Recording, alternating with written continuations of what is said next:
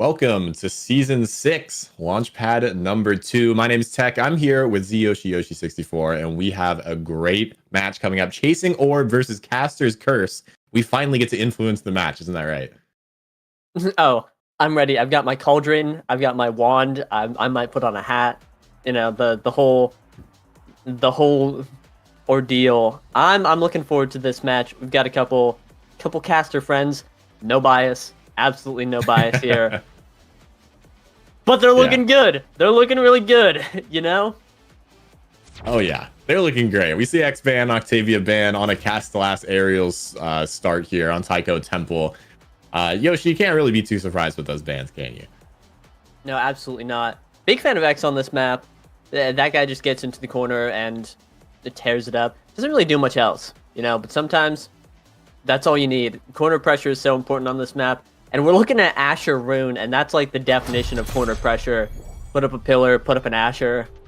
The rest is history. The barriers are down. You know, try and get through that Asher. Look. Yeah.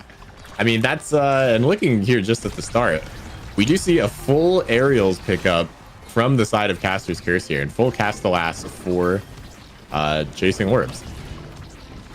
Yeah, that's really interesting, especially on, well, I was gonna say on Asher, but you don't want to take your Dash Awakening. Just kind of thinking aloud, burning through brain power at a rapid pace. But the aerials is going to be really nice on all three of these characters, especially the Mako. Those guys are going to be moving pretty fast, especially if another Dash Awakening can come in. But Scrimmage jumping in there with the Asher, just doing the Asher thing, slam dunk in the core, right into the net, right through all those Mako abilities. Seems like a really nice matchup to just kind of get through all of Mako's multi-hits with one Asher primary. Oh, that's right. Especially, we've seen how prominent Asher has been in sort of top-level play throughout the weeks, especially at the recent LAN. And that Slick Kicks just does such a good job at really controlling this core. And there's a nice double barrier from the side of Caster's Curse here, doing a good job, losing one of their own. But of course, still in this first set. We'll have to see which side momentum favors here. Yeah, definitely. I do love that Slick Kicks Asher. It's, I think, really powerful. You get to have so much speed on this slow character in the net. But Cloak Oak on the Slick Kicks Zen, going to be jumping in right there, dash with that aerials, getting into the fray, getting into the Dubu's face. Arianol unable to stop the onslaught, caught and hit stun. And that's going to be one goal for Caster's Curse. Yeah, nice on the board, evening things out. And here's a quick flip from Nubstub, blocked away by the unstable anomaly. And there's a nice mix-up there from Sylvia Seraphin, looking to get that second barrier. Here's the flip coming out and a beautiful clear down. There's the stuff attempt, but another flip. Both teams using all of their energy to take it and to fake out. I don't think Arianol was ready for that. Second barrier will fall for the side of Chasing Orbs. We're in a 1v1 here as here comes the damage into the drums. Scrimmage somehow surviving, gets to keep core flip and rewarded with an orb. Absolute best case scenario for them. Yeah, really crazy DI coming out of that guy, able to save himself from the drum. But here, moving in, Scrimmage with the flip, not able to get the barrier, but looking to set up the airship, get something done. Has the flip here in the corner, goes for a crazy play. It's looking tough. Cloak Oak's a little low. Could be an opportunity to try and take that guy out, especially with this rune. Has a great damage potential with Banish or just popping some pillars and that flip. Probably wants to save the flip for this barrier though, but it is tough. The Mako has all these abilities up. You know, all these goalies with their abilities, what are you supposed to do? Win? Like, it's tough. Yeah, it's very tough, and we see the pressure now. Unfortunately, the core just moving too quickly as we hit overtime here. The core almost bouncing in. The flip from Cloak Oak will find the bottom of that net, and Caster's Curse finding their second goal in a row here. It seems like they're picking up momentum because it is hard to break through this midfield when you're playing against this Caster's Curse roster. Yeah, really. Just these two characters with dashes have a lot of presence on or in the midfield. Not anymore. That guy's been put in the blender, unfortunately. Cloak Oak will be seeing himself out after getting banished. And ooh, here it's Sylvia Seraphine moving in with the pillars, looking to get some barriers. Great support. Scrimmage trying to get in there, but the two-man defense is too strong right here. And unfortunately, only able to get one barrier in that power play. That's right, and here's a situation again. We have these two, this forward and midfielder from Caster's Curse looking to take this barrier. Arianol doing such a good job at walking that down, able to get out and pushing all the way past the midfield line. Very confident in this Dubu, of course, such a strong striker on a map like this. In the corner now, trying to use that core speed off those drums. And a beautiful clear just gets around Cloakoak there, trying to stuff this. And look at how aggressive Arianol is playing.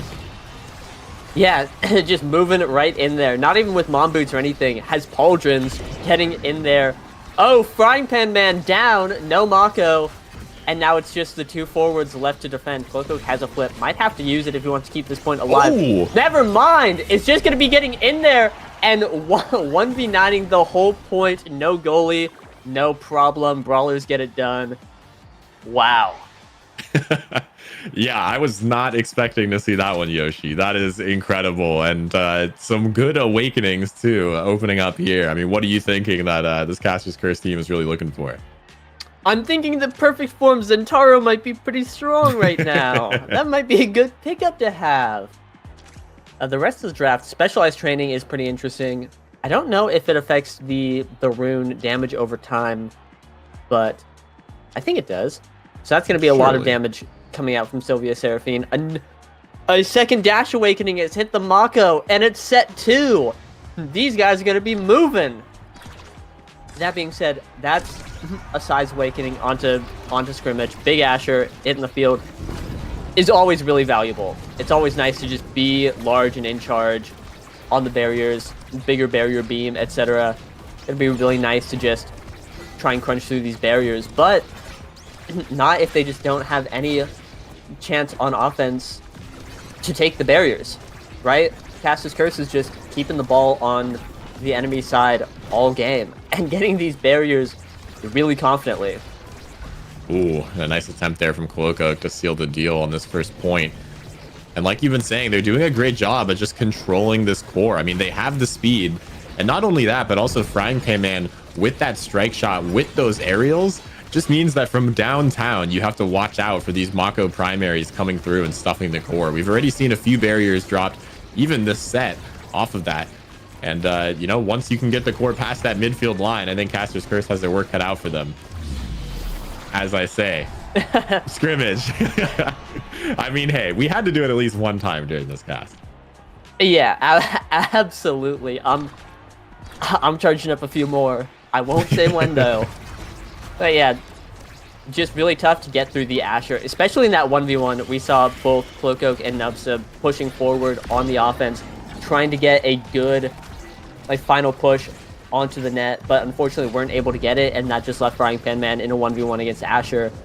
And you never want to be in a 1v1 against Asher. You never want to play an equal game with Asher, because Asher's never playing an equal game with you.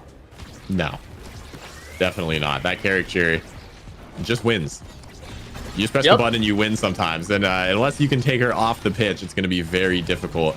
So these clears from chasing orbs really have to be perfect. As we see right now, Frying Pan Man has the energy burst, doing so much damage to Asher. Look at that. Scrimmage knocked down to 1 HP, is now going to be chasing orbs, living up to the team name as Cloakoak finds the dash, able to secure that stun onto Arianol and pick up another point for their team. Yeah, this Dash Awakening start has been so great for Cloakoak.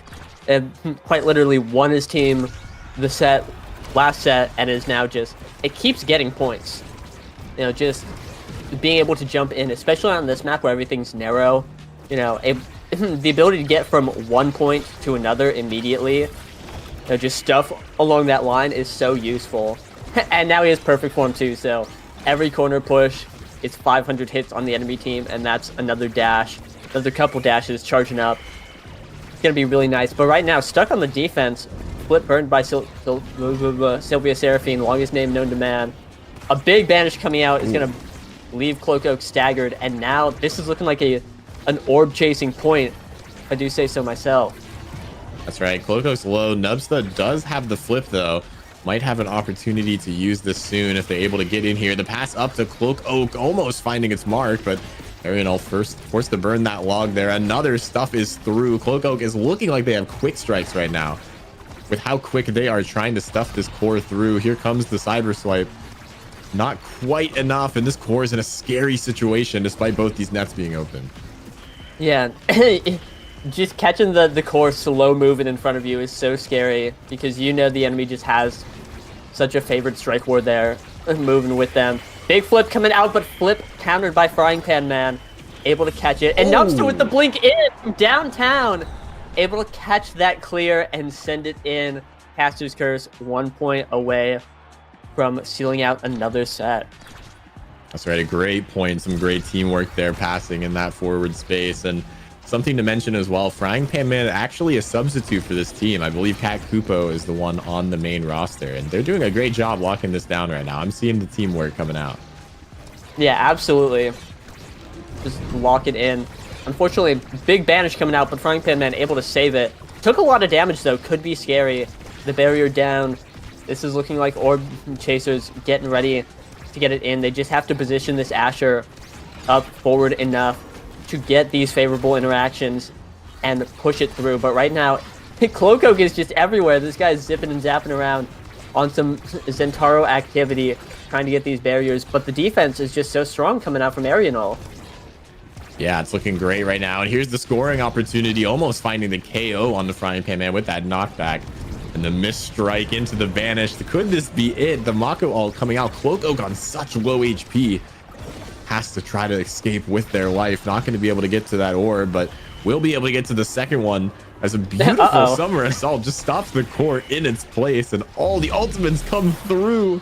And unfortunately, that core will just drift into that bottom corner. That's the difficulty on Taiko Temple. Yeah, what a shot. Just slipping it right in there. Great hold, like you said, with the summer assault on that barrier. Bit of a scary spot, but you know, able to convert that pretty unfortunate interaction into a big point win.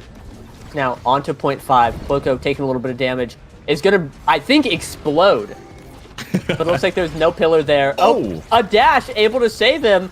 Going back for the orb. Nubsa out in the fray, looking to get something done in this 1v3. But Cloak's back, healed up and ready to go. Creation battle. Oh my god, they're everywhere. But Cloak's able to slide in with the slashing strike and confirm that goal.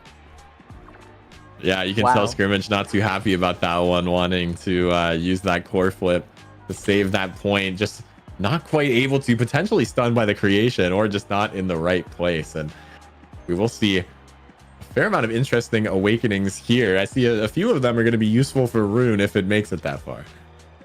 Yeah, heavy impact picked up. I think there's an argument for Stagger Swagger in this world, you know, but Cloak hasn't been KO'd that often, been doing a great job living the past few points, so heavy impact gonna up that damage and CTR even more.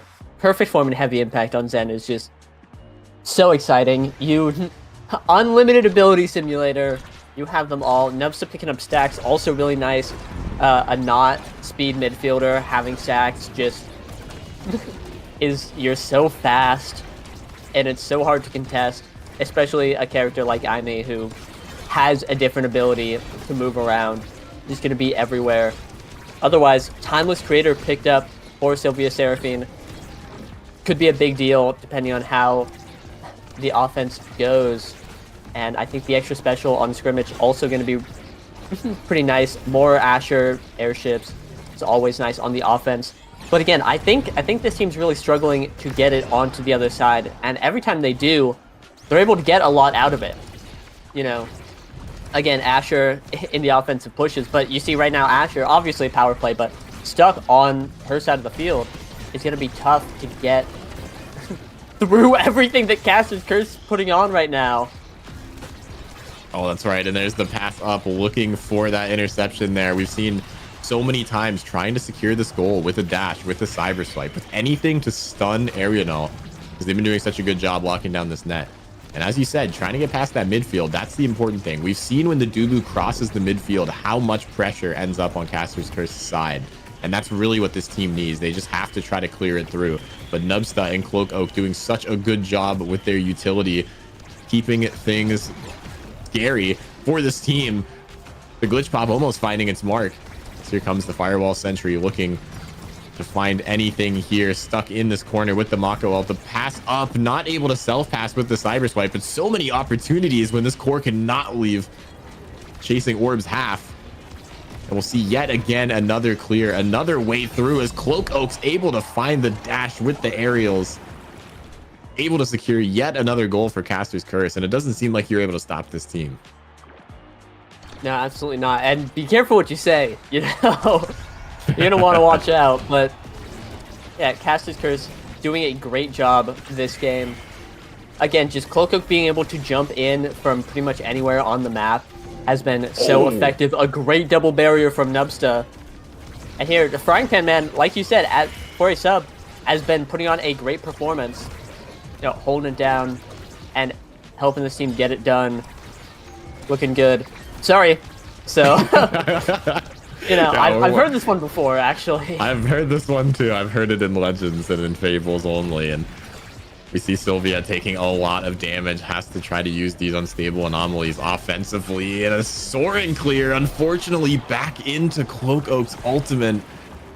So close to greatness, but just unfortunately one wrong direction will send that core into the back of their net. Chasing Orbs 1 point away from ending this game.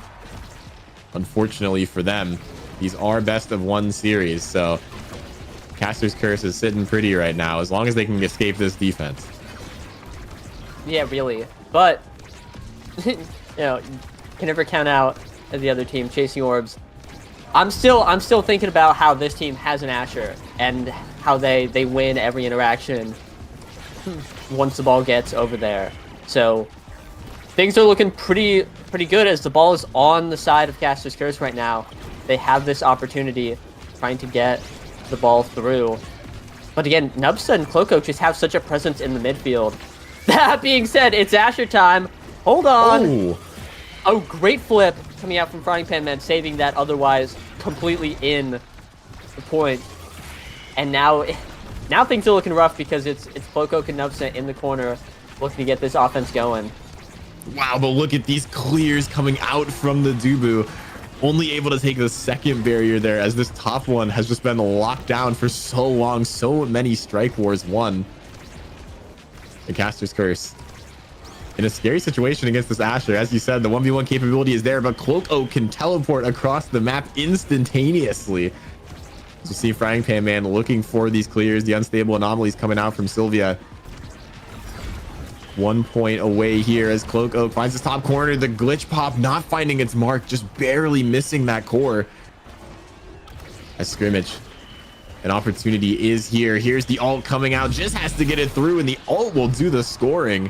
A beautiful pillar there from Sylvia Seraphine. And that's a goal on the side of Chasing Orbs. Yeah. And the Pap Splitter just banking it in right there. Putting them on the board this set. And hey, it's as they say, all it takes is a trickle to start a flood, and this could be Orb Chaser's flood here, trying to get something going, get in there, and take a set, start the comeback. But right now, wow, and actually right now, it's looking good. A phenomenal hold. It's looking like a dying Cloak Oak will be found on the field. Sylvia Seraphine almost taken out by Nubsta's dash pop, but not. And here they have an opportunity, have one barrier. The Dubu is getting active on the midfield line. That's going to be a flip. Trying to get through 3 people, a little bit tougher than it looks. But this is a great position for Chasing Orbs to be in right now. Yeah, this is beautiful. Look at these clears coming out from Arianol. This is absolutely perfect from them as they've avoided so many narrow misses here. Even avoiding things like Frying Pan Man's strike shot from downtown across the map. And look at that. The core just goes off the drum into the net from Scrimmage. And that's how quickly things can change. Already evened out now in this 3rd set. It really is. Speaking of across the map from the midfield line, going to be sent in. And now Chasing Orbs tying up this set, have an opportunity here. They just have to get this push. And right now, things are looking great. Wonderful pillar on the wall right there. Trying to hold it in, but no barriers so far. And Scrimmage looking a little low. That's going to be 2 barriers down. don't call it a caster's curse, but this might be caster's curse's opportunity to seal away this game. That's right, and the goalie still has the flip.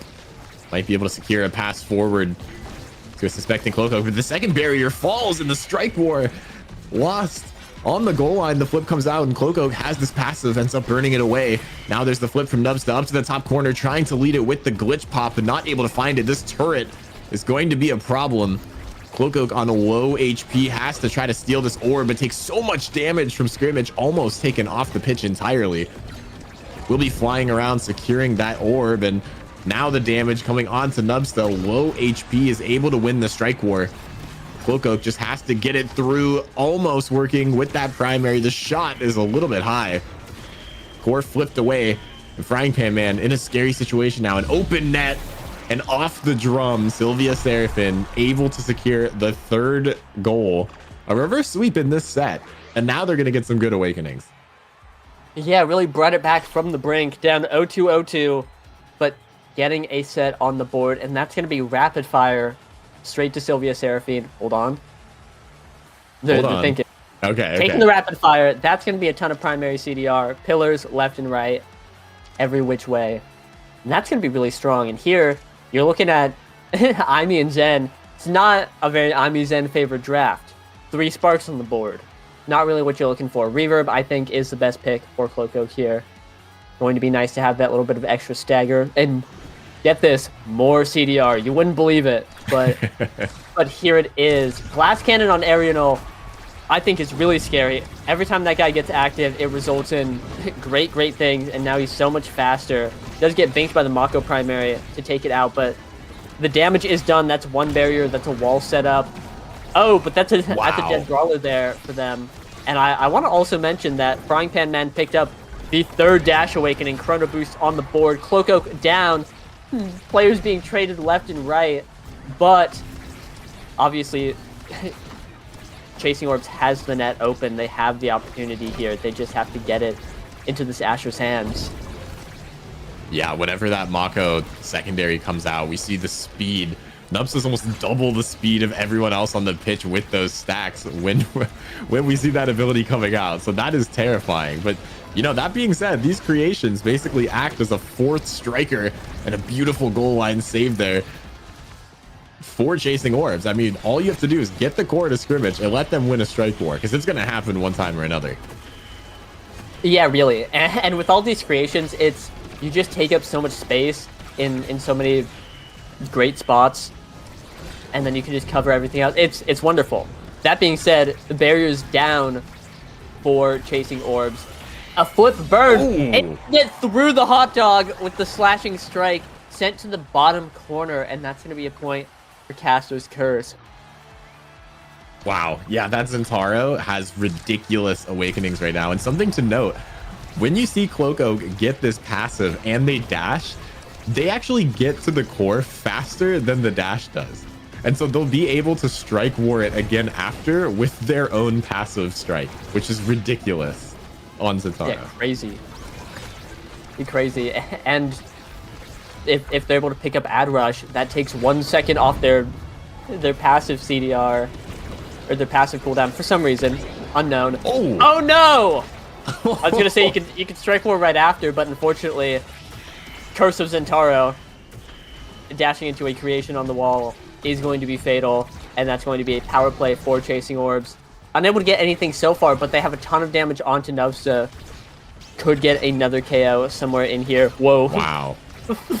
Watch that guy's life flash before his eyes. Yeah, no, for sure. That was some beautiful clear angles coming out from Frying Pan too. And oh no, goalie down. Dubu taken off the pitch here, and Nubsta has the flip. You just have to get it past the Asher and the Rune now, which is an easier task than you might think. Cloco finding it, burning that dash, finds another KO, keeping this power play alive. Nubsta looking for the pass up. Cloco has the flip, gets it around the Tofu Fortress. But the core is moving so quickly here in overtime, and we see Sylvia back on the pitch. There's the Cyber Slide, catching it with the strike up from Nubsta. A beautiful shot, and once again, here's that 0-2 comfort zone for Chasing Orbs. Caster's Curse. Surely this time they're 1 point away from winning. Surely, let's talk about it some more. Nothing bad will happen. Anyway, big banish coming out onto Nubsta, who has a lot of stagger from this big fish. I was wondering where it was all coming from, but sitting pretty at 1750, a little bit more than your average IME. But that's one barrier. That's a flip. Gonna be blocked by Arianol. A ton of pillars helping out on the defense. Try and get through this. The rapid fire value is, it's so tangible. There are so many pillars all the time. But that being said, it's just still so tough to get through these two forwards on Caster's Curse. And before I even finished, both of them banished. A lot of damage onto Cloak, but still these two barriers are up right now. That's right.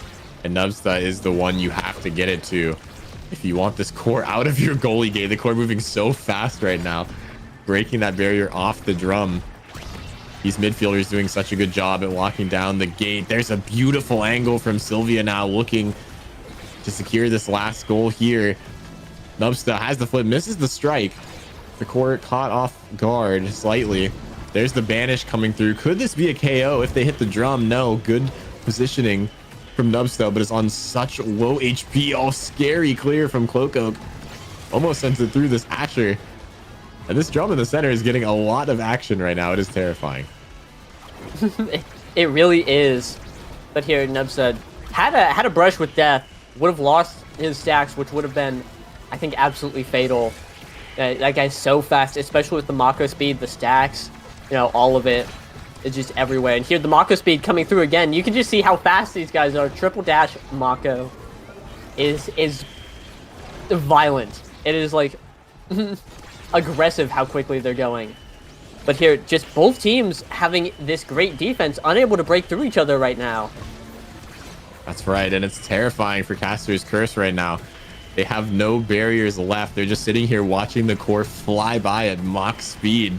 Here comes this turret, and still it runs out of time before this barrier is able to be taken. Another diagonal clear from Arianol, picking the right direction almost every time.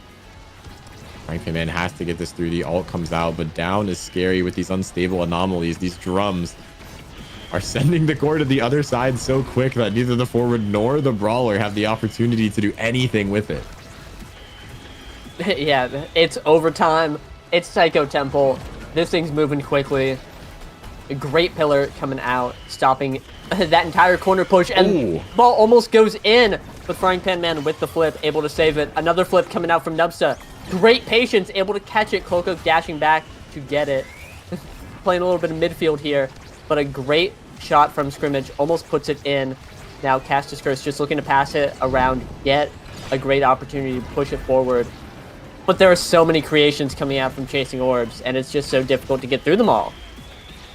There are, and we see these clears. The stuff is finally through. Scrimmage just sitting on Frying Pan Man, not allowing anything to happen. And that's what this Asher does. Sit on the goalie, don't let them use any of their projectiles, and then just win the strike war with your secondary, or primary rather.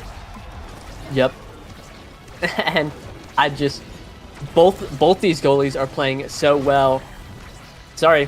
They actually have done that exact one before, so that's my bad. But here, Frying Pan Man getting sat on by scrimmage, able to stop Mako speed, which is great. Good flip coming out from Cloak to dodge the banish. Unfortunately, not able to get the flip on the core. Not able to get the barrier here. And scrimmage almost puts it in with the primary once again. But a good passing play, right off the drum is going to take us back to the 0.5. Wow. And it's you said O2 comfort zone this set, and I was sitting here and I'm like, maybe they did it once, they can do it again, but Caster's Curse is playing so well this set, and here we are. We've made it 1 point away from tying up the entire game after being down 0-2. This is their chance. Yeah, here's the speed coming through, but the Rune Pillar will be blocking so much there. We've seen Sylvia just helping out a ton on the defense, able to completely shut down both of these strikers. Nubsta and Cloak just getting cleared diagonally around. Sylvia sitting in jail, looking to find any opportunity here to take these barriers. A nice glitch pop, but once again, just not enough. these clears and positioning is too well. There's one barrier though that drops as I say it. Cloak Oak burning so much util. There's the second one with the primary. The flip on the goal line will find the KO onto Arianel, but still haven't found the goal yet. This is still winnable for chasing orbs, as we are on golden goal right now for Caster's Curse. There's the second barrier, finally drops. Frying Pan Man though has the flip. You just have to go fast enough, and a great mix-up from Nubside is moving so quick. The goal going through, and Cloak Oak will secure it with the KO. Caster's Curse take the series. Yeah, wonderful play from Caster's Curse there. Great play from Chasing Orbs too. They almost brought it back from the absolute depths, and I have to commend them for that, because that did not look easy. Did not look easy at all, especially, you know, the perfect form, heavy impact Zen, 5 KOs coming out, a million redirects, a ton of redirects coming out from Nubsta, and I think that's really the big thing, is that Nubsta was he was so fast. He was covering the whole field with aerials, you know, out the gate, and I think he was the only player to take Mag Souls. Yeah. And something tells me that these things are related. You know, new patch, a lot of people immediately said Mag Souls was dead. Don't worry. Mag Soldiers. The gear is really good. It's just salute to 07 to my Mag Soldiers, am I right? 07. It's so safe, it's so consistent. You stand on the midfield line and you will always have a ton of speed, especially on a map like Tycho, where you can just take a lane right there, cover that space, and then if someone tries to strike it around you, you have enough speed to react and get to that spot. And I think that alone is so incredibly strong. But I mean, Mag Souls just does so many. It does it all. It does your laundry, your taxes. Don't forget to do your taxes. Everyone, happy April. It's, I think, a huge difference maker that game. And the perfect form heavy impact Zen, and the triple dash Maka. A lot of things to talk about, but I'm putting out the PSA. I think this is like, fellas, you might have to put on the Mag Souls anyway. Lace them up. You heard it here first. Shout out Caster's Curse, fellow casters winning this first match of the day. So we're going to hop into a quick break. And when we come back, we're going to have 2 more teams that are going to be duking out in yet another best of 1. So don't go anywhere. We'll be back in a little bit.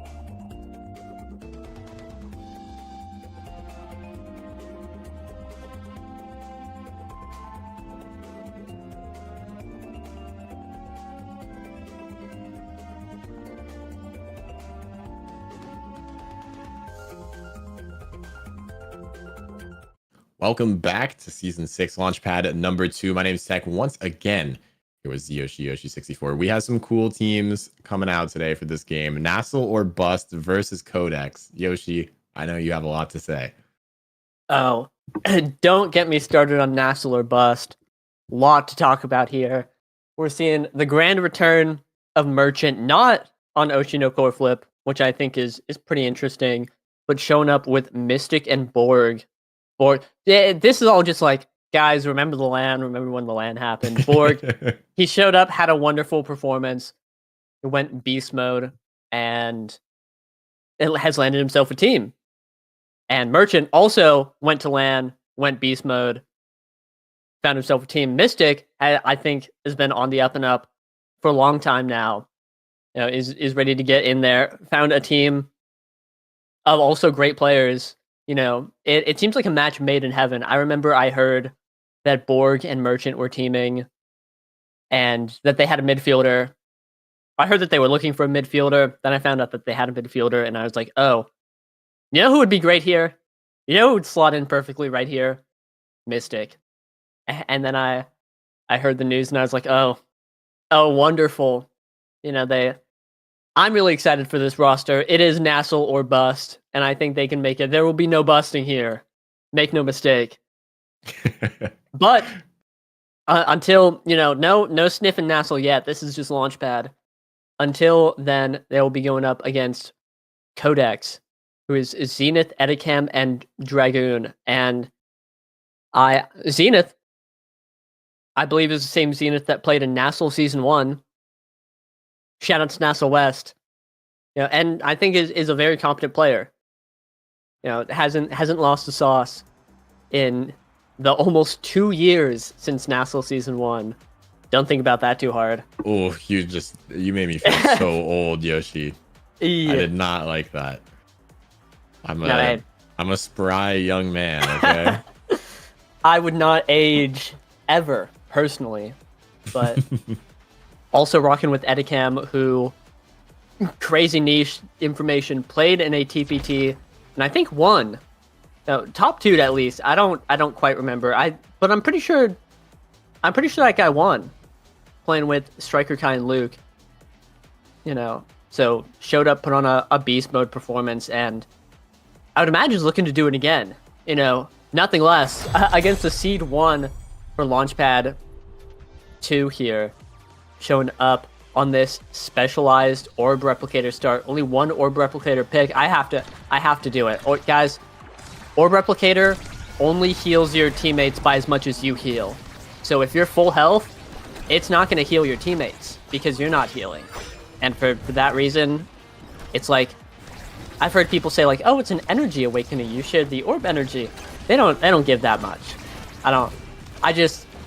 I have to be really angry. I have to be really angry in a public space and say that Orb Replicator is just the worst awakening in the game by far. Like, and it's not even close. And even though specialized training Asher is not winning any awards, that's value on your awakening as opposed to no value on your awakening. Anyway, I'm a massive hater. They just crush those guys. Maybe Orb Replicator is the difference. Yeah, chat. Orb Replicator is kind of good. That's totally what got that goal in, and not just Edicam, just absolutely killing everyone on the pitch.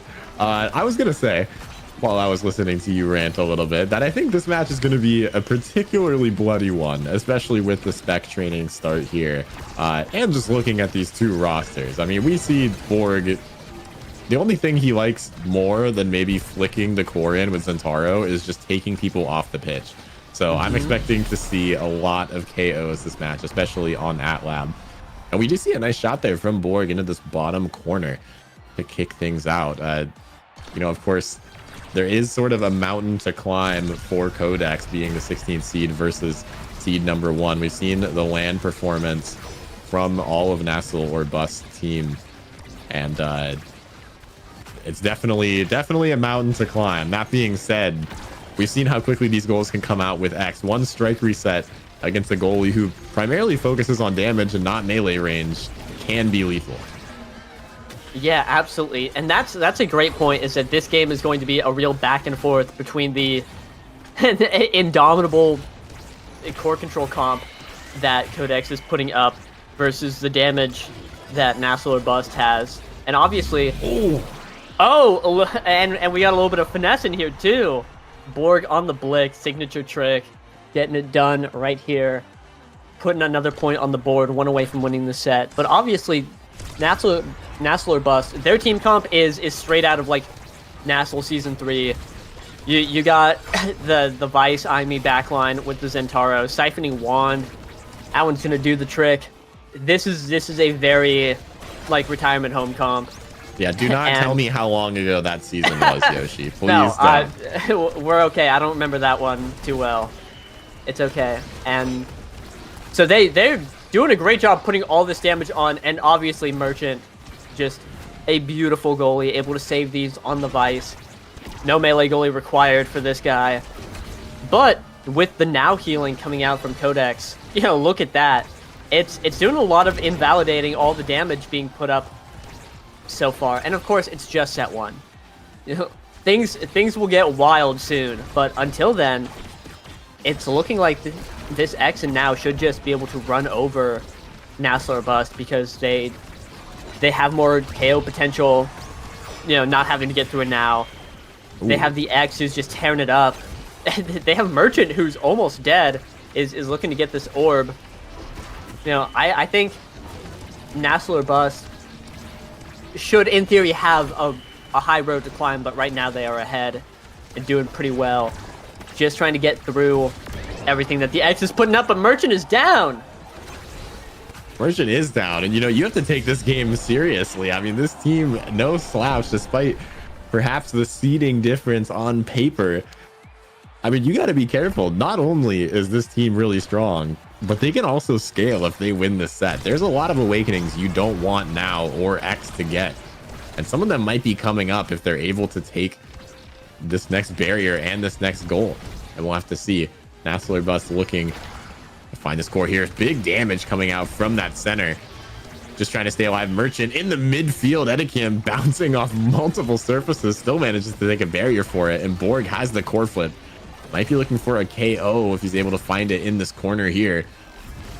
Merchant looking for the down clear, does deny that orb from Edicam, who's just being knocked around by the glitch pop. Finally KO'd by Borg, who has this flip now.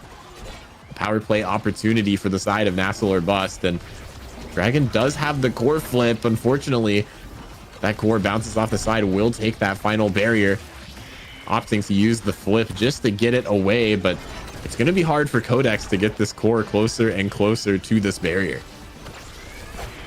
Yeah. Oh, almost a beautiful play from both Borg and Merchant. But Codex able to save it right here. Merchant trying to send it in with the power cord right there from downtown. I want to bring up that Borg and Mystic did some beautiful passing plays to burn Dragoon's flip there. And with just a simple board flick from the man himself, going to put it in, seal out this set. 3-2.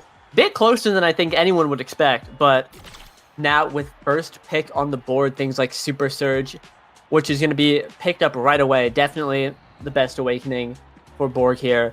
That's going to be such a big deal. This little Zentaro is going to be zipping around left and right, up and down, every which way, and doing so much damage. It is going to be terrifying. Glass Cannon on Merchant, also more damage, more speed. Going to be really nice every time he blinks in. The ad rush looking like denied.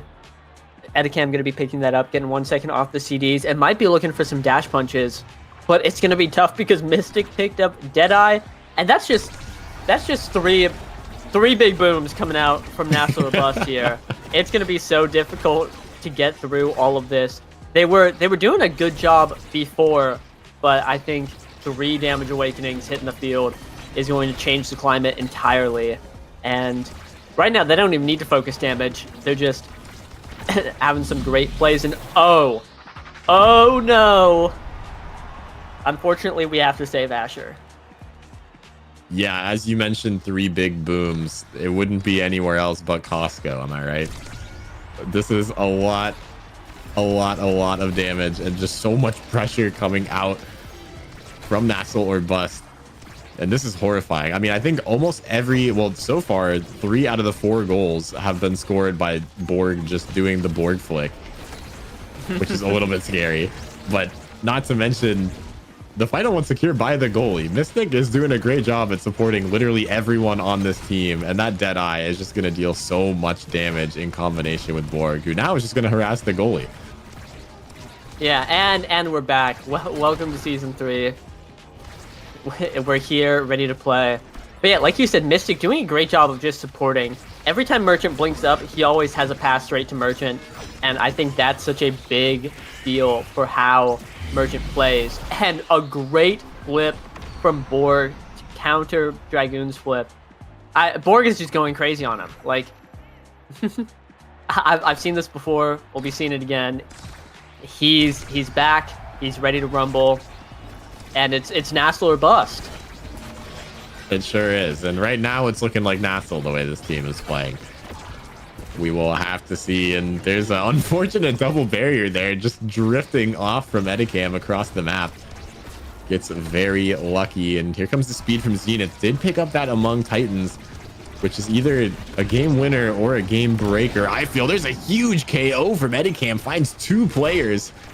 You have 8 seconds to score this before someone's back up. Borg looking to lock it down. Zentaro goalie, obviously the best striker in the game to do this, as they say. Merchant back up. Both players back up. Edicam almost finding the strike orb, and Merchant in the perfect spot. And there's Borg just putting the core through so many cooldowns. Even finds a KO for good measure. From the flip to the bottom corner yet again. Nasl or bust. A beautiful set here, taking it now to set number 3. Yeah, again, just wonderfully played by Borg. Held it down in the 1v3. Went in. Core flip scored. Has been rewarded with perfect form. Oh no. We just keep seeing these Zentaros win, get perfect form, and the rest is history. Like, I don't know. It just great plays by Borg. 1-2 punch being picked up by Dragoons, pretty scary. Core speed from the goalie, always something to be afraid of. But Stagger Swagger denied. Spark Resilience picked up. Big Fish also denied, and Edicam is left with Might of Colossus with no size awakenings, which is not awful. You know, more power every time he ults, but I don't know if he's going to be ulting anytime soon with how much damage is coming out on this guy right now. Oh my gosh, he has no energy, and he's down to like a third of his HP instantaneously. Yep, and the now ult's already been burned. It's looking pretty tough out here. Oh. I won't lie, but barrier's down. Here's an opportunity, but we saw this last point, a really hard point to recover from. They were able to get 2 KOs and they weren't able to secure the point, and now Yoshi. it's a bloodbath. Oh no. They're all dying. There's so much damage. No.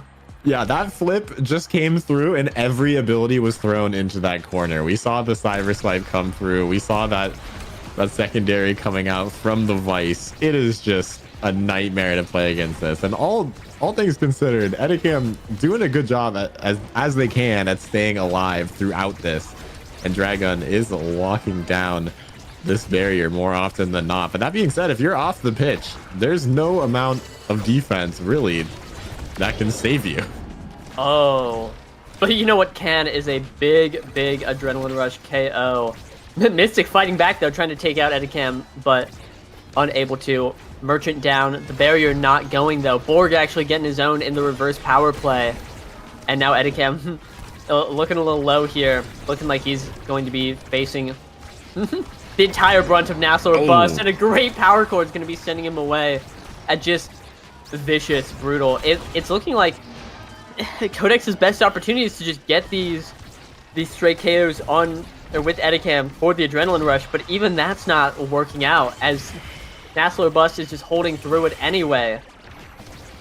Yeah, as they say, the best defense is a good offense, and there's one coming through. Edicam with that strike reset, able to find the barrier. Merchant looking to pass the stuff to Borg, trying to stuff it through, has so many cooldowns. The passive blocked away, this time by Zenith, as Merchant has to hold down this difficult goal, looking for that bottom corner. And we see Edicam actually wins the strike war, punches it through the bottom, and Codex is on the board.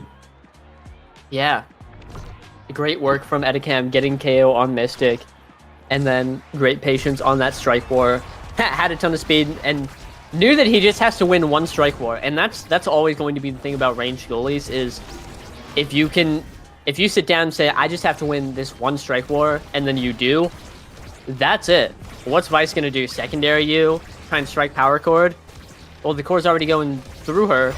You won the strike war. Like, it is difficult, but if anyone can make it work, obviously it is Merchant, who's been winning most of these strike wars so far and enabling his team to just go crazy right here. Borg looking for a devious flick, gets the passive, doesn't matter though, the original shot just sending it right in, and Nasl or bust is 1 point away from making top 16 in this Launchpad. That's right. I have not seen Borg shoot towards the middle of the net this entire game, Yoshi. That's all I want to say. I think if you had two goalies and you lock one down on the top, one on the bottom, that might be all you need. But look at the damage coming out. 1 KO. Borg just fishing for the second. The flip coming out.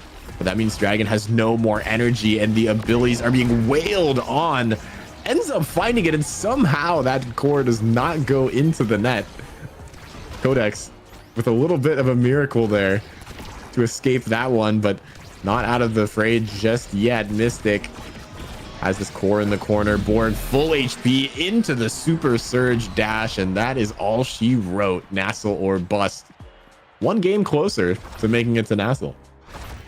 Yeah, it is a long road to get all the way there, but this was a great game to set the tone of the trip, just going all the way. And it's what I would expect from the seed one of this Launchpad. Just great play coming out. Only 5 KOs. Actually, more KOs on Edicam alone, but every KO mattered for them. A ton of damage coming out. I mean, 31k from Borg.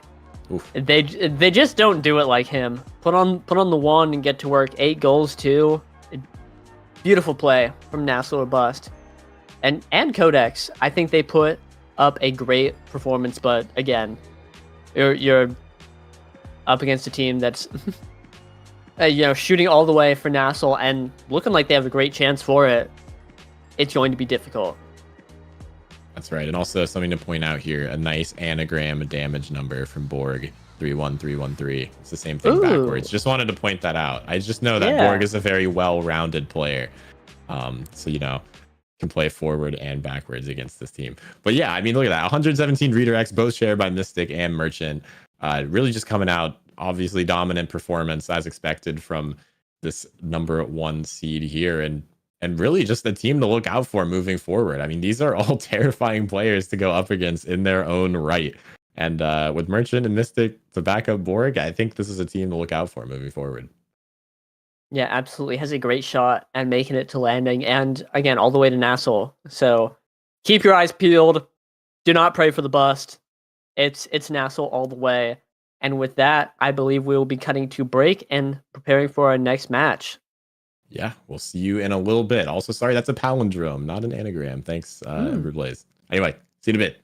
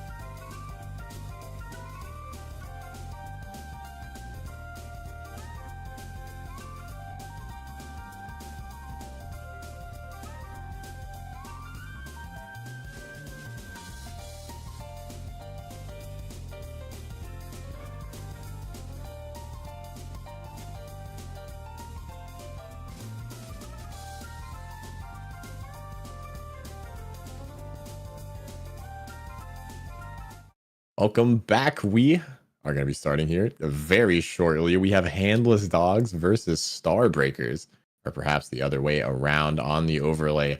Seed 5 versus Seed 4. This is going to be a great match heading here into Clarion Test Chamber. Yoshi, what are you expecting to see? Although we already see draft. Man, well, I'm expecting to see, I think, maybe a Juno, Rasmus, and Vice. I think that's a pretty Starbreakers comp. Yeah, I think so too. I can't do this bit. I don't have it in me. I think we're expected to see one of the best matches of today. Obviously, both these teams seeded to qualify to make it out, seed 4 and 5. But I think pretty confidently both these teams should make it out. I'm anticipating it. But now, again, seeded so close to each other, which one's going to make it out?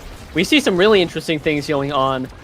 We see a Juno Rasmus coming out from Starbreakers, which I believe are just Jay and just Logan's like two favorite characters.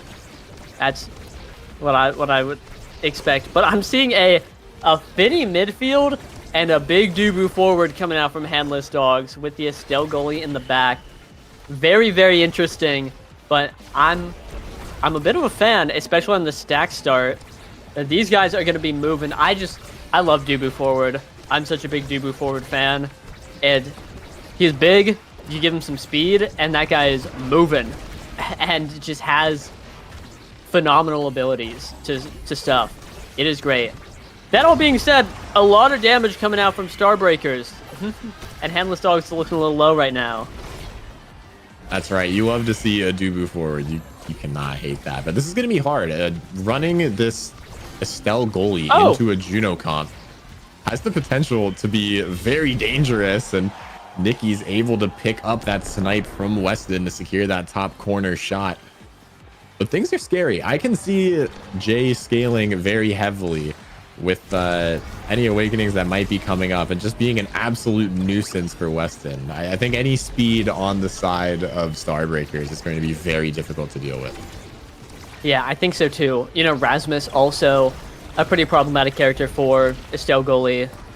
You know, Estelle and Rasmus are pretty similar characters. They've got the forward primary. Well, that's it, but that's all that... Like, that's the most important one, you know? That's right. And so...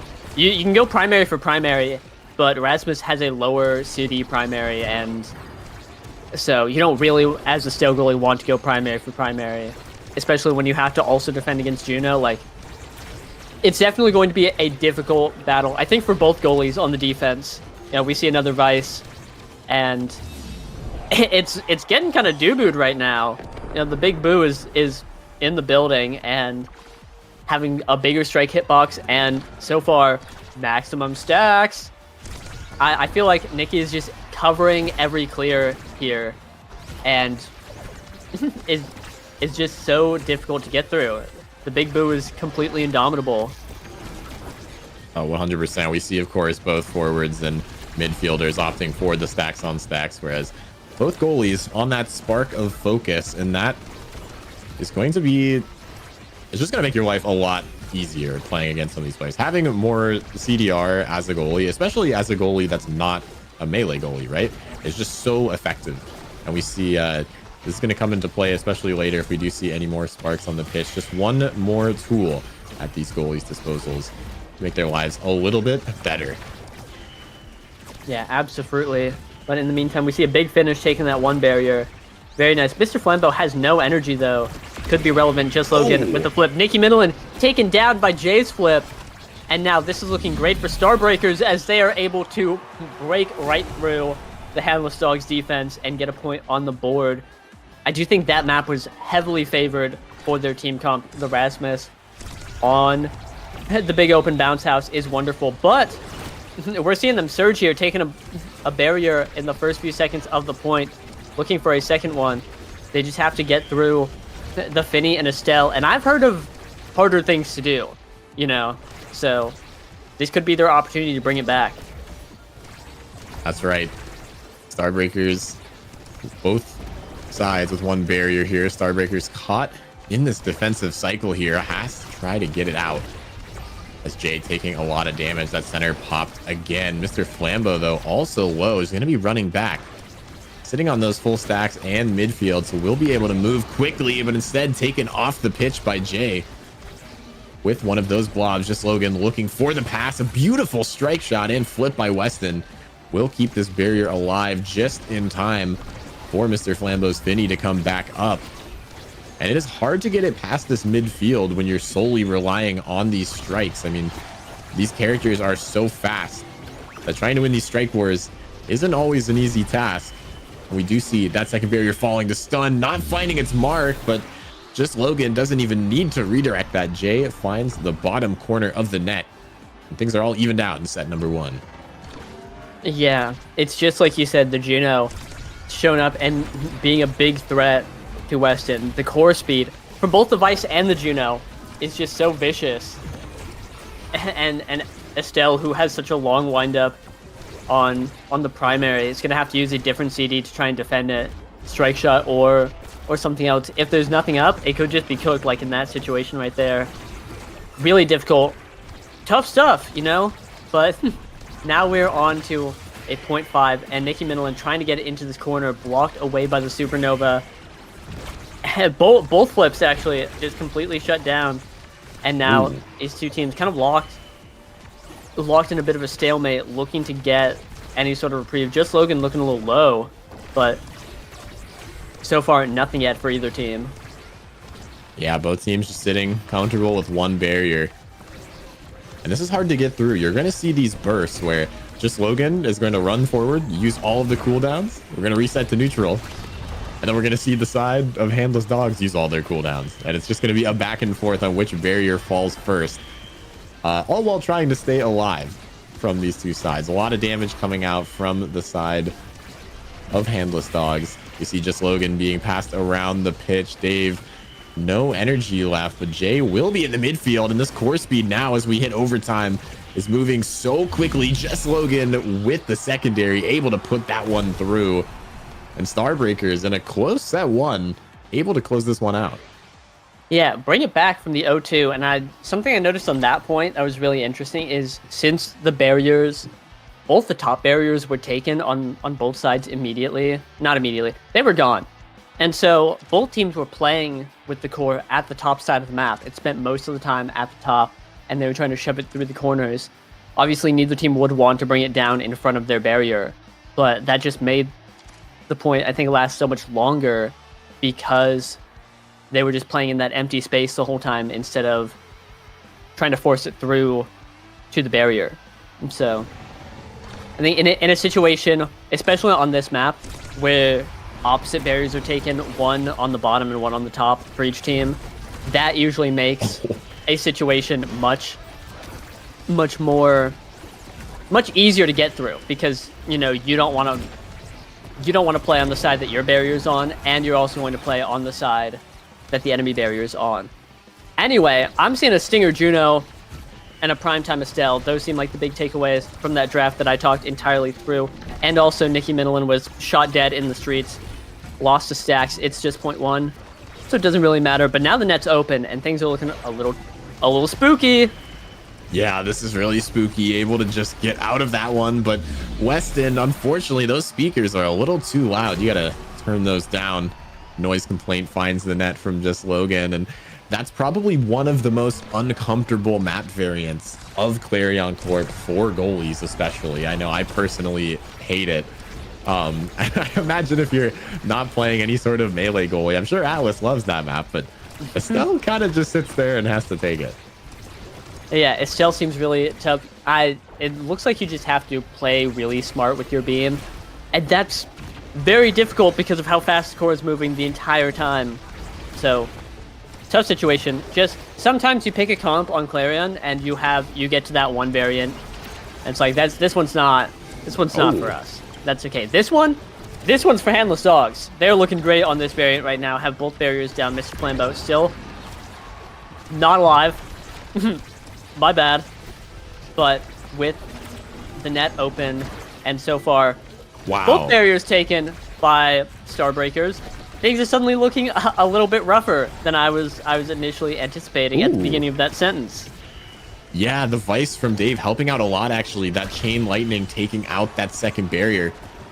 We see Jay now has the core flip, but so does Nikki. Both sides are open. There's the flip through the bottom, punished for their sins from the Supernova. Taken off the pitch, and now Jay has this middle buff. Trying to get it past, but the core just goes past the blob. All three players now past the midfield line, looking for the shot, but not able to find it yet. Dave dealing so much damage in the secure from just Logan, able to get it past that beam. And surely the flip comes out here soon, as Jay has to get this around Nikki. And it stalls enough time out for all members of Handless Dogs to come back on the pitch. Dave with the Supernova, still not finding its mark.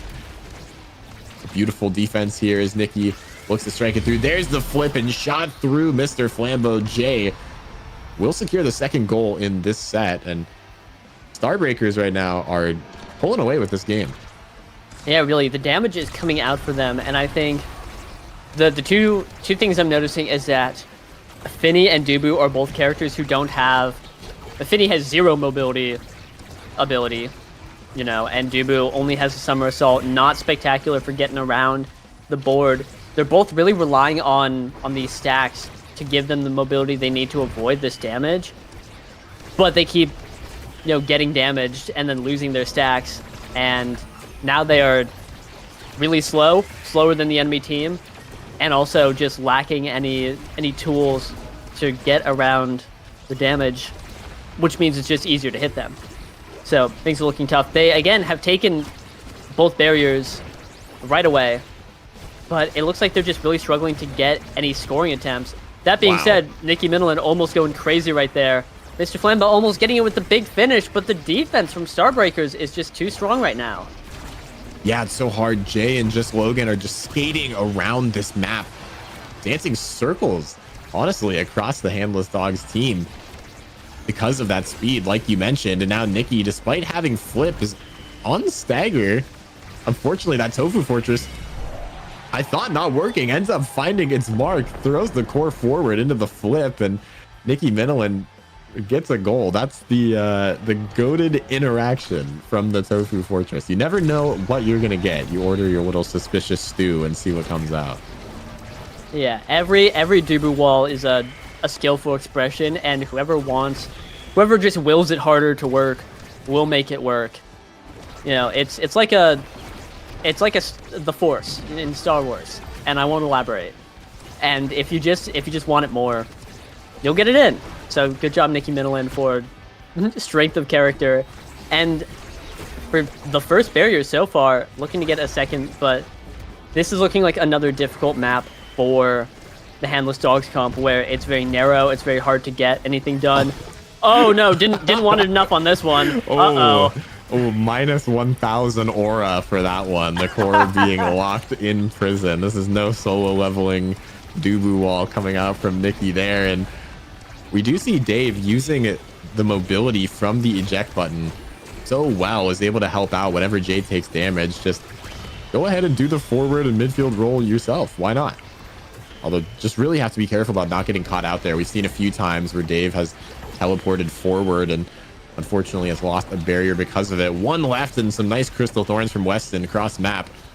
We'll take that last barrier. Everyone's sitting there. The Dubu wall again, and crazy strike wars coming out from Starbreakers. Keep the barrier alive for a little bit longer, and just Logan and Dave pushing up forward.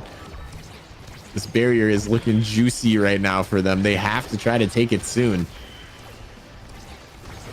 It's looking juicy indeed, but Weston holding strong right now. Nikki Minlin on the dribble, interrupted by the power chord, looking to get something, but these passes between Starbreakers were looking so good until right there. Mr. Flambeau able to slide it in, and we're tying up this set as well, just like last set. Last time, Starbreakers were able to take it, but Handless Dogs with the momentum, winning that last point. Might be looking to change it up, tie up this game. They're going to have to work for it, though, losing that first barrier, and on Project Obscura, where the forwards are just going to rack up a ton of damage for free. It's going to be difficult. That's exactly what the Handless Dogs don't want to do, and right now, Nikki Minlin looking a little low. Things are looking dangerous.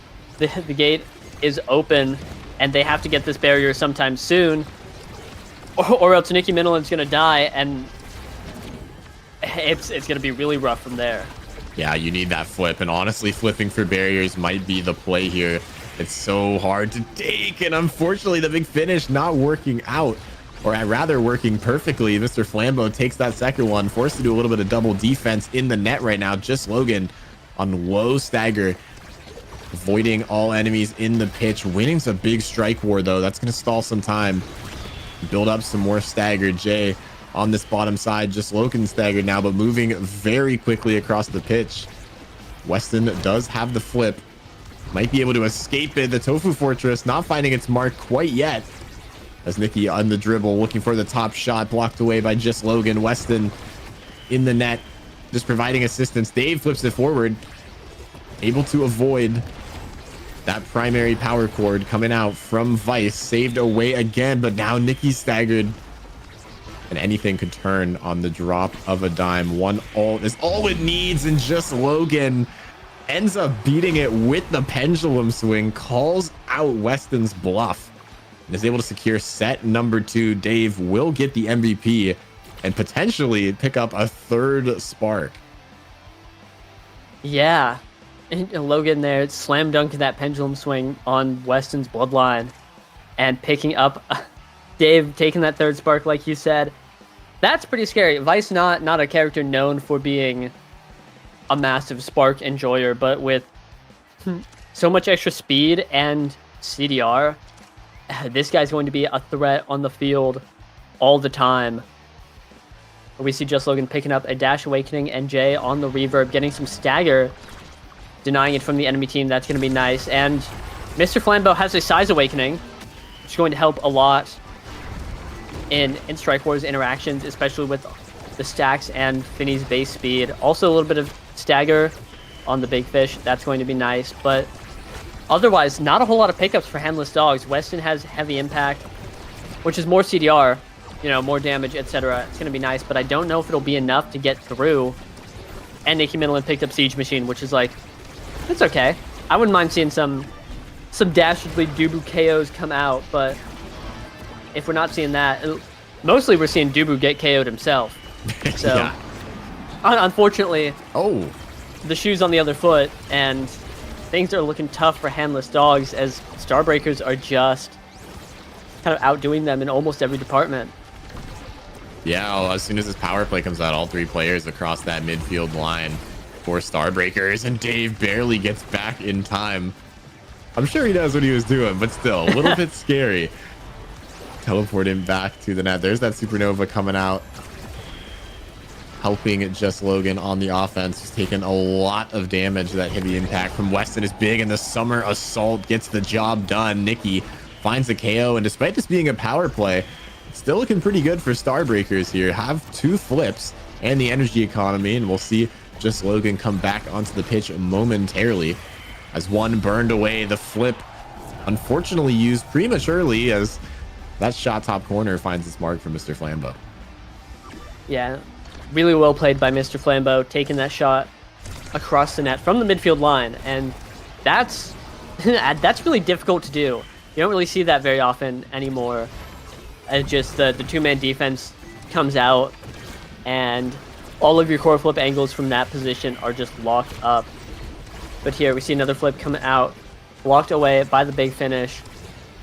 You know, got to feel nice there for Handless Dogs, as they have quite the hill to climb if they want to win this game, because all of this damage coming out from Starbreakers is really, as it has been all game, really making things difficult, and they have to capitalize on every opportunity they get, because if not, then I think Weston's just, as we talked about earlier, has a really difficult matchup, is in really difficult spots that aren't super easy to deal with. A great wall, though, from Nikki Middleton is going to be locking up both Dave and Jay on the top side, letting Mr. Flambeau just put that in, covering the bottom. Well played. 1 point away from taking a set right now. This could be the comeback that Handless Dogs are looking for, as we are on Project Xenocloak now. That's right, Finny, Mr. Flambeau specifically playing that midfield role very well with those stacks in the right place at the right time. And that's really all you need. You're relying on Nikki to get into these scoring positions, or at least barrier taking positions, by using the Tofu Fortress, by using the log, and by hopefully not getting KO'd. But as we've seen throughout the series, this is happening very consistently. Of course, big damage, especially with that Juno Stinger, Might of Colossus Rasmus, and all sorts of other goodies that Dave has in store. Just like that, we'll be able to put in a goal, and perhaps now the comeback in this set. We've seen a bunch of 0-2 sets easily recoverable today so far throughout our previous games. So Yoshi, we could see that yet again in a game like this. Yeah, so far every set has gone to the 5th point. Might not here though, as Handless Dogs diving in, unable to get it so far. The defense from Starbreakers just holding on through that all, but Weston getting active with the piercing shot, able to put it in, seal out a set for Handless Dogs, the first one to not go to that 5th point. Mr. Flambeau clocking in MVP, best in Texas, looking like he could deny a spark. Congratulations. You get to cancel the election and nothing else, unless nope, nope, none of that. Not having any of that. 1-2 punch though, very scary, being denied.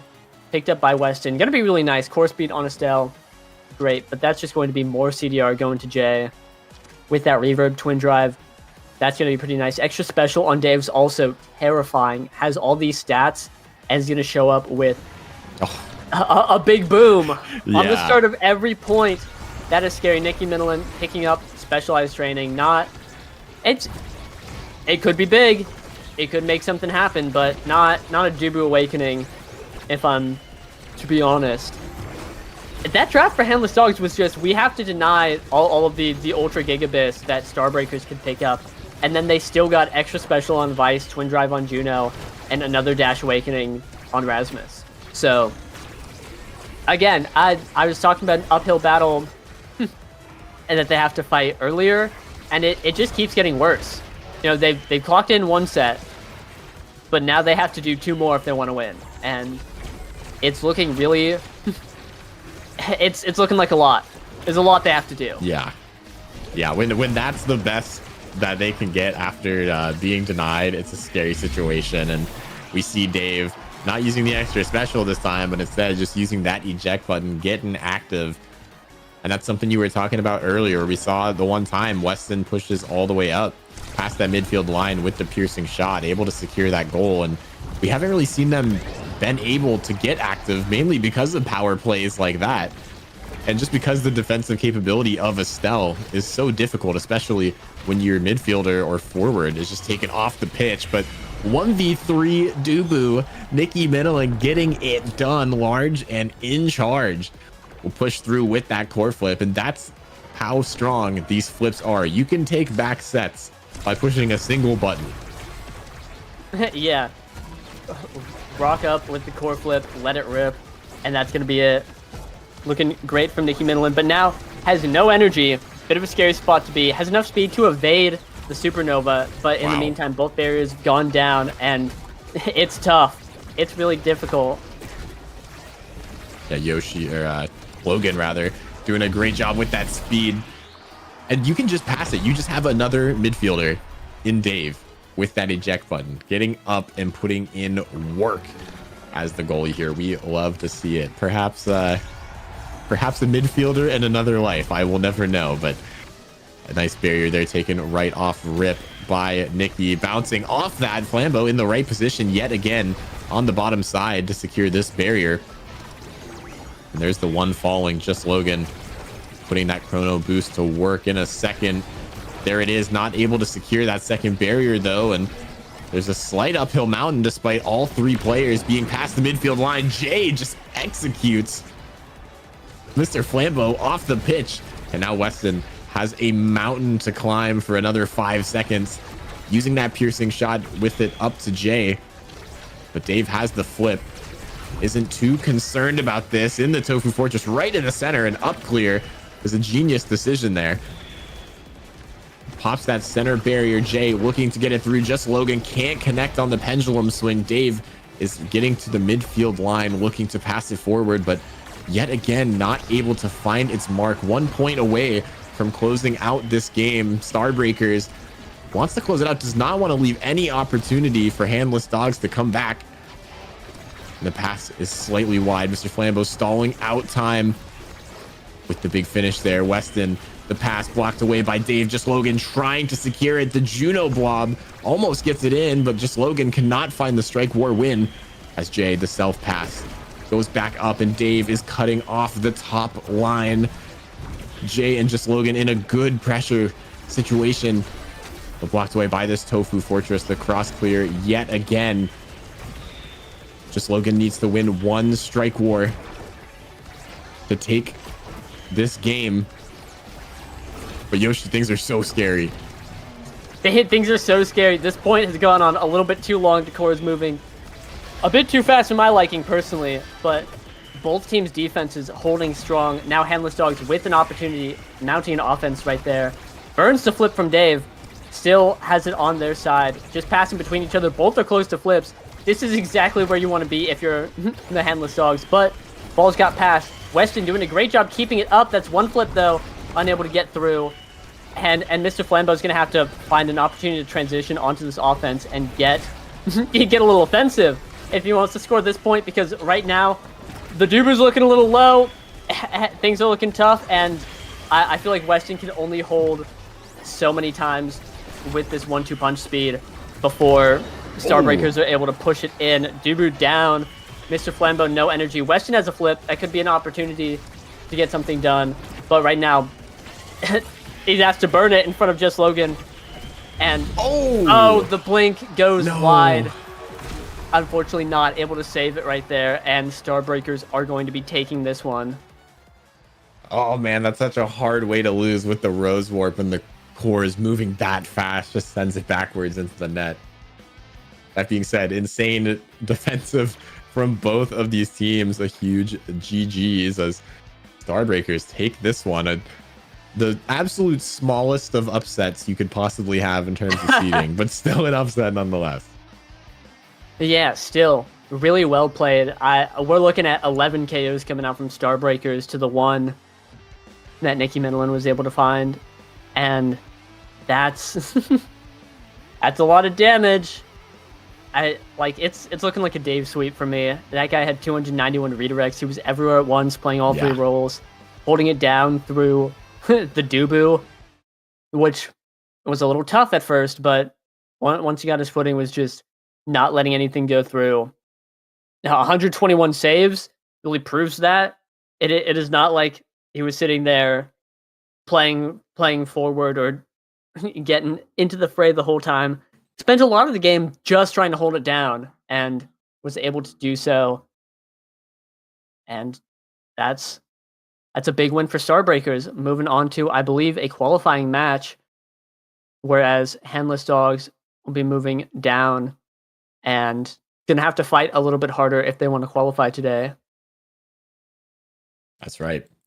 Well, that was an awesome match. Thank you guys for watching. And we're going to hop into a quick break here. When we come back, Grimella and MVNYC are going to be your casters. So Yoshi, it was a good time casting with you. Any final thoughts for the stream before we pass it over? I'm really looking forward to the rest of these games. I'm looking forward to the next cast. Stay tuned. I'm gonna tune in. It's gonna be great. And I like Launchpad.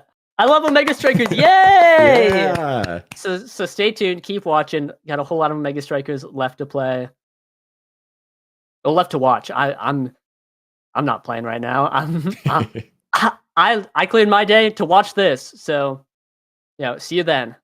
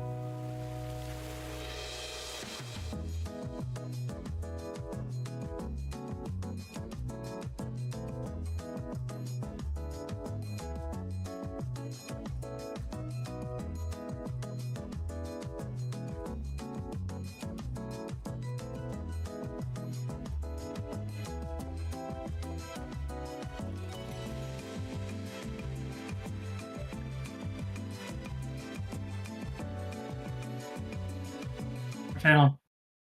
Hello, we're in the wrong VC. Give me a second. Let's move. All right, we're good now, and we're here with Wee's Little Ferrets versus Wee's Big Bees. Wee's Little Ferrets, the 19th seed, they upset the 3rd seed. They upset Coconut Catastrophe. And I will say, pretty upsettable team. They got upset, but you know, NV, shout out to Ferret for doing that. Honestly, that is definitely okay. Hold on, I can actually hear you for some reason. I'm not sure. Oh, hold on, I know why. I'm fixing it. I know this is a good cast. Okay, 100% fixed. Really good. Yes, the upset, that was a crazy thing that happened. What's even more crazy to me is that Opabug did not DQ out of a tournament. And that, to me, that means a lot. Opabug wants to play in this tournament and they want to win, and they have a pretty solid team at doing so here. Also, we're going to start on to the Atlas Lab. Glass Cannon, Monumentalist, trying to talk about the Awakenings, but they're actually playing a little bit too fast here, though. The Ferrets are going a little bit crazy right now, taking the first 2 barriers here. See if Ripstick can get this one out of here. Cannot. Actually, Hakuria playing really good right there. It wins a strike war as well with the help of Opabug. Gets that first point for Wee's Big... I forgot the name already. Big Bandits or something. Hold on, let me get Big Bees. Wee's Big Bees. Huge Bees. Such a big bee. Yeah, not to be confused with Wee's Little Bees, who are also a team, but it's a lot of offense in this game so far. The Finny goalie, not too good up close, especially against the Juliet of Overgrown Lemon 5, who played a big part in that upset earlier versus Coconut Catastrophe. But right now, the defense is also calling the question here. Ripstick losing 2 barriers early against the now. This is quite interesting, but it's a double midfield, right? Opabug, most known for the Juliet, most known for the Brawlers, most known for sitting on top of the goalie, is playing now. Yeah, that is a little crazy. Double midfield. It's a really just crazy range team, right? Even with Finny goalie as well. They do not have a lot of defense for these barriers, but all this offense is resulting in them getting the barriers and actually making pressure on the opposing team. So it looks like it's working out right now. See if Grown Lemon can make something happen here. Gets kind of shot by Hakuria, though, losing possession for just a moment here. But nice glitch pop from Angle Senpai, and followed up with a glitch pop to grab, or a cyber swipe to grab that barrier. It's going to be nice here. Hakuria going to go for a flip, sends it on down to Ripstick, who's going to block that one away pretty easily, though. Opabug looking a little bit weak, could possibly be the next target of kill. Ends up missing the strike on the flip, but also keeping himself alive in return, which is going to be fine. But the big finish is going to result in a huge catastrophe into the face of Judgmental. It's going to be a 1-1 right now in this set, as it's going to backfire there. Well played by Overgrown Lemon, using a lot of abilities, ability strike on the core to keep the core away from the other side. Make Judgmental have to have a hard detonation, and even with the flip could not reach it there. Opabug playing this now pretty interestingly, playing it very Brawler-esque with this Monumentalist, trying to get up close and personal, but Hakuria is also incredibly low here. Could be the target, and I think that if Overgrown Lemon can scale a little bit in the dash punch department, that could be a huge threat coming in, because these dash punches are barely missing the KOs. True, and now also having a low health pool as well. It kind of seems like a lot of players on the team of Bees is going to be a little bit weak at some points. They're losing a lot of health, so you can already see Opabug is staggered. They're kind of knocking him around a little bit, but Hakuria gets possession of the ball for just a moment here. Okay, dash punch from Grown Lemon is going to be really good. Going to slay Judgmental. Free barrier right there with that flip. Now they have this power play to see if they can clean up this point. Hakuria with a really great interception there. See if Opabug can hold the line through. Okay, if they do actually survive, Hakuria just needs to heal a little bit, and this is going to be a nice reset. Not a reset of Overgrown Lemon gets the core, though. The possession can't be maintained by the Big Bees, and the Ferrets will take another point here. Overgrown Lemon is such a threat with the core, plays it so confidently with the dribbles, and I'd like to see that, especially in a team that is not seeded to make it into liftoff here. Maybe they could do it. I would like to see them do it. Upsets is how I get my jollies these days. These tournaments showing up. Okay, we're going to have one barrier going down here for each side. Up to Ripstick, who's got the strike shot to make a little bit of a play here happen. Also has a flip to maybe approach a little bit and try to grab this last barrier. Overgrown is going to back up, try to heal a little bit, maybe go for that orb. Actually not going to do that, and going to get comboed by Hakuria instead. Now Ripstick and Angle Senpai are alone in this 2v3. Maybe they can make something happen here with a really big sentry, but it's not going to work out just yet. A flip coming out from both team members right through the big finish. It's actually going to use the momentum in their favor to get it on through. Angle Senpai also trying to do damage to Hakuria. Yeah, they're going to combo her, but not going to knock her staggered just yet. Still got more abilities here. Estelle keeps themselves alive. Now Overgrown Lemon has the ball for just a moment here, but can't seem to get a nice dribble. They were a little too close to the wall. And see if we can get a flip here, kind of get this clear. Judgmental ends up losing a strike board to Overgrown Lemon. Now their barrier is or their goal is open. Now it's up to Ripstick to hold this one. Yeah, Overgrown Lemon in position to dribbles. The flick, the punch, the coverage from Overgrown Lemon. Judgmental stood no chance in the net there. What a dominant Juliet performance in these first 4 points. A very deserved MVP, and we might see the scaling we need here. Absolutely, doing so much damage to the enemy team as well. A little bit of damage on this Juliet could go a long way, and they are already hovering something like Spark of Strength, but maybe going to go for stacks instead. A lot of speed is also just as valuable as it could be. I mean, keeping up with the opposing team as well. If you can stick to them, it's just easier to get a lot more damage on them too. Looking for something here to keep themselves alive. Atlas gets Timeless Creator, which is not going to help the ult all that much if they're going to find themselves staggered, but not too much damage. Actually, we're going to have Anglo Senpai going to be the one to go for Spark of Strength, so they're going to try to maybe to stick a little bit to this damage-centric playstyle they've been going for. They're getting a lot of value off at least staggering someone. They're not really getting a whole lot of straight-up kill confirms, but staggering someone, getting them out of the play is going to be great. But wow, insane Rose Warp from Ikuria is going to just straight up snag them a power play. A lot of damage even on the Furret team here. They're pushing so hard to get that barrier. Really great work. This power play is just about over, and they only lose one barrier in return. I'd say a really great play there from the Bees. Yeah, and I think Furret kind of overthought that draft. Of course, the outcome is not bad in the slightest, but I think they could have gone a little bit better, and we're kind of seeing that here. A Judgmental, Appabug, and Hikuria very comfortable with what they picked up, very comfortable with the state of the game at the moment, especially when Appa has that Among Titan speed, and the additional size is also a nice treat for the Strike Wars for the rest of the team here. Overgrown Lemon's going to have to do some extra work to try and build up those stacks to really just keep up with the play. Yeah, no, I actually totally agree with what you're saying here, though. Oh, wow. As I'm chatting that, they get a really quick power play there. Overgrown Lemon securing one more of these kills. Ikuria also looking a little bit weak. Judgmental cannot seem to hold that barrier here. They got multiple flips on the side of the Furrets, but they're not going to spend them just yet. Dealing a lot of damage over to Hikuria, knocking them out of the play for just a moment. Overgrown Lemon fast enough to catch that ball off that ricochet, and they're going to land that point there. This upset could happen here, you know. Sorry, your team might be able to make it right now. My team? Not my team, but, you know. Not your team, but, we're calling out the upset. It's true. It's true. It's looking quite impressive, especially for Overgrown Lemon here. A lot of this team's success is just hinging on Angle Senpai being able to keep it up as much as possible. Ripsy being able to keep it as much as possible so Overgrown Lemon gets possession of the core, because this team is not a top team on defense. Like, I'm just going to be honest here. If they're on defense, they are struggling. But when they're on offense, they are dominating, especially against a non-melee goalie like Fini here. Overgrown Lemon has so much room to work with, looking for a Strike War win there. Almost gets it if Appabug didn't win that Strike War. And we're seeing how much pressure they can put on every single chance they get. Yeah, it's definitely going to be a lot of pressure onto Ripstick. I know that the opposing team does not have a brawler, but the ball can get out of hand a lot of the times, while all three players have like really good projectiles. A lot of ways to hit the core at ranged positions, so it's really going to be on Ripstick to try to keep all of the resources that they can, and Angle Senpai coming back to help, which is really great here, as we can see from that sentry. Tries to get a kill with that Rose Warp again onto Angle Senpai. It's not going to work out, though, but they have a Appabug who is really weak right now. A big finish is going to directly counter them as well, and it's going to be Overgrown Lemon getting credit for that goal, possibly getting a strike onto the other, like a strike onto the other side of the big finish. It's going to result in their point, and they're looking good right now. They are doing a good amount of damage to the enemy team as well, and I think that is looking like their win condition for the most part. Yeah, I like how Ripstick is pushing up the mid line very, very often. Again, keeping the core up is so important. If you lose a barrier or two along the way, that is fine as long as you give Overgrown Lemon enough chances. And barely surviving is Overgrown Lemon here. Important to keep these stacks stacked up. And barely unstaggers here, and Angle Senpai helping out as well. The craziest Sad Boys angle, but immediately the barrier taken right afterwards, and that was ridiculous.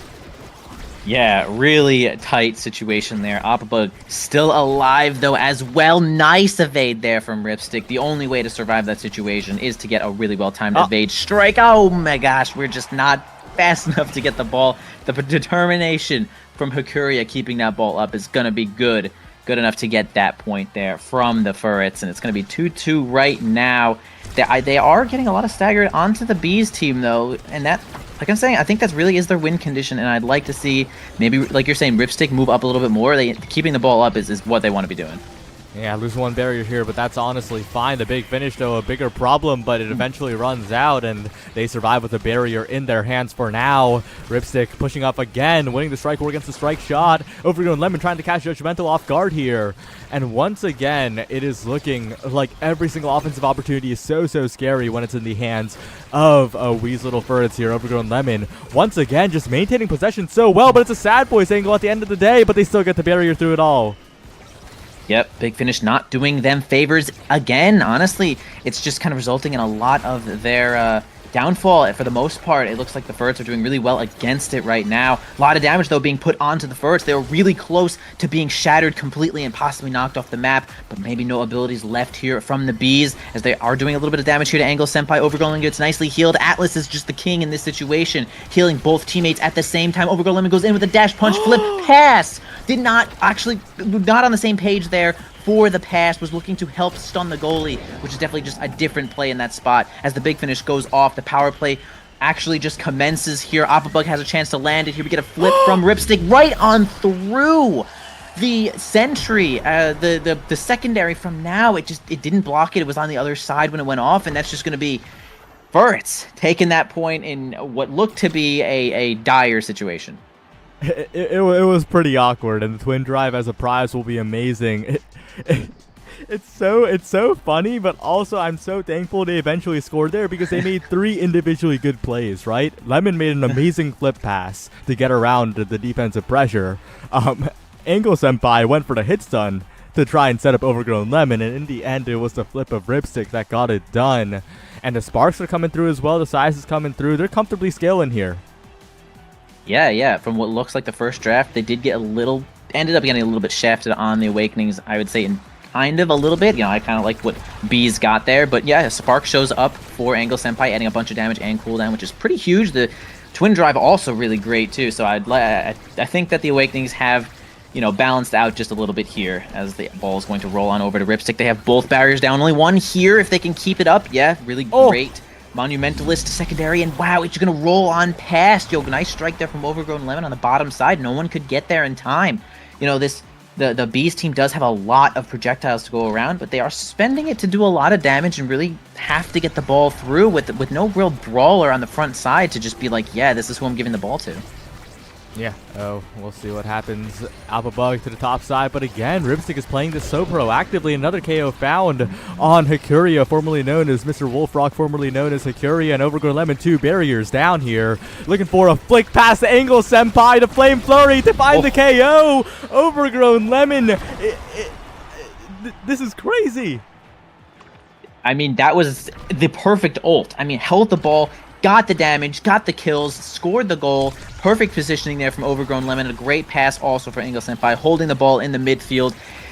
This team is really coming together now with the help of some of these Awakenings. A lot of damage just shown up for Bees. The Big Finish not going to make it work out here. Curia trying to put it in as much as they can. Grab any one of these barriers over to Oppabug. They can't seem to brawl this ball on through. A flip is going to be good to get the final barrier. Ripstick now has a chance to get the ball back to his team with this flip. Okay, almost in the hands of Overgrown Melon, but they're going to try to keep the ball onto this midfield. Does get their hands on it. Got the flip, but just through their dash punch, so really didn't have the range to make that one work. Still a barrier hanging out here for the Furrets. Center goes off. Ripstick's kind of alone here in this 2v1. Angle Senpai's a little far away, but they do maintain possession of the ball eventually after losing their barrier. Now Oppabug is threatened to use this flip from that flurry, and it's going to be exactly that situation. Ripstick keep this one alive as well. The glitch pop from Angle Senpai. We love that type of help around here if you're the midfielder and the goalie. The Big Finish again flipping on the other side. Yes! Overgrown Lemon is going to be the one to strike it on through the Big Finish and secure this win in this Launchpad, man. Yeah, now for advance to the qualification match on winner's side. And so valuable to advance to it on winner's side because that means you get 3 entire chances at liftoff. So many lives for Wee's Little Furrets now. And Wee's Big Bees will have to make the trek through a very, very scary loser side. Well played by Overgrown Lemon. Well played by Angle Senpai and Ripstick. Like, that was just an amazing offensive game. Yeah, absolutely offensive game. It was lots of kills, lots of damage. The staggers were just where they needed to be. I mean, they really just played that like as well as they could. really giving the ball to Overgrown Lemon in the right spots, had the cooldowns to make it happen. Ripstick holding just long enough. A well-deserved win. A well-deserved win for the Ferrets there. And I'd like to see them move on. Like you said, they get a lot more chances to keep themselves alive, and that's just how it goes, bro. We're all trying to make these tournaments, man. We're trying to make Nasl, NASA. We're trying to really get there, and it's really cool to see these teams make these kinds of upsets, and they show what they got. That's the thing. We love to see what they got, and that was it. That was it. That was beautiful. Yeah, but up next we have a qualification match. It's the Runic Dreamers versus the Star Breakers here. So don't go anywhere. We'll be right back. We'll see you soon to see who makes it to liftoff.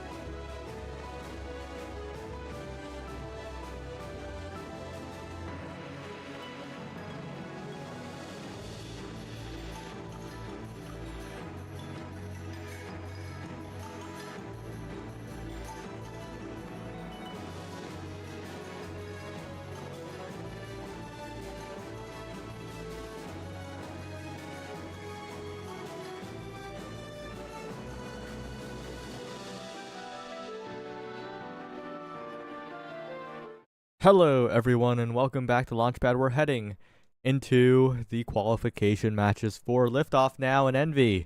We have some familiar faces here in Rune versus Stab. I think you'll be very familiar with the Starbreakers. Perhaps I will. I mean, maybe the people have already seen some of these teams play already, and hey, this is just how the brackets work. The winners play the other winners. Look at that. We got Runic Dreamers against Starbreakers right now in this winter semis, and they're just trying to get cleared for liftoff here. They're going to play everything that they got right now. We're going to start on Declarion Test Chamber here. We got the team showing up. Twin Drive, Heavy Impact, no Asher, no Juno. Don't even think about it. Don't even think about it. Pyruni on Rune. I mean, is this guy not a Rune main? I think so. I think so, Saya. Yeah, that's why they call him Pyruni, you know? Okay, guys, bad. That's why they call him Pyruni. Saya, thank you.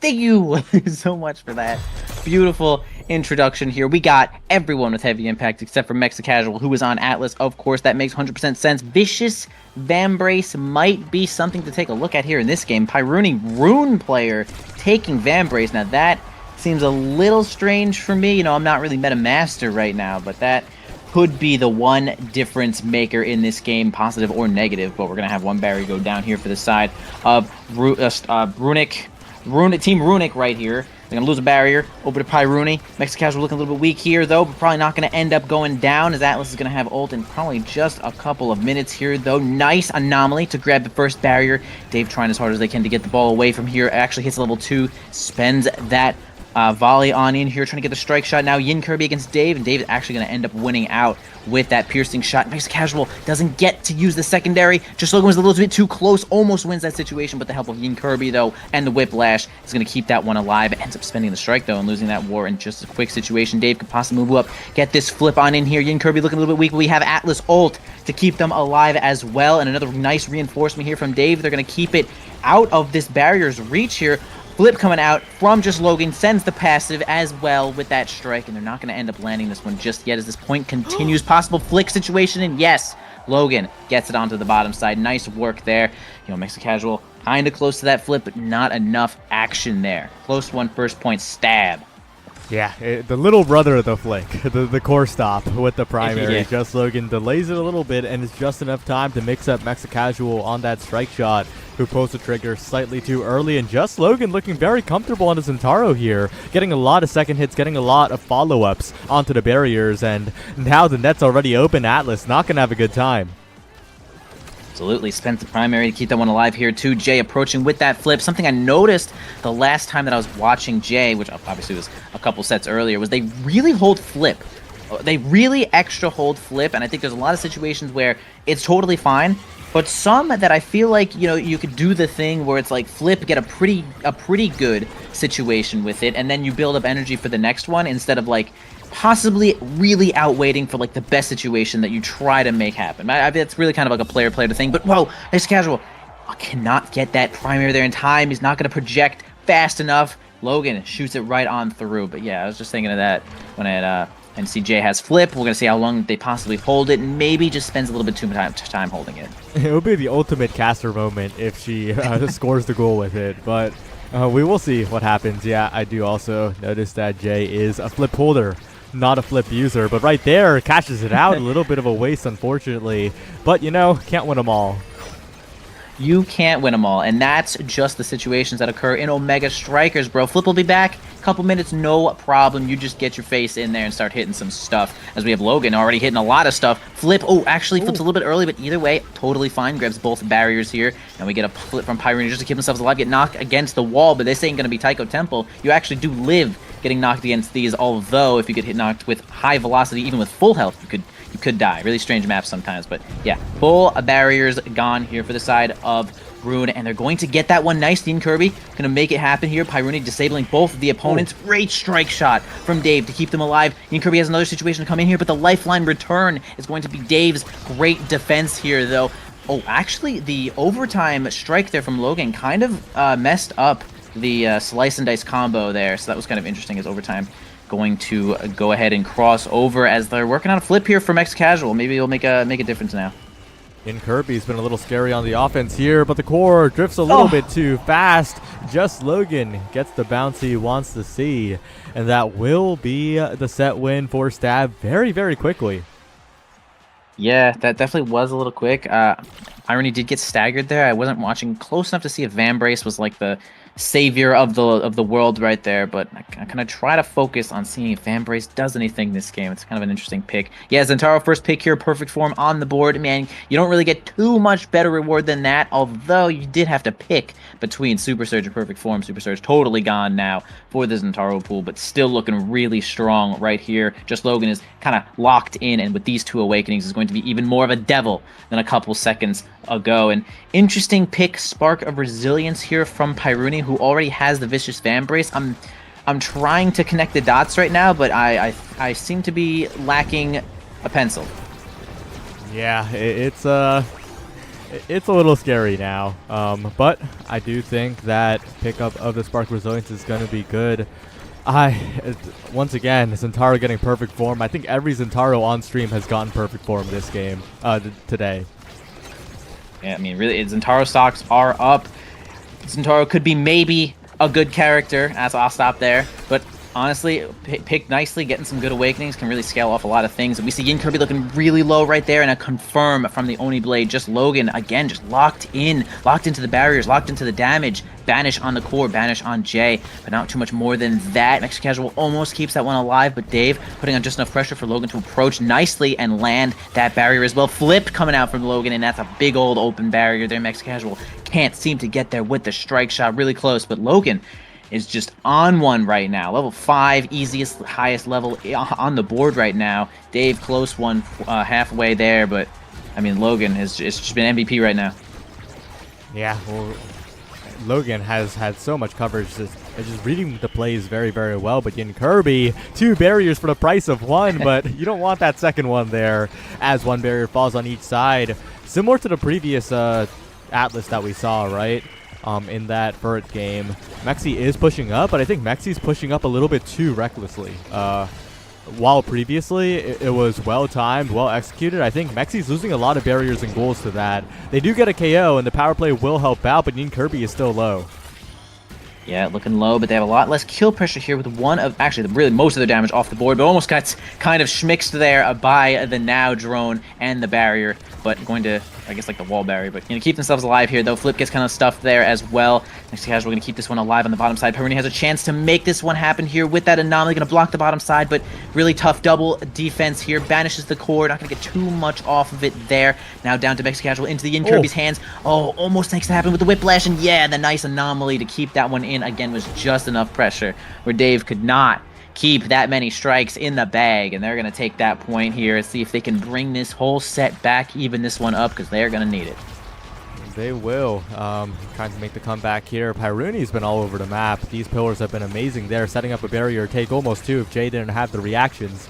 And Yin Kirby with the strike resets is going in. Looking like an X out here, but on the Rasmus, and now in position for another goal. Good blink down by Dave, but the pressure coming out from Yin Kirby has been very, very impressive. Yeah, super good positioning there. That with the Whiplash, such a good ability. It gets a kill that looked like a banish kill into Anomaly from Pyruni, which is going to be great to get kills on these side lanes. Really dangerous to stand in the Xenocloak thing there, but Dave can't get the angle on the volley, and it's going to go kind of right on in there. Pyruni get nice credit for helping it on through. Okay, I mean, this is what they're looking for here to bring this one back and try to make it so they can maybe deny some of these awakenings from this Centauro, who really can only go up from here. Yeah, it really can only go up from here. Yin Kirby with a flip available. 2 barriers already taken. Pyruni on the follow-ups, perhaps a good flip out, but just Logan. Mexi Casual, a bit of a panic strike, a bit of an own barrier, and a bit of an opportunity here for the Star Breakers, but Pyruni is continuing to put on the pressure. Yin Kirby pushing forward, and they got to watch out for these anomalies. Yin Kirby into 50-50. Dave manages to defend, and Yin Kirby's almost down. Yeah, almost down, but not completely out. Nice. That was max range strike there from Mexicasual to keep that one alive, and the Atlas ult is also going to keep Yin Kirby alive as the pillar comes in, but no one to really help it on through there. Yin Kirby not in the perfect position for that one, but it does still hold a pressure there as the, the rune thing is now on over there. The Shadow can help with another offensive play situation. They're going to try to get it past Logan one more time. The Whiplash does help it get it past exactly. Pyrrhuni going in, but can't make it in time. Dave does have a couple extra cooldowns to keep that one alive, though. Yin Kirby kind of looking low, see if they can snag a kill, but now they might end up spending a couple of abilities on Yin Kirby. Oh, Mexicasual almost at the perfect angle with that expanse to get that through, but not perfect just yet. Ball onto the bottom side, trying to get into the hands of Yin Kirby one more time, who is just absorbing abilities at this time, and a nice timed Atlas ult is going to keep them alive, unstagger them as well, and they are not out, certainly not out yet, as Whiplash is going to come in the Death Touch combo. I mean, that was perfect. Yin Kirby, you couldn't have played that one better. That is like basically the only way you score there, and well-deserved MVP for Runic Dreamers. Yeah, well deserved here. Stagger Swagger gonna be the pickup, and that is so important. You mentioned Yin Kirby absorbing so many abilities and will be able to regen right back up, and that is really scary because taking out the Brawler is no longer a win condition. There was already an Atlas, and now with the Stagger Swagger, it is an unkillable Rasmus. Yeah, Stagger Swagger is going to be really great. That puts pressure on the opposing team to just combo when he is now going to be shattered. Because if they don't, I mean, yeah, like you said, real easy healing, lots of extra speed. Could cause problems, really, when you're staggered. 15% more speed, I mean, that's kind of a lot. And we'll see if Pyrrhuni can also scale with some of these sparks. Gets a second one there, which is pretty great. Logan looking a little bit low right here. Yin Kirby gets the Death Touch, grabs one barrier. It's all you could hope for in that situation. Pyrrhuni can't get their hands on the ball there, though. Really strong offense from Logan and Jay in that moment. But we do have a good defense from Mexicasual to keep that one alive. Clearing up into the goo here, though. We actually saw a little bit on stream earlier. Actually, earlier this week, Vaughn was talking a little bit about this stage and how you kind of want to play it and which barriers you'd like to take. You really want to take the barrier that is farther from the goo first, because then the opponents have to stand in the goo longer if they want to build an offense there. So we'll see if that comes into play as much as maybe that'll show up. Nice banish combo there from Pyrrhuni. Is going to take that one. Death Touch as well. Yin Kirby staggered fast. I mean, that's exactly what I'm talking about. Was staggered, now is good, and was fast. So that's even more deadly situation when they're shattered. Very, very dangerous here. Just Logan taking a lot of damage from the goo, but running forward so quickly, and it kind of looks like the Starbreakers still have a chance in this one, still have a lot of energy in this one, as Just Logan leaps forward once again. Dave keeps the core forward, but Yin Kirby, so much speed, such a threat, forces out the flip, but Just Logan fast as well. Mexi barely catches that one, but a double banish now, a 1v3 for a moment as the core drifts to the bottom end, but it's saved barely by Dave and Just Logan as Jay barely regens back. Great defense there by Dave for sure, keeping that one alive, and like exactly what you said, basically a 1v3 for that one. Mexico's going to approach with that flip and try to just win the situation for sure, but it's actually going to be an extra reinforcement there from Dave to keep it forward. Just Logan can't get their hands on the ball with this flip just yet. 50-50 here from Yin Kirby and Dave, and they win it out on the bottom side. Dave does have a little extra size, but open goal is open goal, and that is really tough to defend, so good decision there from Yin Kirby to sink that one.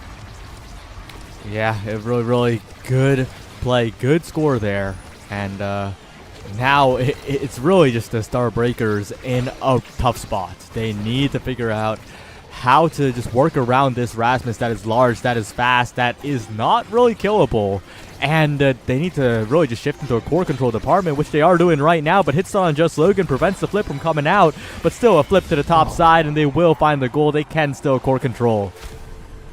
They can. Logan has landed basically every flip goal in front of Mexicasual, basically around the expanse. That the only let it work every time. So Logan on point with dealing with the expanse right now, though. So we're going to push the ball onto the bottom side. Mexicasual spends a couple of abilities, could possibly lose 2 barriers, but Pyrrhuni is there to defend. We love when our midfielders are helping us out here, though. Big banish on both of the teammates. It's just going to result in a whole lot of extra damage. Tries to go for the Death Touch kill, but it's actually going to be Jay winning out against Pyrrhuni, getting the kill with the primary drone. Kind of possibly out of position here, though. Is going to keep it up. Actually, kind of a mix-up there. I really do like that. Almost results in a barrier gain. It actually results in a flip, but awkward clear there for Mexicasual was going to result in the final barrier falling. In Kirby looking a little bit weak, needs just a second to heal up here with this stagger swagger, and they do get that moment to keep themselves alive as Pyruni is going to be basically 2v1 on the top side. Can't seem to make it happen though. Another heal coming out from Jay is going to keep just Logan alive as Mexicasual going to try to help push it onto the top side. Has this flip, could maybe make it happen. Both barriers still up for Starbreakers though, and it's looking a little bit rough for Dreamers at this moment. Yeah, it really, really is. And, wow, well, we'll see what happens. Yin Kirby is almost dead, despite the Stagger Swagger, Atlas revive, everything. Now finally healed back up, but with the barrier still standing for the side of the Star Breakers, they have a lot of room to play with. Jay on the top side sets up, but a really good flip from Mexicasual gets out of danger. Still a flip available for Jay, though, which means a lot of offensive pressure continues for the side of the Star Breakers. Yeah, infinite offensive pressure. Great strike shot. That is a big read. You cannot react to that. So Mexicasual, really good read on that side. Okay, Pyruni a little bit out of position here, though. Loses the ball to Jay, who has a perfect straight-on pass to Logan, and he gets it on in there, though. Jay gets credit for that one. Of course, probably hitting it before that Logan even had a chance to, though. Mexicasual did end up taking Among Titans. Smaller strike range, though, but a little bit more speed could possibly result in situations where you do not really get to strike the ball. And we'll see if that comes up a little bit more often. The Expanse certainly does not get any smaller either way, as they have that one to keep themselves alive. Yin Kirby trying to get the ball away here from Dave. Does get a situation to grab it. Yeah, the bounce house is going to help him out getting that one here. Now they have a lot of access to this barrier, but a flip is going to be exactly what they need. A banish, almost exactly what they need, but less time spent banished when you are in the goalie arc, that is for sure. One barrier down for each player, or each team right now. Jay trying to approach with this flip. Maybe they'll use it. Didn't even need it, actually. With a great couple of strikes, good angles, is going to get it right on past Mexicasual. Yin Kirby could use their flip instead on this offensive push, and they are going to lose control of the ball because of this map, which is just fun and exciting, but they do end up getting it, flipping right on front. They're going to strike it on in there nicely. Okay, ends up that triple defense, which was coming together right at the end, could not stop the Yin Kirby pressure. Yeah, it is looking like Yin Kirby is the main character, has the build to do it, has the build to perform, but again, like, it is really up to the scoring capabilities of just Logan and Jay as well. If they can find the offensive pressure, if they can find the open net on the other end before Yin Kirby can go. If Pyruni's the target instead, that's also gonna be what works too here for the Star Breakers. They seem to crack this Atlas. Yeah, that was a pretty high value kill. Pyruni is nearly immortal when it comes to dealing damage, but knocking them off the map, they're going to be just as vulnerable as anybody else. Mexicasual losing another barrier there. I mean, the size seems to have come into play multiple times, even for the first barrier in this point. I think that they are just not as fast or as big as they think. Almost the perfect angle, but maybe an angle did not exist at that exact moment for Jay due to the expanse from Mexicasual. Is going to result in actually a little bit of pressure on to their own team here, though. Stab is working on trying to get this barrier out here. The Maelstrom Orb is going to block a couple of abilities. Dave on up to Jay right now. Gets it on through to Pyruni, but Mexicasual going to have a rough time with this angle, and the Oni's blade blasts it right on off the wall and right into just the bottom side of that barrier, and it's going to be another set for Starbreakers right now. They're looking good. They're looking good. We got Estelle as our MVP. Actually, last place, and Taro is one of the better situations you could come up with if you are Runic Dreamers. Yeah, it is definitely one of the better spots to be in, but I guess it's not that great either, right? There's not that many good Zentaro Awakenings in this draft as well, but in another way, it is very good taking the Monumentalist away from the Now and onto the Atlas, getting that additional coverage and still getting a Siege Machine on the Rune. I think you'll take that if you're a Runic Dreamers. Overall, a pretty chill draft. Yeah, I think that actually went pretty solid. We did actually see them outclass the opponents all in experience, as they had two players in a row there for that draft. So still one of the better situations to be in after losing that set. But nonetheless, we're going to start on this one. Yin Kirby already looking kind of low, but we do have Stagger Swagger to keep themselves alive if they can just find a situation to get some freedom, and they do not, as Dave is going to get that piercing shot and end up slaying Yin Kirby here. Pyruni going to hold the ball, stall as long as they can nicely there. Just trying to send the ball basically into nowhere. Nice clear here from Casual as well. Gonna ride the wall. No one's gonna be that close to the wall to hand that one. It's gonna be a good evade from Pyruni. Gonna avoid the huge pressure there from Logan. Okay, it's gonna end up being a flip from Casual from that clear, but no problem. The barrier stays alive, and that's really all that matters. Damage coming out from Pyruni, and wow, that actually had enough knockback to destroy Jay, and that has actually impressed me. As Casual is going to hold this one and actually going to end up losing the situation to just Logan, as the power play does end up ending. So 1 barrier down right now. Open goal for Jesus, runic barriers, and unfortunately Casual was in the middle of casting their primary, could not strike as the ball is going to slide on through. Yeah, that is a little unfortunate. Caught being a little bit too offensive once again, but Yin Kirby on the offense immediately taking a lot of damage. Casual, what was that? Oh no, Yin Kirby though here to save the day, finds the barrier, and still a winning point, looking like a winning point for the Runic Dreamers, but they still have the goal to score.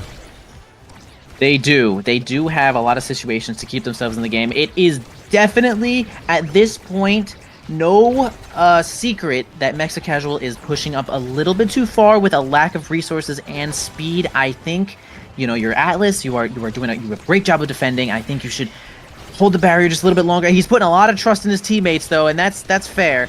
But sometimes the ball is just kind of rolling past. You're a little bit small right here, so we'll see what happens. Maybe we adjust a little bit of strategies here. They're losing a lot of extra barriers when they don't need to, but again, kind of rolls on through as they're trying to place more offensive pressure on the opposing team. I get it, you know, you can't lose if you win, but you also can't win if you lose. And I hate to say it like that, but either way, we're going to have a nice pillar to keep the pressure forward. Pyruni looking a little bit weak as well, has a lot of extra health to work with if they can grab one of these orbs. But Jay has a flip onto the top side. Casual is going to try to defend this one as Logan is going to secure that power play for sure. The ball's kind of bouncing all around here, though. They're going to try to stall as long as they can into the hands of Dave's Mr. Strike Shot. Helps stall another extra second. Hands of Casual now with that expanse. Can they keep themselves alive as just Logan's going to go for a super combo, but doesn't seem to land it. Pyruni also going to help it through. The flip from Jay. It's not going to work out either. Man, this is a tough point.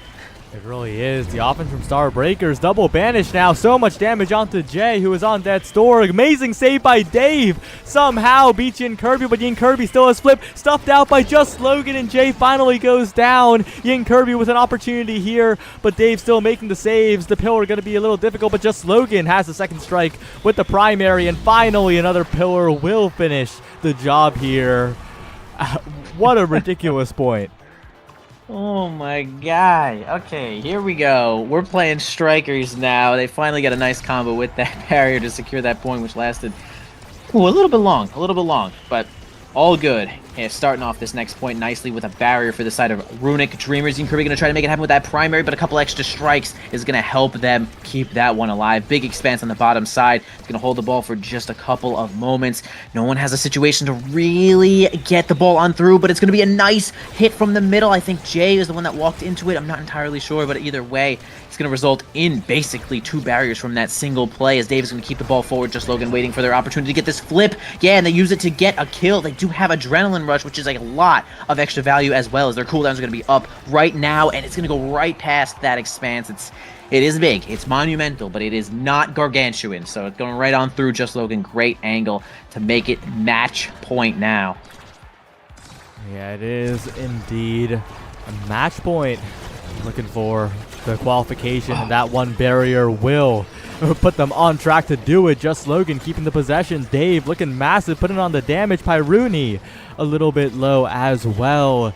And there's so much pressure being put on to Jay here, trying to find the KO, trying to find the power play to make the comeback, our Runic Dreamers. But these barriers, there's going to be so difficult to take. They take 1, and Yin Kirby's KO'd.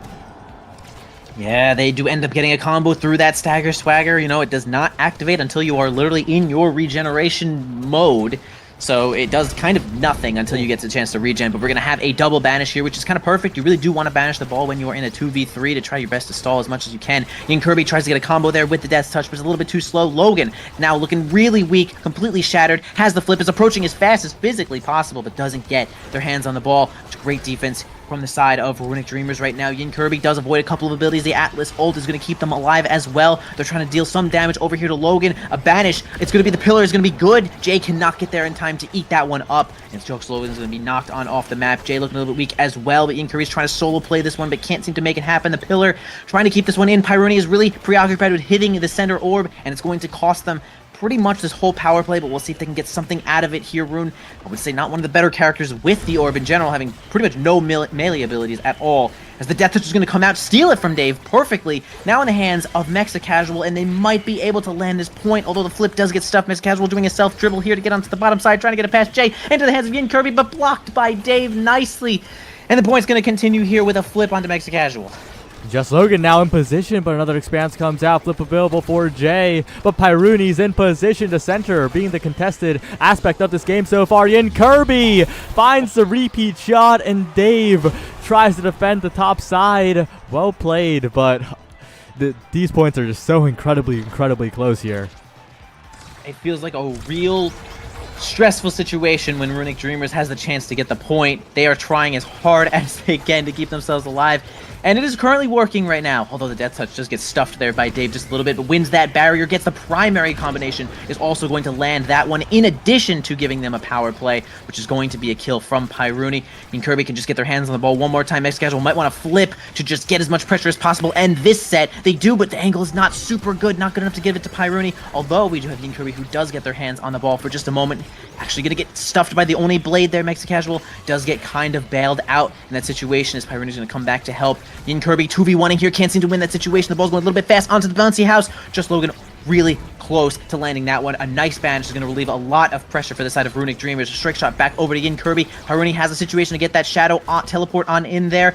Yin Kirby does get the ball for one more time, gets the primary, good angle, doesn't get knocked off the bottom side of that wall, and there you go. Set 5. Big game here. I mean, again, qualifiers. These teams are trying as hard as they can. Atlas is their MVP. Interesting situation. Not really that terrible, though. Although maybe Pyroni wanted to grab... Actually, no sparks here. But we'll see what Atlas can do. I guess it's going to be a deny, which feels a little bad, honestly. Yeah, it does. But stacks on stacks. Board of Zentaro, I think, feels a little bit good here. Just Logan's had a pretty solid time surviving. All things considered, despite being the low health Centauro, and that additional speed is going to give so many more options in terms of mobility, so many more opportunities to make the play. We'll have to see what happens.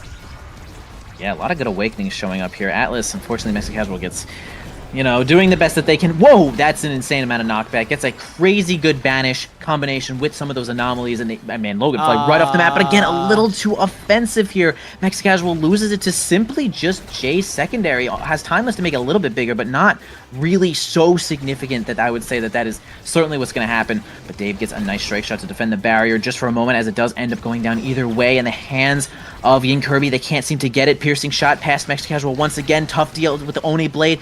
Logan has a lot of situations. Oh my gosh, the speed from Jay gives Logan so much pressure there. Gets the kill, gets the adrenaline rush. The slice and dice is up again. Stabs everyone in the face all at the same time, including gets the point. Has flip. Ooh, Logan made it happen there. Jay, though, being kind of the enabler, giving the speed on over to Logan with that secondary is going to be a difficult combination to deal with if you are Runic Dreamers. Yeah, and it all started when Mexi Casual is just letting the core slip by a little too much, right? Again, we saw a good offensive Atlas play in the previous game, but this game, it seems like Mexi just not minding the offensive potential, the snipes of the Estelle and the Now and the Zentaro here. And now with just Logan in the pocket, forcing out so many cooldowns, I think the Star Breakers are in position to make another play here, but so much damage. Jay's dead. Boom, huge kill, banish, anomaly from Pyruni again, and now we're gonna get another offensive push here from Mexa Casual, but it is a 2v3, so I'm gonna say it's a little bit more safe, as they're gonna try to get a play off the middle, but don't seem to happen just yet, as Dave holds the line. Actually had a lot of damage being dealt to Yin Kirby as well, but gonna swagger themselves right up to cleanliness, as Dave is gonna try to defend this barrier one more time. Piercing shot in, goes for the death touch combo, but doesn't seem to make it work. We're kind of just being kept at bay the whole time that we are trying to get this barrier. Yin Kirby is the one that's losing all of the health from Just Logan, who is defending and dealing damage at the same time. We'll see if we can survive this power play here if you're Runic Dreamers, but it's going to be the Now primary. It's going to cause a couple of extra problems here, but the flip save from Mexican Casual is going to be good enough. But oh my god, Now's drone sits there and takes that one while Mexican Casual trying to clear the ball. Goes right on past. That is... I mean, that's the pinnacle of Now play. That's all you could ever hope for if you're Now, where the primary is sitting there and it just goes in and you're good. And now, again, we have match point for Stab. Can Runic Dreamers keep themselves alive? Yeah, it has been a little bit overwhelming in the favor of Stab in this set. They have really locked in. Just Logan has utilized the speed so well. Jay, like you said earlier, has enabled Just Logan so well. And Logan's going for the flick. Logan going for the passive, going for the dash, finding everything and finding the flip. Star Breakers, what a well-deserved liftoff qualification.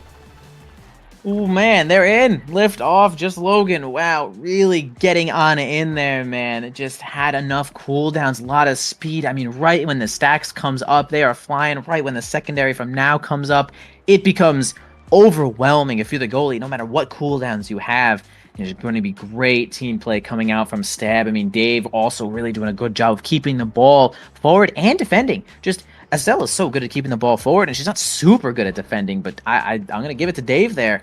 Defended a lot of situations where I thought that Estelle might be the one going down against something like Pyrunic and Yin Kirby on the offense. It's going to be such a good team play from Stab there. I mean, look at all the KOs. Look at all the KOs from this game, right? Pyrunic, 6 KOs on Rune. I mean, they did end up getting 2 Spark of Strength, and the Siege Machine, so it's actually a pretty solid amount of damage for Rune, and they made it work as best as they could to finish off some kills, but it's not going to be enough for this game. Yeah, I think the real big takeaway there, Mex Casual pushing up just a little bit too far. Maybe when Strike Shot is down, it's just the situation where you want to maybe stay back or something, because you need to defend these barriers. And man, there's nothing more valuable than your final barrier on these maps. But really good gameplay coming out from both of these teams. A well-deserved victory there, and we'll see how many chances are left in this to make it, you know? Yeah, and I think a lot of it was also a bit of the composition too, right? Because Rune is not a speed midfielder, so it's a little bit harder to really back up your goalie in those situations. You have to burn a cooldown most of the time. So I think that kind of offensive playstyle might have worked in a different composition, but this was not the game, and the Star Breakers, they took advantage of it so well. But we got another qualification series coming right up. It's 777 Jackpot versus Wee's Little Furrets. Don't go anywhere. This is a crazy qualification match coming up next. We'll be right back.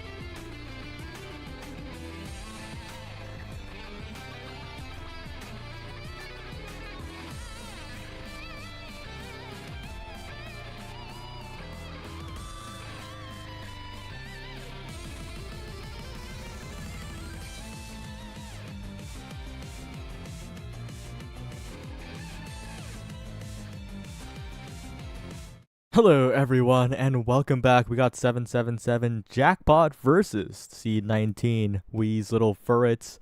Crazy how these two teams were not projected to be here, but they're here, you know? Shout out to both these teams. Yeah, bro, that is called willpower, determination, hard work, sweat, some possible tears, probably a lot of tears, but no problem. They're here and they're ready to play on the winner's side of this semifinals, bro.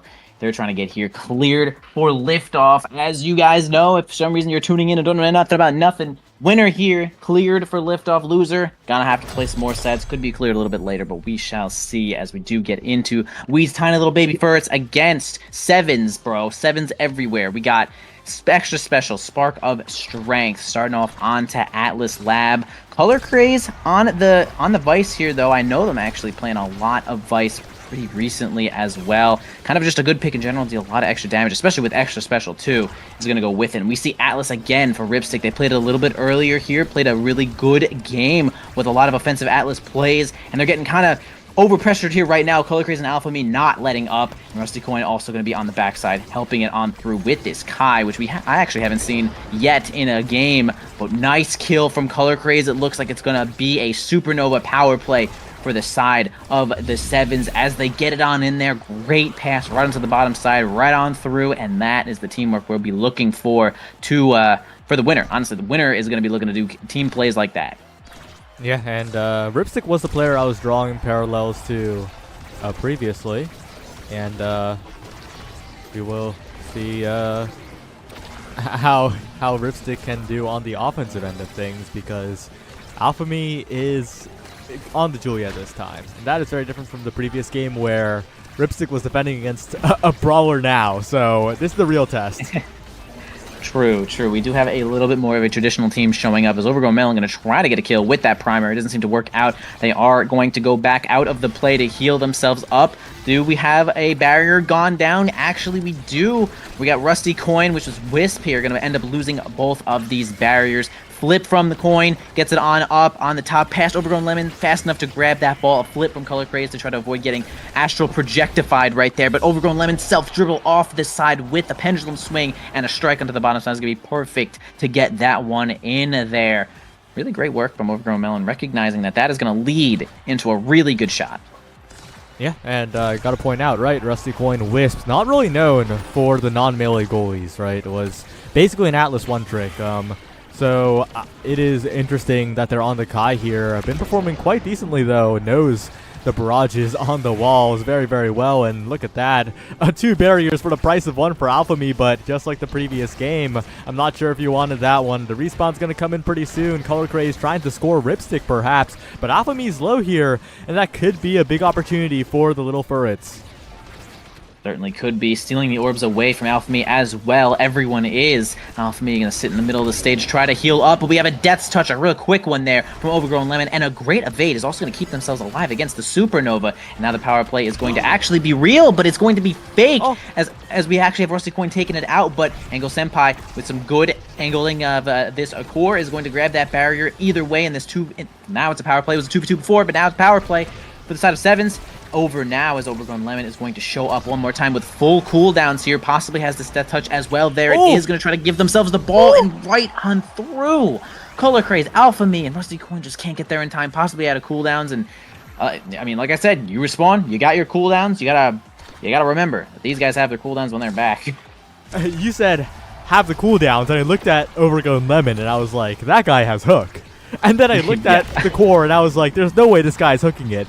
But the Red Sea parted, the hook was threaded, and no one was there to intercept it. A brilliant point, but Lemon's dead. But honestly, it's fine. You have the lead. You have a point to spare. And if you survive, well, that's extra credit. True it is. Color Craze approaching here with this flip. Primary to keep it in as well. Okay, Overgrown Lemon's going to end up missing that strike, which is going to keep the ball in onto Ripstick as well. Okay, Coin fast enough to at least grab the ball with a flip of their own. A lot of damage going out onto Atlas Labs. Explosion there, though. Color Craze, gets staggered and comboed from Overgrown Lemon, which is going to be a great power play for the tiny little baby Furrets, as we're going to hand it on off to now, who's going to hit it on over to Lemon here. A push onto the top side. Okay, ball kind of going into nowhere, but actually gets hooked. It was a little scary for Coin there, but does keep themselves alive with some good timing on that strike. Ripstick is gonna keep themselves alive. 2 Color Craze, maybe not the perfect angle on that primary. Again, Expanses and keep themselves alive as well. Okay, Alchemy does get their hands on the ball with that flip, but it's gonna be too fast. Coins end up gonna miss it on out with that barrier. A really quick whiplash and a follow-up combination from Angle Senpai's strike primary is gonna be just too overwhelming for Coin, and here we go. The tiny little ferrets, the tiny little baby, little minuscule ferrets, they're getting a little big right now. Getting a little big, might be going for some size. Chrono Boost, perhaps, but I don't know. There's a lot of options. Big Fish, Dagger Swagger, both amazing picks here. But Spark of Resilience will indeed be the choice. It's a sparking game. I almost forgot. And that means Erasmus is 2 sparks, nearly unkillable with a double Spark Resilience. And just a leg up in the scaling game for the little ferrets here. I'm really liking the spot they're in right now, but I'm also liking the draft strategy of denying that Stagger Swagger away. Stagger Swagger nowadays, honestly, a higher priority in a lot of games over Monumentos for the now anyway. Yeah, it's interesting, right? I think got kind of nerfed pretty hard, right? We got 5% speed as the base, which is like not super impressive, but still 15% keeping yourselves alive. I mean, it's totally fair as a lot of the damage is being a little bit more put on by either of these teams. Okay, Lemon almost gets like the literal perfect angle to get a double barrier, but one is going to suffice right now as we have a nice double push from the side of 7. See if they can keep it in. Okay, Rusty Coin's job to now bring it on back. Alpha Me takes just too much damage there and it's going to go down. The combination of Angle Senpai and Overgrown Lemon is going to be really great pass play to get it on through. All right, Risikoid wins a strike war there to keep themselves alive. Spends the secondary to just have a better shot at blocking this one. Alpha Me finally back. Spends the primary, tries to get the barrier, and ends up losing control of the ball. Coin cannot get there in time. We're out of moves. We are simply out of moves, and Lemon takes perfect advantage of that one, sending it on in.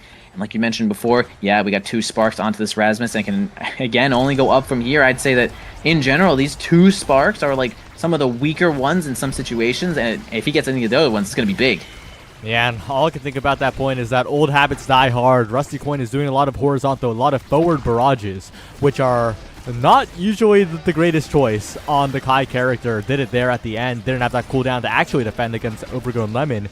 If you see some more forward barrages in people's faces, that is not good, and Lemon's going to be feasting when that happens.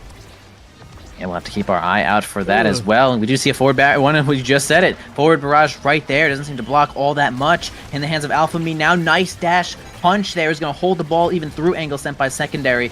Holding the ball one more time here with this flurry, trying to have a really good shot on this barrier. Triple defense from the red team is going to keep themselves in this one. The Giga Blast just going to keep a little bit more pressure for the team of the 7s. Okay, Overgrown Lemon doesn't get the perfect redirect on the red ball. Could have possibly ended up in one of these points, as Alpha Me is going to be completely staggered right now. Going to be a tough situation trying to avoid all this damage, as Coin is going to try to hold this ball just about 2v3 here, as Alpha Me is more or less out of the play, although they're getting on in here as they're unstaggered now to try to make it work. Ripstick ends up missing that flip, though. Color Craze teleports away from the ball in that spot. Now it's Overgrown Lemon against Rusty Coin complete. And yeah, the Whiplash redirect into that primary is going to be good enough. Tough situation, although I will say if we had a primary, it might have been able to keep the ball alive, but that was a lot of pressure from Lemon, so good work from him. Yeah, and the thing is, right, once you get into these qualification matches, the pressure really just goes to another level. Overgrown Lemon is stepping up to the pressure, but there is a spot where Rusty Coin needs to save Barrage, needs to respect Lemon, just getting to another level, and just needs to use that in those situations to vertically cover here. But Lemon doesn't even need the cooldown, just striking around everyone. It is domination here from Lemon on the offense.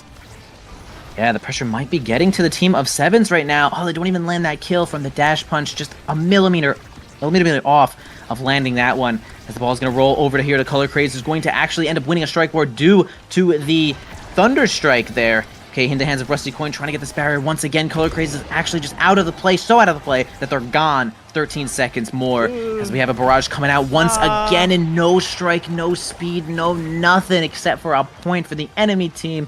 Overgrown Lemon just where they need to be at basically every time, and now we have them MVP. I mean, if they thought Overgrown Lemon was tough a minute ago, just wait until this Spark of Focus just spawns onto this board. It's going to be rough for 7s.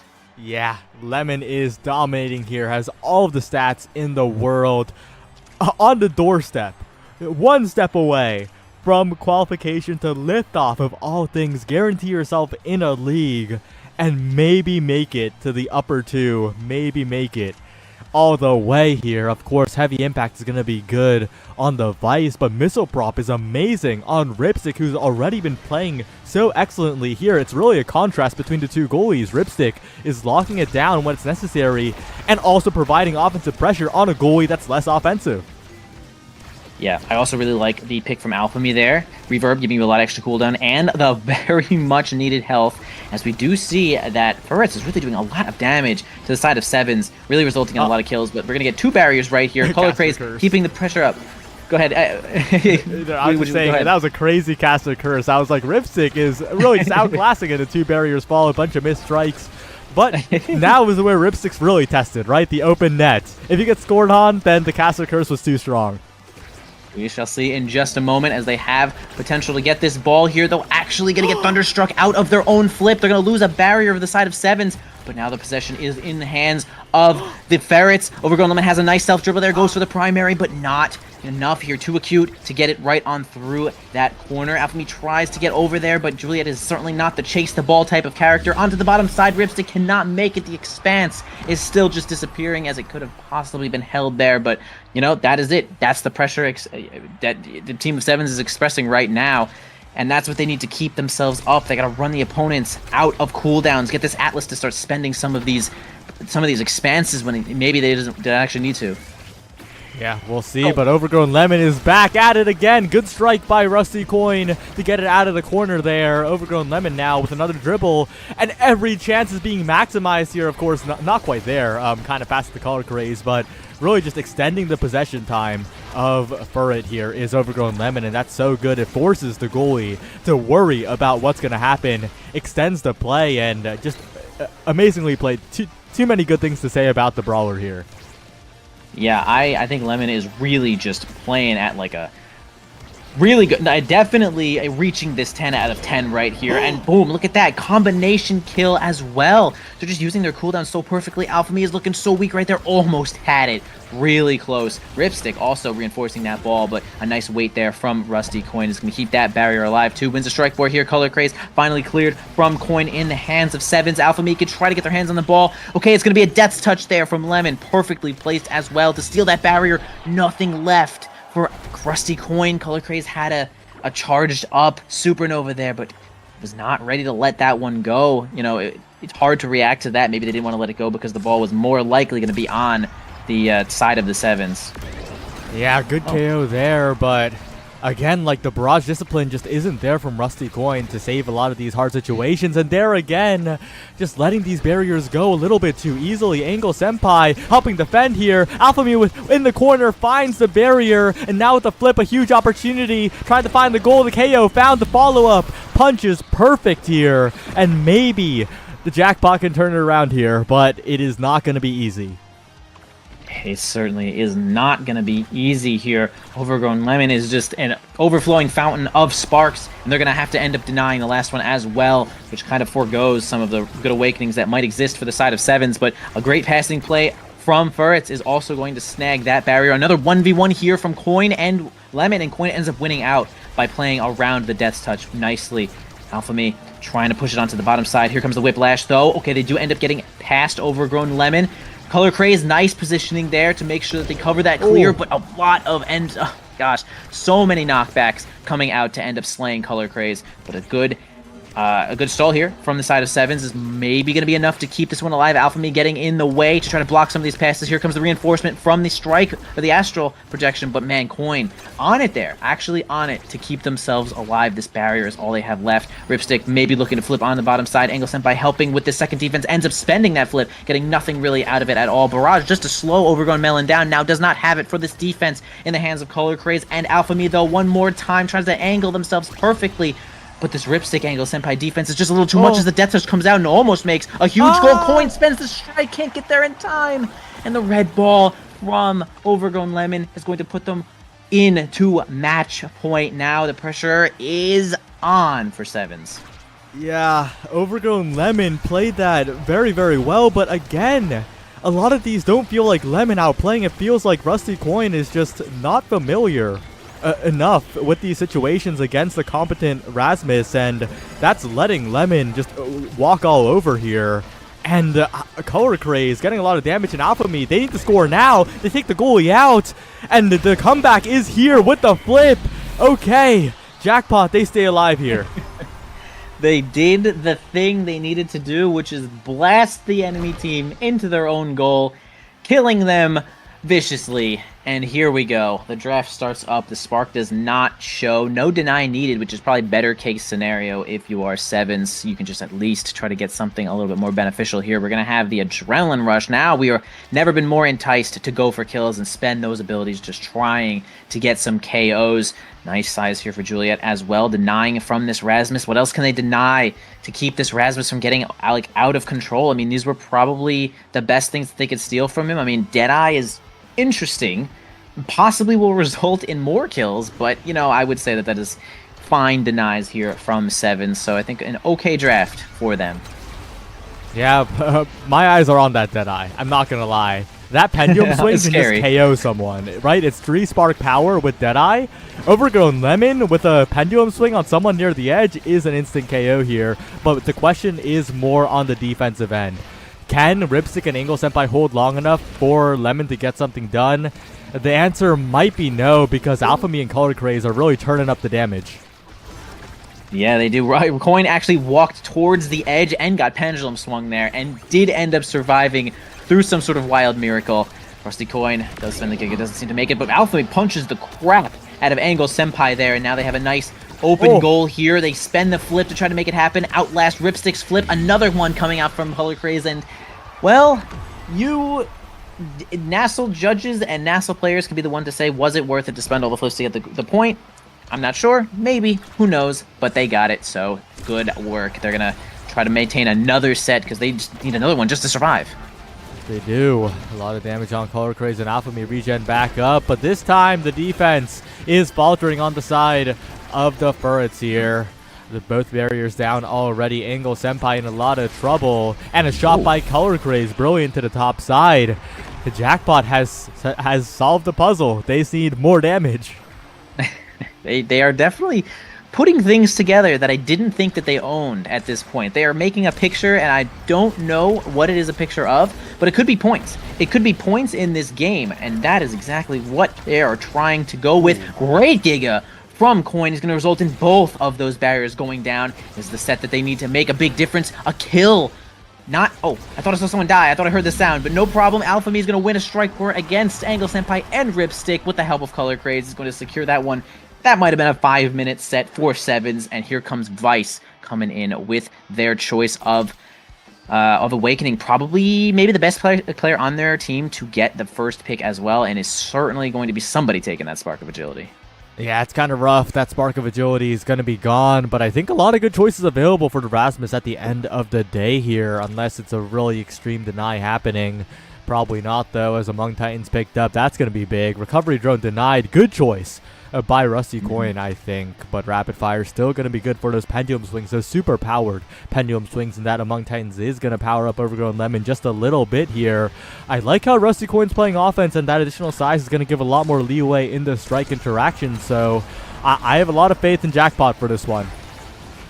We shall see. This would be a really great reverse 3-0 comeback. I did think that Sevens probably did the best that they could as far as denying Rasmus as much as they could. Another nice dribble here from Lemon. It's just going to make things so awkward for Rusty Coin, possibly getting some in the cooldown or just put the pressure up. Here comes an offensive push with that secondary. Okay, we're going to eject right on back when things don't work out, and that's just kind of the benefit you get from eject button. A kill from Alpha Me. Lots of damage coming out, and they're going to make a power play here, stolen from the team from this Death Touch, but maybe they stall long enough. Ripstick has a couple cooldowns, has the flip, doesn't even need it though, strikes it on over. Now we have a Supernova, but a flip is going to nullify any of that pressure here, though the Atlas Orb goes off. Okay, we have a flip here from Alpha Me to just try to get it on in there. Color Craze was just about in position to make it work, but now Alpha Me is looking a little bit weak here. Whoa, that was a lot of damage from that Death Touch onto Color Craze, who they might try to target for the kill here. They're taking damage literally every second. Gets the flip right in front, and that's the best you could do if you are Color Craze here. Nice barrage as well, and there they go off the map.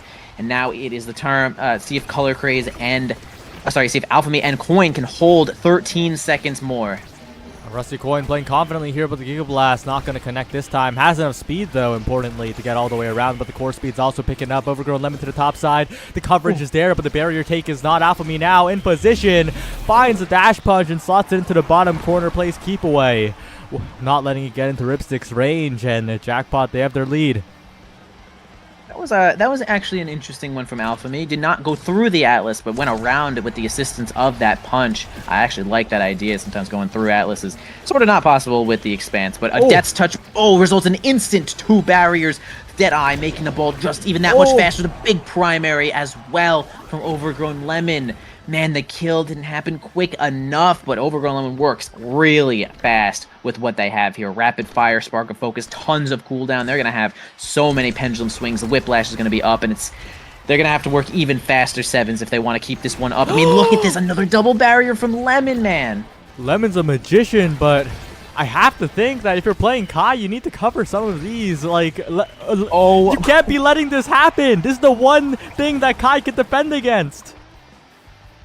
Okay, so Hook, Hook is normally like a 22-second cooldown or something. I actually don't remember, but at this point, it could be like a 12-second cooldown with all of this cooldown here. Spark of Focus making a huge difference, but no problem here, though. We got another point, 2 barriers left to our name. Sevens is going to keep themselves alive as much as they can. All they have to do is play around Overgrown Lemon with this Death Touch incoming. Okay, it actually does get reflected on the barrier. Only 1 down. Possibly better situation here if you were sevens to try to make this one happen. Alphamy has this flip to try to get on in there. The orb is going to help them on through and doesn't even need the flip. The Atlas explosion really just gave them that point. And here we go. It's 0.5. It's last stock, last hit, as we say in Smash. Who wants it more? That's sometimes we say that. Yeah, but who has more energy? The answer is Jackpot. 2 barriers already taken. It's been spaghetti in the end, but the final point is clean. Jackpot, they get it done in an incredibly close game. And they get out of this scary matchup against the Seed 19. Seed 19 alive and make it to liftoff. Wow, I kind of counted them out. After the tiny little furrets really did end up taking those first 2 sets, they looked kind of unstoppable. Melon was just, or Lemon, not Melon. Lemon was just, wow, working fast, accurate, and we saw that Rusty Coin was not really making as much use of those barrages as possible. But even, honestly, even to the bitter end, I think that Rusty Coin did not utilize the barrage perfectly, but made up for it in a lot more offensive pressure and a lot of good uses of the secondary and the eject button, that it kind of made up for those situations where Barrage just did not find the mark. Some good Gigas ended up getting them a lot of extra barriers too. So, wow, crazy reverse 3-0 set there. 4 sevens, they're in, boys, and it's gonna be Furrets playing some more games, and we will see. Maybe we'll see them a little bit later. Yeah. Well, congratulations to Jackpot for getting it done. Like you said, the offense, when it came together, was brilliant. Overgrown Lemon might have been the scariest player in the lobby, but this Omega Strikers is a game with 3 players on each side. But with that, we're going to head to a bit of a break here before we head on to our loser side qualifier. Still a lot of chances to make it to the Launchpad, and we'll see what happens there. So don't go anywhere. We'll be right back.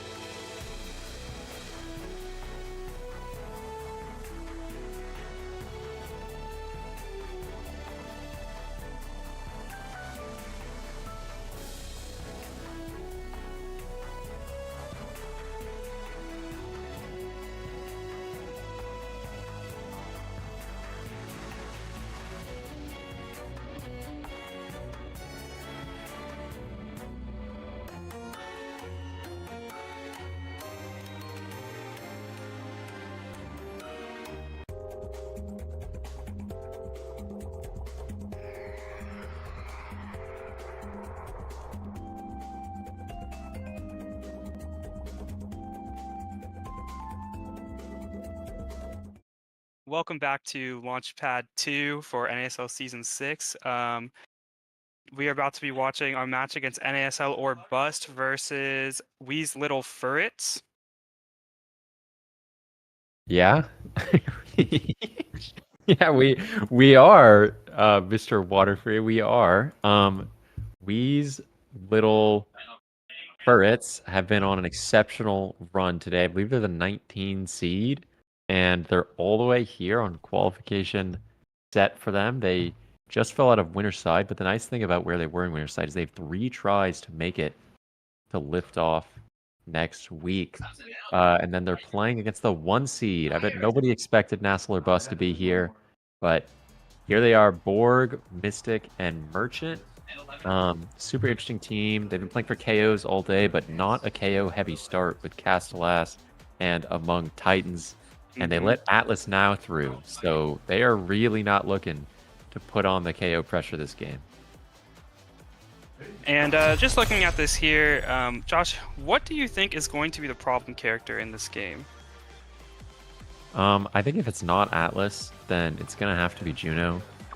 I'm gonna look at that goalie midfield matchup really closely. I think Juno could do fine into now. It kind of depends on how well the now is playing.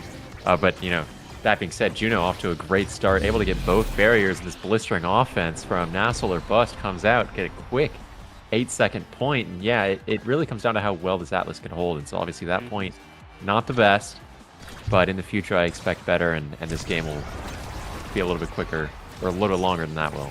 Yeah, I agree. Oh, great kill from Overgrown Lemon with that pendulum swing. Now have the man advantage on Wee's Little Fur. It's looking to make a play here, but that hook not exactly what they wanted. Merchant able to get it out with that supernova.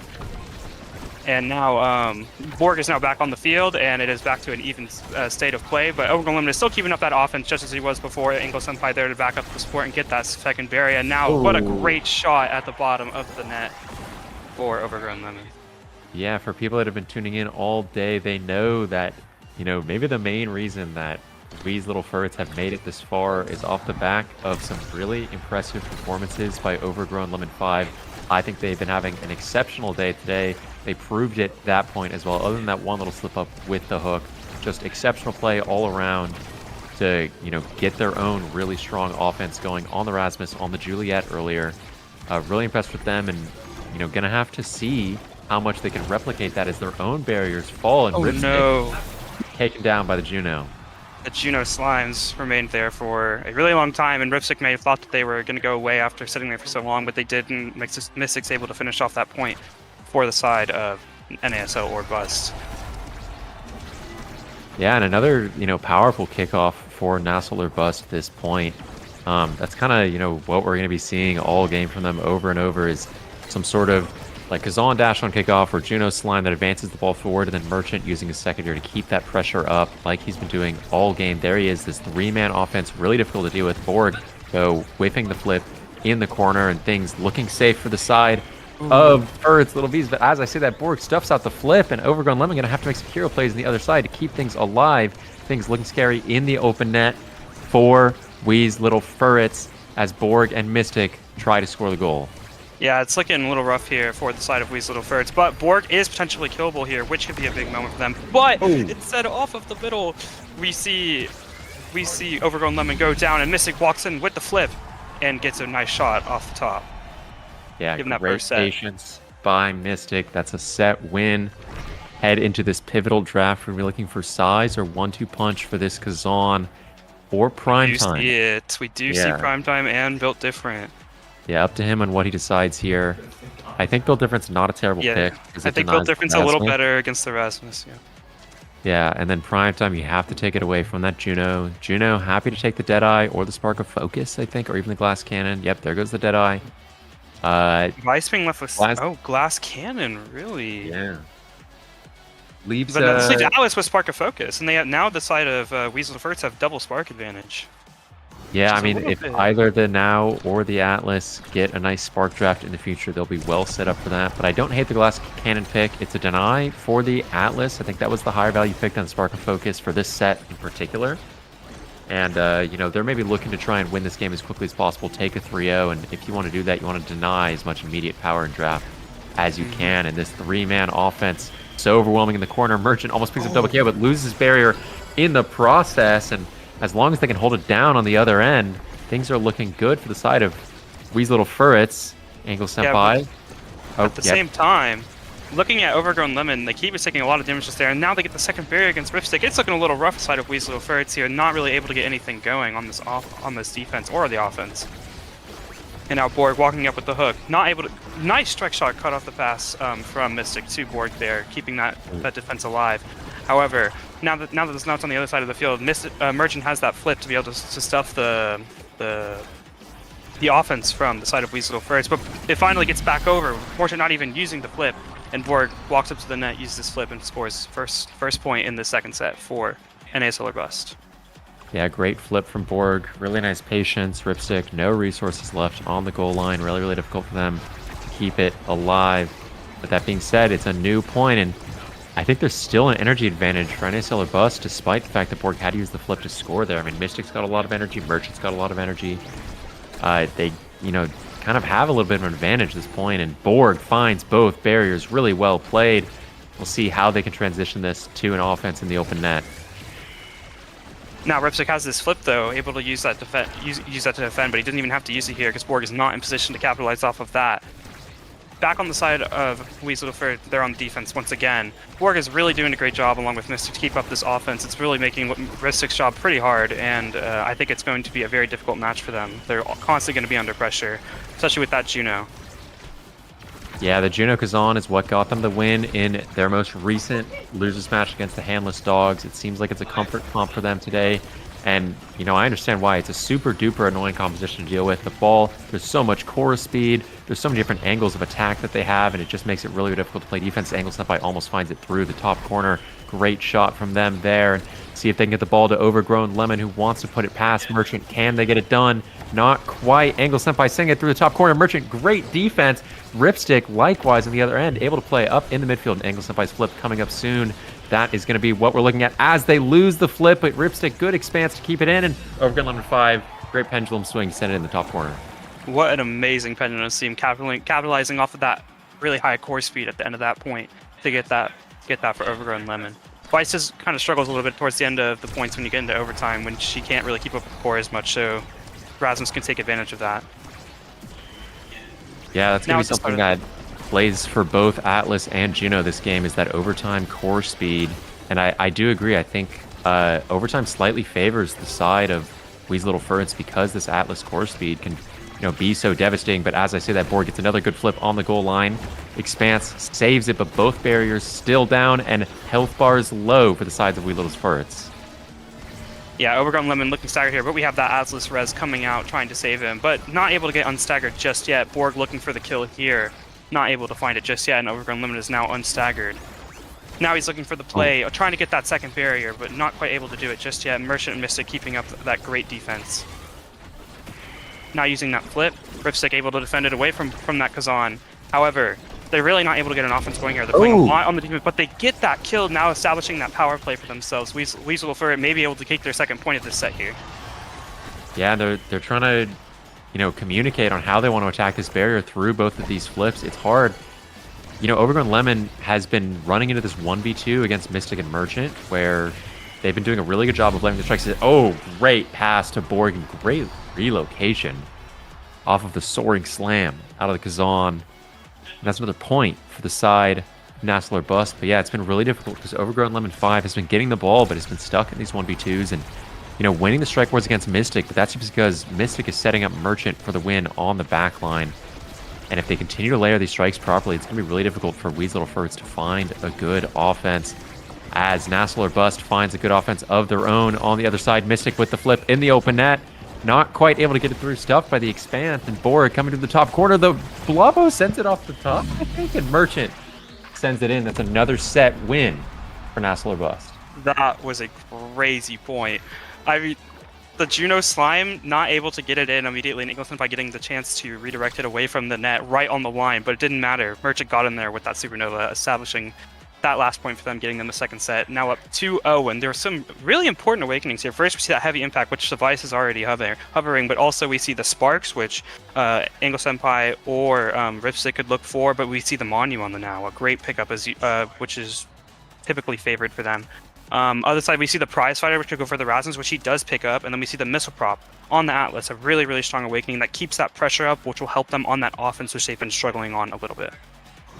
Yeah, it's a little unfortunate for the side of Wee Little Furts that they ran into the Monu and the Missile Prop, which I think are like maybe the only two awakenings that they would have taken instead of those sparks there to continue scaling.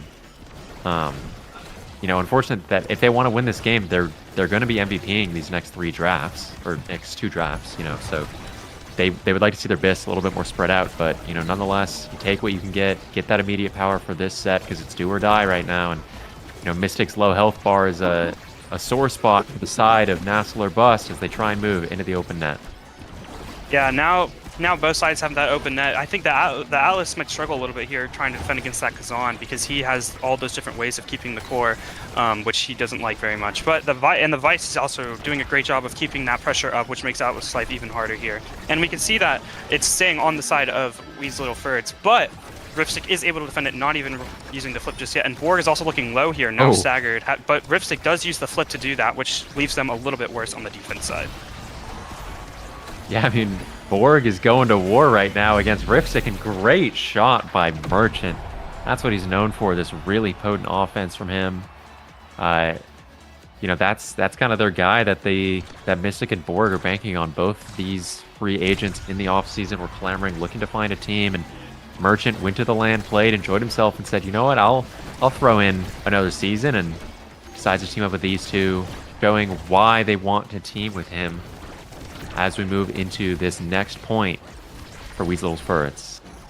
Yeah, but great play by Overgrown Lemon Angle by keeping up that pressure, almost getting that second barrier, but Ripstick not able to get that second barrier saved, goes right around that Cosmic Expanse, and then Merchant gets in there with that Supernova, takes that second point on match point here now.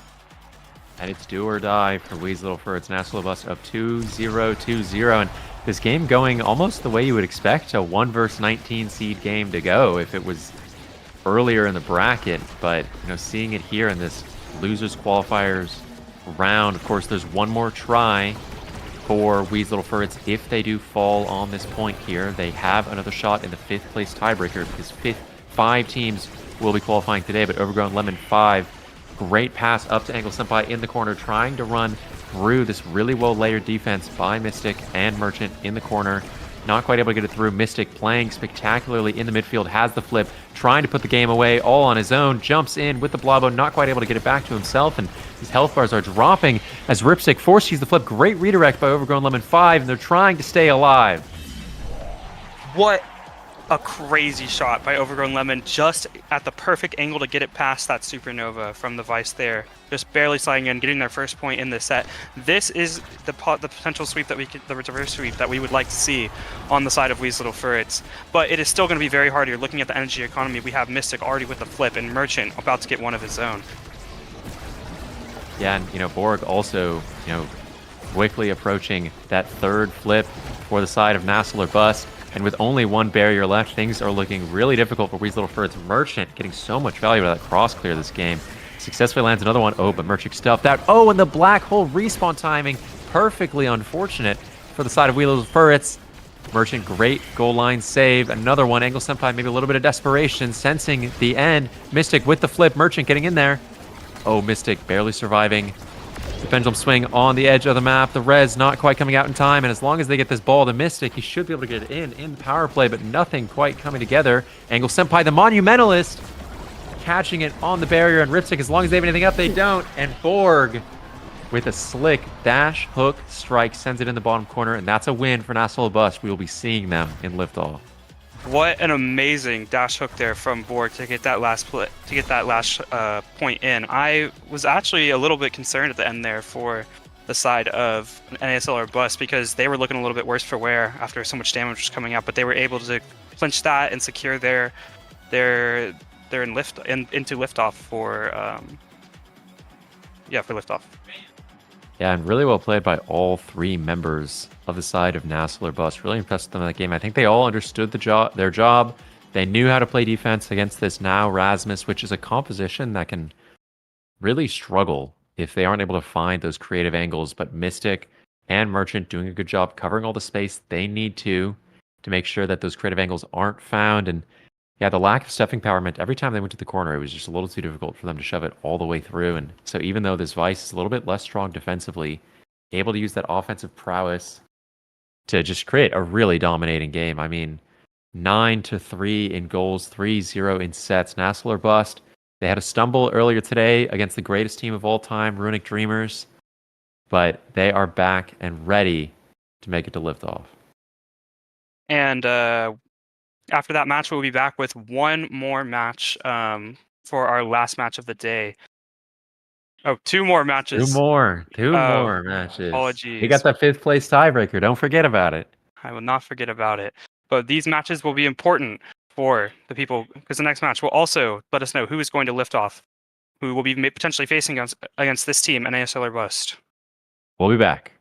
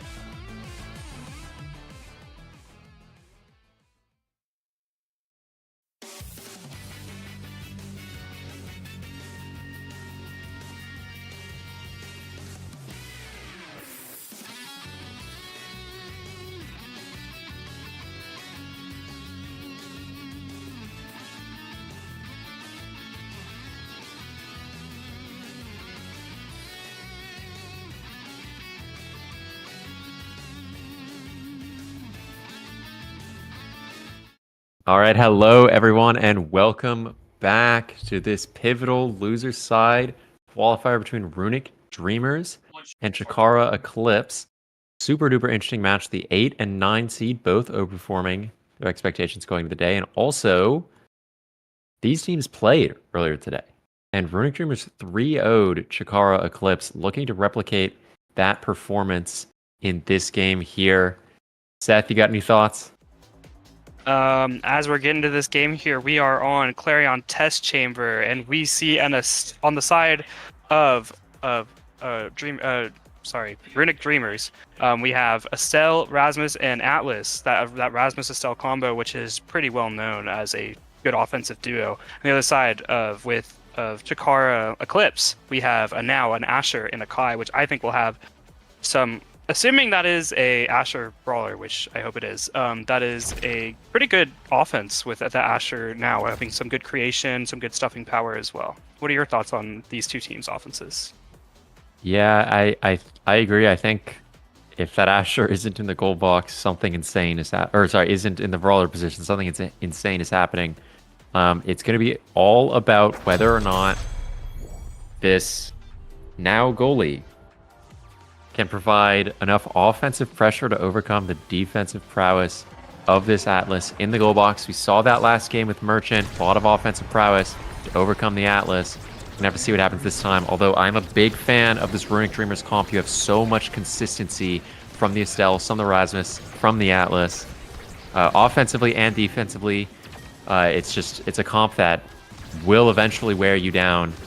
Whereas this Kai, I think, is a little bit more inconsistent, but if they play like they're playing right now, they can really pop off and get an offense going. Right, and something I wanted to point out here on this start with Twin Drive versus Prize Fighter, everyone is taking Twin Drive except for Zonseki on that Asher taking the Prize Fighter. I'm gonna be interested to see if they can get the value out of that against this Atlas. Specifically, an Atlas also should be having a lot of defensive prowess here with that Twin Drive, making it pretty hard for Asher to do what she wants to do. So I'm interested to see if they are able to get it done. Yeah, I mean, good passing by the side of Runic Dreamers so far, but not able to find the second barrier, even with Scandals walking up a bit too far earlier. Oh, stuffed out on the goal line with no now ult to eject back. Things look a little scary for them there, but Cragley with the flip, not quite able to find Zonseki in the open net. This orb getting a little low. That's going to be the next point of contention for both these teams. Zonseki eyeing it. If they have the primary, they're going to be able to get it. Not quite able to, barely off, I think 24 HP. Hyruni rewarded with it. Yin Kirby with the flip. Flip doesn't catch the ball in the open net. Zonseki makes a good save on the goal line. Giga almost catches it. We're going to be looking at this Hyruni flip to put it in next if they can find a spot for him in the open net. Yeah, now they're in this open net here. Oh! I was going to say, I think that now is the advantage, but a great shot from Hyruni off of that flip. Able to confuse the now a little bit and able to get that first point of this first set. Looking at the energy advantage here as well, we see that Zonseki is very close to flip here, maybe able to get this offense going against the side of Runic Dreamers. Yeah, and Mex Casual able to hold it down. You know, their last game on stream, I believe they had taken Among Titans and had a few missteps, but fully sized right now and things looking good for them as both their barriers go down. Zonseki with the flip in the open net. It's all about can they get the ball to Zonseki, as Hyruni and Yin Kirby each covering their own half of the map. Scary back pass from Hyruni, but able to get things through, and Yin Kirby running for that second barrier, not quite able to find it. Zonseki really scary with the open net. Nope, Mex Casual, great expanse to stuff it out. Now we see how Runic Dreamers can come back at this point. Yeah, no, it seems a lot harder for Runic Dreamers to lose this point now, but Yin Kirby does get that second barrier as I'm talking about that, and now it's an even state on the side of the barriers, but they had two flips on the side of Chikara Eclipse, but they both are wasted on the side of defense, able to get that out, and now on the offense here, but it's still looking pretty hard for them to win this point now that they have no flips. Oh. And now looking down, they're passing down to Zonseki, but Yin Kirby, amazing hook to get it away from Scandals on the now, and place it into the top side of the net, getting that second point for them. Yeah, I mean, Cragley was playing great there, winning kind of every strike war along that wall, and I guess when you can't beat someone in the strike wars, you might as well just take them off the map. So Cragley goes down, the ball goes in the net shortly after.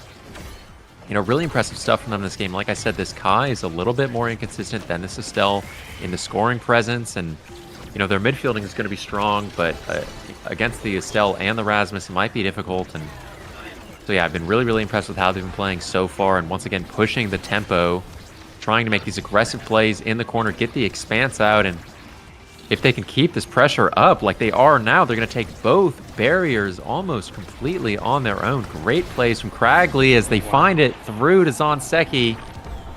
And Chikara something. Eclipse.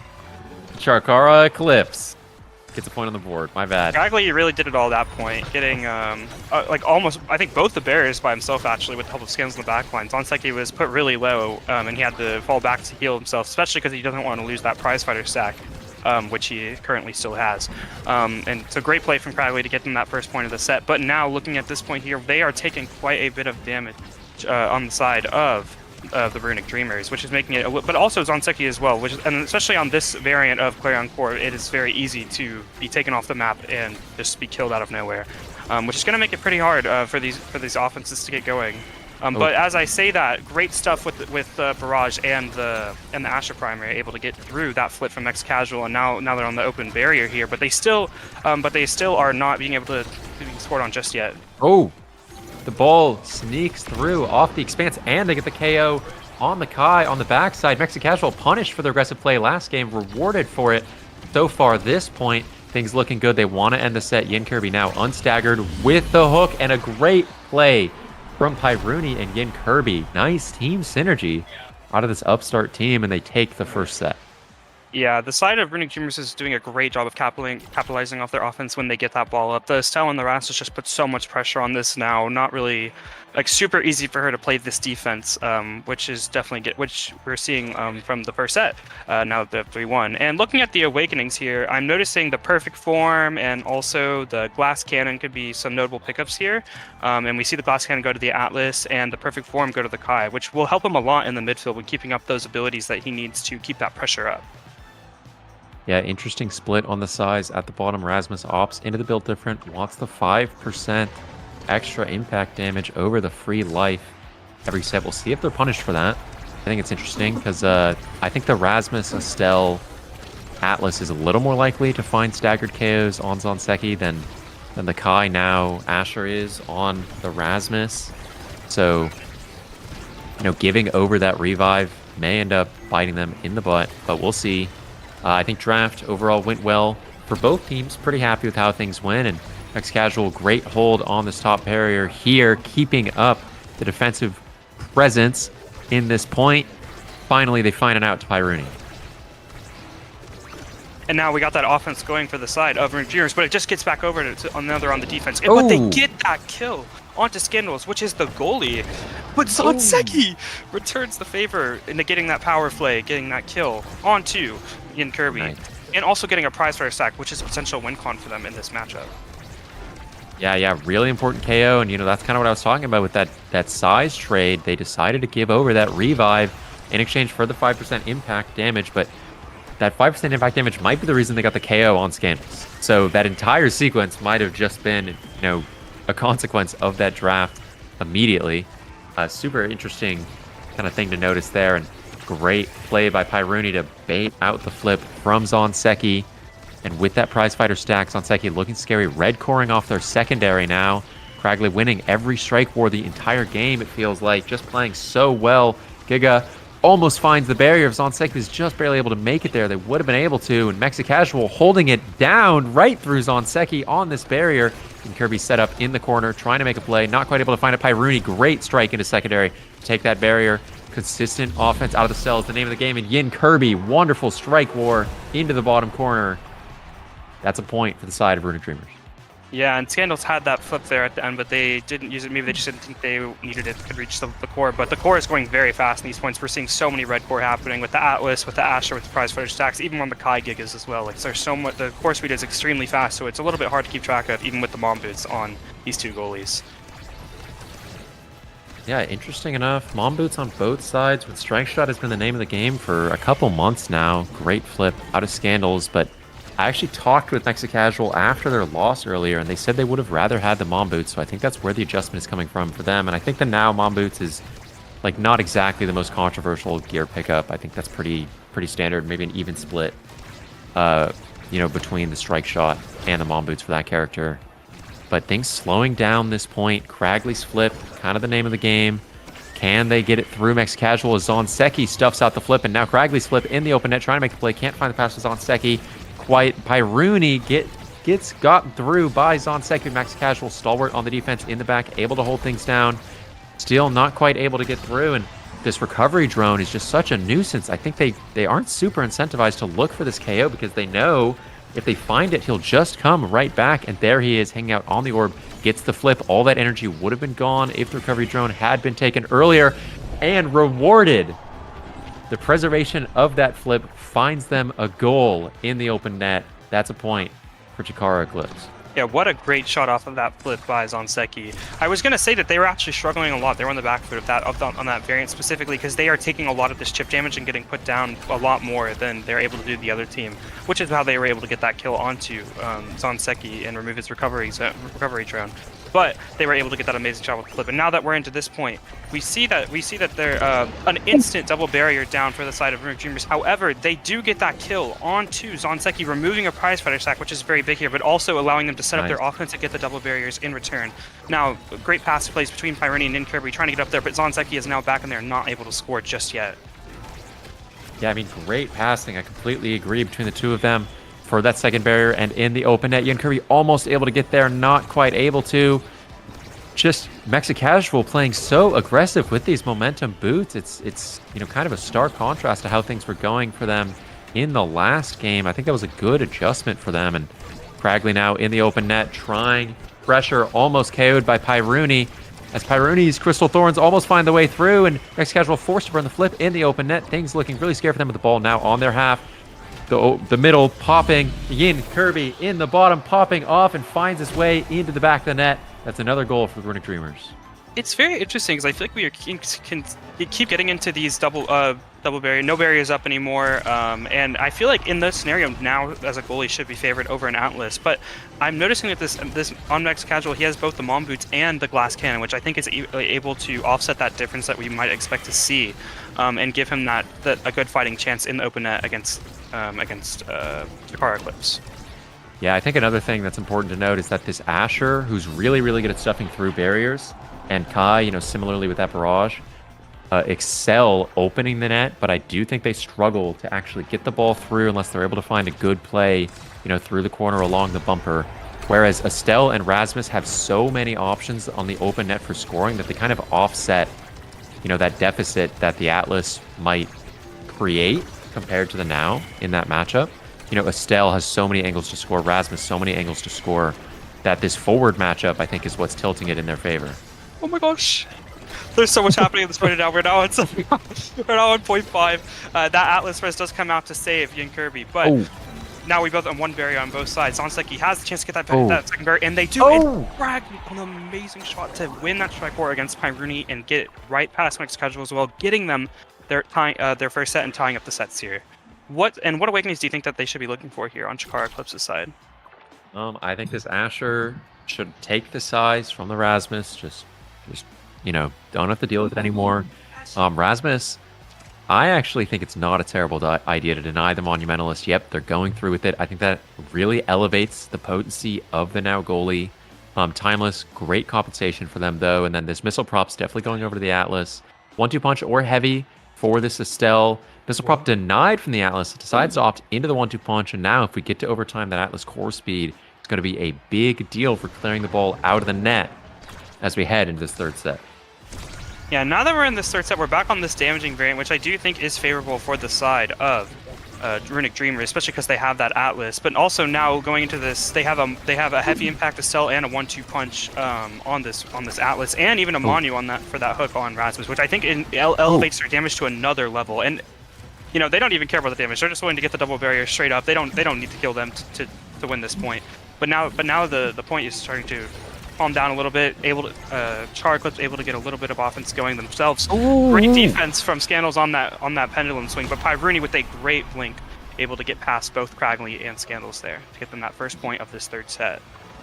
Yeah, I thought Yin Kirby was setting up an excellent checkmate there, but Cragley actually I think is the one that saved the ball from the back of the net, but Pyruni with the punish, and that's the lethality of this Estelle Rasmus on the open net. They could just space so far away from you that they cover all your clear options, and then they could shove the ball in your face and hit you from a mile away. It's exactly what happens there. Great play, once again, from Runic Dreamers. This team play on the open net looking really, really good for them.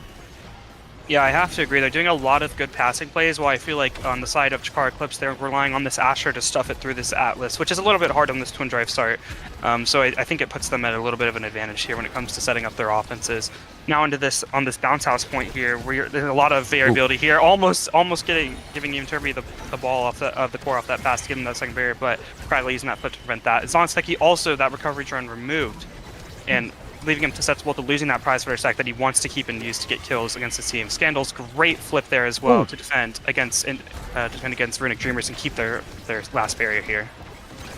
Yeah, I mean, Pyruni's primaries at this point have been exceptional. Takes the KO on Zonseki, pressures the open barrier, staggers Cragley, and as long as Max Casual is able to hold in this really scary situation, not quite able to, but regardless, Cragley is taken down. Great pass from Yin Kirby, and as long as Max Casual can catch the ball, they're going to be safe. Pyruni almost gets it through. Great primary from Scandals to keep things safe. Now this flip, slowing things down. Great passing plays from Yin Kirby and Pyruni in the open net, and they find a way to step it through. Amazing blink for Pyruni. They're able to cut that up there and get it in. Scandals was not ready for that. And now onto this next variant with the arrow over in the middle on Project Maelstrom. 2-0 for the side of Runic Dreamers. They really want to clean up this set now and get into this next drive because they are looking to scale. They are looking to get these awakenings that power them up and just clean up the set before the side of Car Eclipse can get like a bunch of speed and be able to outpace them in this matchup. But they get it out. They clear out this set, getting that 3-0 in this third set, and now they're moving into this third draft. This second draft. It's Pyruni sweep. It's a Pyruni sweep. Pyruni is taking these barriers, is taking these goals, is absolutely everywhere. This Estelle is applying so much pressure. You ban the rune if you're the side of Chikara Eclipse and you get punished by this Estelle, rewarded with whatever they want, decides to take the Spark of Agility. It's their second Spark. Wants the move speed to be able to keep up the Kai. The Reverberation for the Rasmus, more survivability for them. Among Titans for the Kai, more speed. Rapid Fire for this Atlas, and Spark of Focus for the Asher. It's a perfectly fine pickup for them. They've got more cooldowns, and we are entering a complete core control game. If it wasn't one already, we've opted out of power, we've opted out of damage, we've opted completely into speed and cooldowns to try and score as Cragley finds the first strike in this new set. After looking at that third draft, I think this Atlas is going to be a big menace with that rapid fire and the twin drive, making it really hard for him to get scored on in comparison to the Now, who has twin drive in prime time, but not have nearly as defensive abilities in her own right. And now looking at, and we see that here in this first point of this fourth set with the two barriers already going down for the side of Chikara Eclipse, while Mets Casual is holding the line, keeping this last barrier alive for his side. Yeah, I mean, Mexicasual is completely holding it down, and Yin Kirby, great hook out of the corner and finds it in the bottom corner. Runic Dreamers now 2 points away from liftoff qualification. Look at this team go. Yeah, I mean, that Atlas was really getting it done at that point. It just completely stuffs the side of Chikara Eclipse's offense when they are relying on this Asher to use her size to get it through this Atlas, but he is just not letting it happen with these constant cooldowns. It is just making it really hard for them to play the game. Yeah, ball going all the way around the world here, but Pyruni has flipped soon. Zonseki going to be looking for a KO in the corner, but actually gets return KO'd themselves by Yin Kirby. Really well played by the Rasmus here, as risky clear from Mexicasual pays off. Burns the flip out of Zonseki. Barrier does eventually go down, but no worry. They've got Yin Kirby's flip in the corner. Sends it through onto the barrier, and it might go in the net. Instead of a amazing flip from Cragley. I don't know if that was intentional, but the bouncers were on point, able to get the perfect blind stop. That Atlas was not able to get up there and catch that in time. Now it's 1-1 in this fourth set. This, I feel like the side of Runic Dreamers is still at an advantage from their awakenings, but we see Chikara Eclipse still fighting back very hard here, not giving up any points in taking advantage of these offensive opportunities when they have them. Yeah, I completely agree. I do think the draft has gone so well, especially defensively. Oh, great strike from Yin Kirby. You know, especially defensively for the side is, a nice little pass to Mexicasual for this team. You know, the Awakenings are looking good for them, but, you know, nevertheless, this Asher, you know, the indomitable spirit of this character always has a fighting chance no matter what game they're in, as Scandal's forced to burn the flip. Pyruni trying to find a score in the open net, and Cragley rewarded with the orb. Max Casual, good save, forced to burn the flip, great strike to get things out, and the size runs out for Cragley, back to being a little among Titans gamer here. As they find a way to stuff onto the barrier, but Zonseki gets a little nervous, burns the flip, but finds the shot above Mexa Casual, and not Era, Chikara Eclipse. I saw the E, I got baited. Chikara Eclipse are fighting back. Yeah, they were just really able to keep that offensive pressure going that whole time. I think this among Titans is making a very big deal. I think the excess speed that this Kai has over the Estelle is making him keep this core a lot more often than he was beforehand, and also giving that extra size, even if it is only 12.5 or 15% to this Asher, it is nonetheless going to help in these 1v1 scenarios against this Atlas. Yeah, and Scandal's almost KO'd. Let's see if they can find it.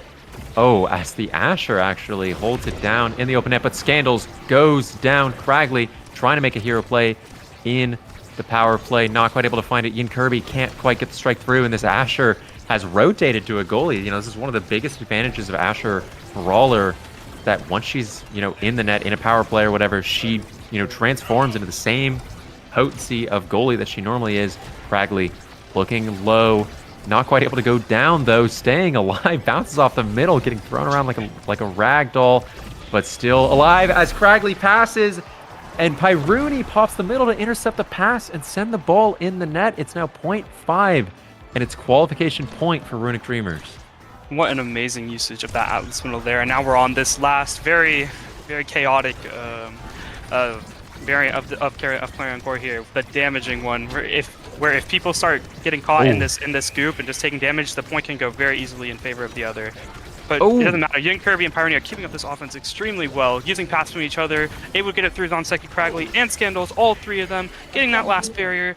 They're trying to go for the goal here, trying to finish off this game before they can get into a set 5. Yeah, and everyone getting a little nervous. The ball ends up in the bottom corner. Can the Asher stuff it through? Not quite able to, but Cragley wins the strike. We're on the barrier, pivotal, and now this Scandals with the flip and the open net is looking like the strongest character on the screen. It's going to take nice coordinated plays from the side of Runic Dreamers to get this through, or a KO onto Cragley, but healed up by the now, and this flip on Zonseki goes down, looking scary. They find the way around Cragley, and Pyruni's flip is coming up soon. Will he be able to capitalize off of it? Down to Yin Kirby. Gets the flip out. Mex Casual's not able to make it in time, and Scandal scores net to net. We're going to a set 5. What an amazing shot from Scandals. They're able to just get it past that Atlas, and no one else is able to intercept it as well. And now we're moving into the set 5. And the Kai, looking at what we see here, we see the stacks on stacks, we see the chrono boost, we see the Castellas, we see the aerials, all and the stagger sword, 5 different ways of getting speed, and he opts for the stacks or stacks here. But we see this 2-3 on the side of Rasmus and Atlas, which can make it problematic for the side of Chikara Eclipse, because we got the stagger swagger on the Rasmus, giving him that speed, allowing him to keep up this offensive pressure more against this now. And then on the other side of things, Asher picking up this Might of the Colossus. She has 2 side swingings and the Among Titan size. She now has a whopping 195 power, making her a big threat. Yeah, and she's got this this prize fighter. That power might go even higher. If she looks for these KOs, she is going to be able to find them. As Yin Kirby, great hook in the corner, trying to keep control of the ball. Probably just trying to stay calm. This is a really high-pressure environment for these players. They haven't really been in this type of environment too much before, and I imagine that the set 5 super nerve-wracking for them, especially because Runic Dreamers, I believe they beat this team 3-0 earlier today, and so the game, kind of going the other way, that can be a little stressful, especially when you have this massive of an Asher in your face trying to stuff the ball through. Yeah, I have to say, I feel like I'm a lot more scared of Chikara Eclipse now. They have like 2 massive stat sticks. This Kai, who is the speed of light flying across the screen, and this massive Asher. And then they both have a now backing them up, giving them that extra speed and healing that they need. It is a very daunting task to get to kill this team or get through this team. This Asher is just able to convert on so many different things. Now Cragley is constantly getting up to them, and this Estelle just doesn't have that speed that they need to keep up with this Kai, making those interactions in the midfield really unfavorable for them. Oh, Yin Kirby finds the Monumentalist hook finally, and they have the flip. If Pyruni can get the ball for them, misses the strike, but Primary gets the ball through. Yep, gonna go down again. Kirby, who flips in the open, not quite able to convert, but is able to KO Scandals on the goal line. That's a point for Runic Dreamers. What an amazing rebound off of that corner bumper, able to get the Pendulum Sleep, kill Scandals, and get the goal there. Now up 1-0 in this final set of this game. And the winner of this does go to Liftoff, so I imagine that there is going to be a lot of nerves flying around here, especially on something like a bounce house. Yeah, I mean, Bouncy Castle, not exactly the map I would want to be playing in set 5, but, you know, got to play it every set, including that 5th one. Ian Kirby find the ball down into the corner, but not quite able to convert on that second barrier. Mex Casual, great defense, keeping the ball away from everyone, but this Zon Seki Asher is just so large, able to win every strike war. Oh, great hook, and they're able to convert on the second barrier. Things looking good for the Runic Dreamers. Mex Casual gets the ball up to Pyruni. Oh, the Primary almost sends it in to the top side of the net. Pyruni really, really active in the midfield this point as Mex Casual not quite able to find it through. Can he get the flip? Lives with the evade, but not quite able to find his way out. Zon Seki with that size puts it into the net. It's 1-1 in this pivotal set 5. This massive Asher is catching every attempt at clearing away. It is so unfortunate for the side of Runic Dreamers. Carclips is just able to capitalize off of all these attempts, making it really hard for them to play the game. Now 1-1 in this set. Not over for either team. We'll have to play at least one more point after this. But Pyruni and Kirby getting that offense up together. Oh, what an amazing flip. Able to get that second barrier on Mex Casual, and he's not able to catch it with his speed, and now it's 1-2. Match point for the side of Chikara Eclipse. What a turnaround. Yeah, I mean, that was a great flip from Scandals and a great Giga from Cragley, who I've been highlighting all game for their exceptional play, but this variant has been looking good for the side of Runic Dreamers all game, as long as they can hold it down against the Asher here. But even if they do find that KO, she has the recovery drone. You have to decide, is it worth investing those resources on this point, or should we just try and go for the goal? She's now healing up, not quite able to find everything, but Cragley taking a lot of damage in the pool in the top corner. Yin Kirby walking to the bottom corner. Scandals, great strike around, and this Kai is speeding in at the speed of light. Mex Casual opens own barrier. Oh, it's Zon Seki once again getting low, but Scandals opts to go for the healing and loses their barrier in the process. Yin Kirby with the flip, looking to try and make this game a set 5.5 heater. Not willing to flip in the open net as Cragley with the speed runs in, gets the barrier. Maybe Yin Kirby's going to get punished for not being willing to flip, as finally flips but stuffed out by the Asher, and now Pyruni trying to score through the net here. Zonseki first to the ball. I'm losing my mind. I'm losing my mind. They finally kill the Asher. Getting the kill onto Zonseki. Oh, in. The slowest score. Moving it, getting it on the bottom side. Scandal's not able to reach it, even with that flip. Now we're at set 5.5 here. The Asher lost her recovery, lost her prize fighter stacks, but Scandals does have that flip. We are in a very interesting scene. Oh no! And both barriers go down instantly on the side of Runic Dreamers, but they don't have. But they are able to get the core back. Oh no! Okay, Pyruni flips, keeps his wits about him. Mexican Casual, great strike war on the goal line. Scandals also flipped. Pyruni. Okay, they're keeping everything alive. The Atlas goes down to the Asher. She gets a prize fighter stack, and now they need to hold. Scandals loses control of the ball. Yin Kirby running up the side. Now Pyruni just needs to clear away from the Asher. They bought enough time for the Atlas to return. He is back, and the strike war win and the bounce off of the expanse. It's a set 5.5 win for Chikara Eclipse.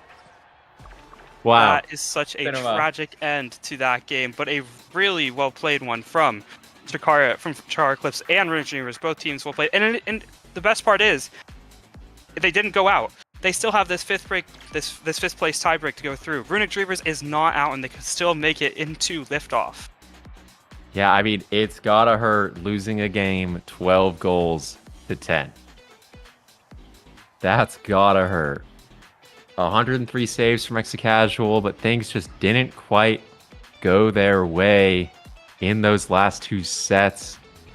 You're really going to kick it yourself if you're Runic Dreamers, but congratulations to the side of Chikara Eclipse, especially Cragley, who I thought had an exceptional game. Really, really earned their spot in liftoff, and now we head to this 5th place tiebreaker between Runic Dreamers and Wee's Little Furrets, two, you know, like miracle Cinderella stories from today. Only one can prevail to make it to lift off in a couple weeks. Hey, but whichever one loses, it doesn't matter because there's still Launchpad 3 next week. They can still make it. And honestly, from the way that I've seen both these teams playing, I think both of them will be in liftoff. I have been really impressed with both sides. Yeah, and that match is next. So we will be right back.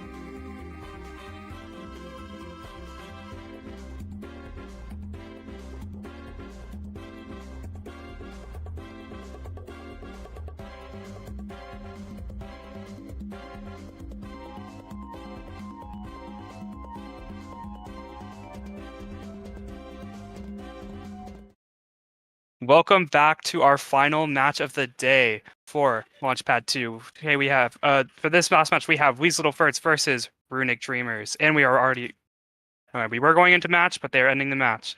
Gramella, what are your thoughts on these two teams? I think Runic Dreamers has consistently looked really strong today, and they've, just faltered in 2 set 5 games. Whereas Furret didn't have the best showing against Nasl or Bust earlier, and we're on Clarion Test Chamber, which is not the map that I've seen this Furret team be playing all day, so maybe they'll be a little bit less comfortable. Maybe like a little bit less space for Overgrown Lemon 5 to kind of make these solo hero plays that we've been seeing them make all day. And Clarion, I'm pretty sure that Runic Dreamers have been spamming this map all day. At this point, they're super warm on it. It's their super comfort, and I wouldn't be surprised to see them take this. But that being said, this 19 seed, I feel like I would have said I wouldn't be surprised to see their opponent take it every single game they've played against them today. They're on that Cinderella run, and this is their last chance for Launchpad 2 today to make it to lift off. Big match here, this 5th place tiebreaker. I'm excited to see how things go. Yeah, I'm excited as well. And looking at the starting awakenings, we have Specialized Training and Spark of Resilience. What kind of characters do you think we should expect to see on a start like this?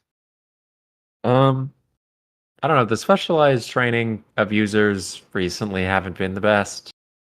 So, I'd be surprised to see a Luna or a Vice or even an Aimee. But maybe we see an X. That could be possible. I don't think it's Yin Kirby or Overgrown Lemon 5's cup of tea, though. I really think we'll just see 6 Sparks of Resilience with just what they've been picking all day. So Yin Kirby, on the Rasmus or whatever else he wants to pick. Pyroni on the Rune or the Estelle and Mexi Casual, most likely on one of those melee goalies, holding it down in the net. Same with Ripstick on the other side. Expect a melee goalie. Expect Angle Senpai, maybe on the Aimee. But I've seen them play now all day to, great success. So I wouldn't be surprised to see that come out again. And Overgrown Lemon 5, I saw them on the Rasmus and the Julie earlier. I thought they looked great. So I'll say it. I actually want an Overgrown Lemon 5 Juliet this game. That's what I want to see. I'm hoping for a Overgrown Lemon 5 Rasmus with Specialized Training. I think the Rasmus can really take over the game with a Specialized Training. It is really hard to play around. If you're constantly going over to the side of the map, they can look for kills super easily, makes your life really, really hard to play, especially in the midfield. So that's something that I'm looking forward to. But also, Overgrown Lemon 5 is not the only Rasmus in this game. We also have Yin Kirby, right? And I feel like both of them could look for that Specialized Training Rasmus if it is not banned. Yeah, and I just think it's hilarious that you kids are talking about Overgrown Lemon. You wouldn't say this to him at LAN. He's jacked. Not only that, but Overgrown Lemon wears the freshest clothes, eats the chillest restaurants, and hangs with the hottest dudes. So I'm excited for Overgrown Lemon 5 to make a big splash this game as we're finally loading in. Seems like those delays, have been wrapped up. And we can finally yap about this draft. Yes, so going into this game, I do see the Mako Hover from Mexa Casual. That's an interesting pick. Not on that Atlas, which we saw from before, but the Mako is just as good at holding it down. Also provides that buff, offer secondary, which can make games very, very explosive for the team that she's on. All right, well, we're remaking again, but we have Close the draft. It's Juliet for Overgrown Lemon 5, and it's Kai Mako. Seems like Pyroni's fed up with being slower than his opponents, has decided to lock in double speed, wants to outspeed. The Rasmus for Yin Kirby. I like Kai Rasmus. I think it's a really strong duo. And I forget the last pick. Maybe an Atlas. Yeah, I did not see that last pick, but I am... That Rasmus. Oh, an Asher. Asher now. Okay. Ripstick on the Asher. They've been piling that a lot today, actually. It goes unbanned, and Atlas goes unpicked here, interestingly enough. Maybe the Specialized Training for the Mako. Maybe they prefer that over anything, or maybe we'll just see 6 Sparks of Resilience. Not entirely sure. But we'll see what happens as we load into game. I don't think it'll be a particularly explosive game. I think this will be a real grind fest. We are going to see maybe some long points with these melee goalies holding it down for a long time, making life as difficult as possible, as both teams want as much defensive consistency as they can find to ensure that they make it to liftoff. So here we go, loading into game. Yeah, I would have to agree. We do see 2 specialized trainings in this game. On that now and on that Asher. Interesting enough, we don't see it on that Rasmus, which I thought we might see, but I'm interested in this now on the specialized training. What do you think the benefits of this are, Grimella?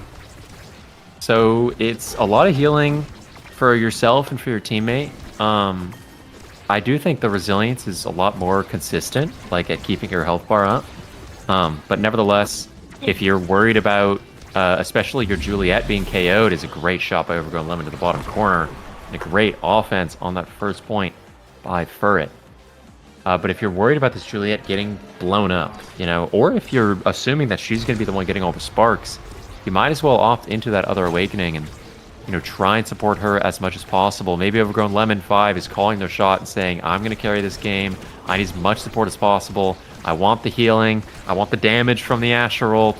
I want everything I can get. And that's what they're looking for right now as they take both barriers in quick succession. Yeah, amazing plays from Overgrown Lemon and the entire side of the Furrets. Now that they have both barriers down, they're looking to make this play here. Use that dash punch, not quite able to get that goal. Max Casual has the flip here as well, maybe looking to make a play with that, but gets stuffed by Overgrown Lemon and Angle Senpai, getting them that second point up 2-0 in this first set. Yeah, great play by Overgrown Lemon, just kind of farming right now. Maybe a mistake on the side of Runic Dreamers to let the Juliet through. They've proven just how good they are. This character upset the 3 seed earlier today, have taken both barriers one after the other in 3 consecutive points so far this game, and having the launch pad of their life. Seth. Yeah, I mean, they're playing very, very explosive right now. The Overgrown Lemon specifically getting so much pressure on the side of Mex Casual and Pyruni, just consistently getting these double barriers, getting them both before their sides are losing theirs, giving them on that offense pretty much the entire game. Especially with the help of that now, giving them that speed. And now, but Yink Kirby and Pyruni are keeping up this offense here with the help of their Mako in the back, trying to get this last barrier on Rift Stick on this bouncy house, but they're not quite able to do so just yet. And Overgrown Lemon now has that flip, gets that kill. He is looking to get the play here, and gets the bounce off the bounce house, and getting that first set finished up 3-0 going into this first set with that Juliet as the MVP. Yeah, I mean, well deserved for Overgrown Lemon. They are on an absolute tear. And now, looking at this, they won't be able to deny the Chrono Boost from the Kai. That's going to be a huge pickup for them, but they do get that spark, just like I said earlier. Maybe they said, I'm going to get all the sparks today. They managed to find the spark focus. Probably, maybe the worst spark they could have picked up there. I think they would have preferred to have the power for sure, and maybe even the speed. Mako not quite sure what to pick up. The Rasmus does get the size, and the Prime Time denied from the Asher. That's a huge denial. I think Prime Time and Rapid Fire for Asher goalie are such a massive power spike that if you're able to prevent her from getting those in draft, it's just such a huge boon for your team's chances going forward. So, Chrono Boost on Kai, size on Rasmus. You could argue that this is where the game's truly starting. Yeah, but Overgrown already getting the first barrier and trying to get the second, not able to do that. Max Casual defending that away. Yin Kirby now on the offense here, but Angle Senpai helping Rift Stick out, getting that core out. Yin Kirby getting the core back, using that pendulum swing to get that first barrier, and now we're at an even state here. Max Casual using that strike shot to rebound that core to himself and get them possession once again, keeping it away from Overgrown Lemon 5, who is consistently making these explosive plays, setting it up, use the dash punch, not able to get it just yet, and loses the strike on the line. Max Casual is holding it down. Yeah, Max Casual absolutely holding it down, winning every single strike war against Overgrown Lemon 5. And Pyruni, there's that Chrono Boost, able to come in. I also thought Ripstick had a free cross clear there, but wasn't safe because this Kai is so fast and able to get the barrage down through the corner. That's a goal for the side of Runic Dreamers, and we're seeing that scaling come through for the speed-oriented team composition. Yeah, really, really well played there from Pyrene, using that barrage in the corner to get that goal in. Now into the second point here. Angle Senpai uses the flip on the line, not really feeling much pressure, but trying to get over to Overgrown Lemon, who has been making these hero plays for them. Not able to do much with that, though, and Pyrene gets it back over, gets that first barrier, but Overgrown Lemon returns the favor, getting one of his own. However, Pyrene trying to get that core forward. Yin Kirby going for the kill with that pendulum swing, not able to get it onto Able Senpai. And now Overgrown Lemon looking on that off and once again gets it with that punch.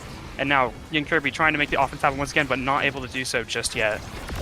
Yes, Overgrown Lemon 5 makes the rotation back, finds the KO on that Xenocloak corridor, and now with the flip, things are looking pretty scary, but Pyruni, great call out and great Giga to keep the play dead. This Chrono Boost Kai is absolutely everywhere right now. It's Overgrown Lemon 5 hunting for another KO, not quite able to find it, and burns the flip. Max Casual burns the flip in response, but no conversion in the open net just yet.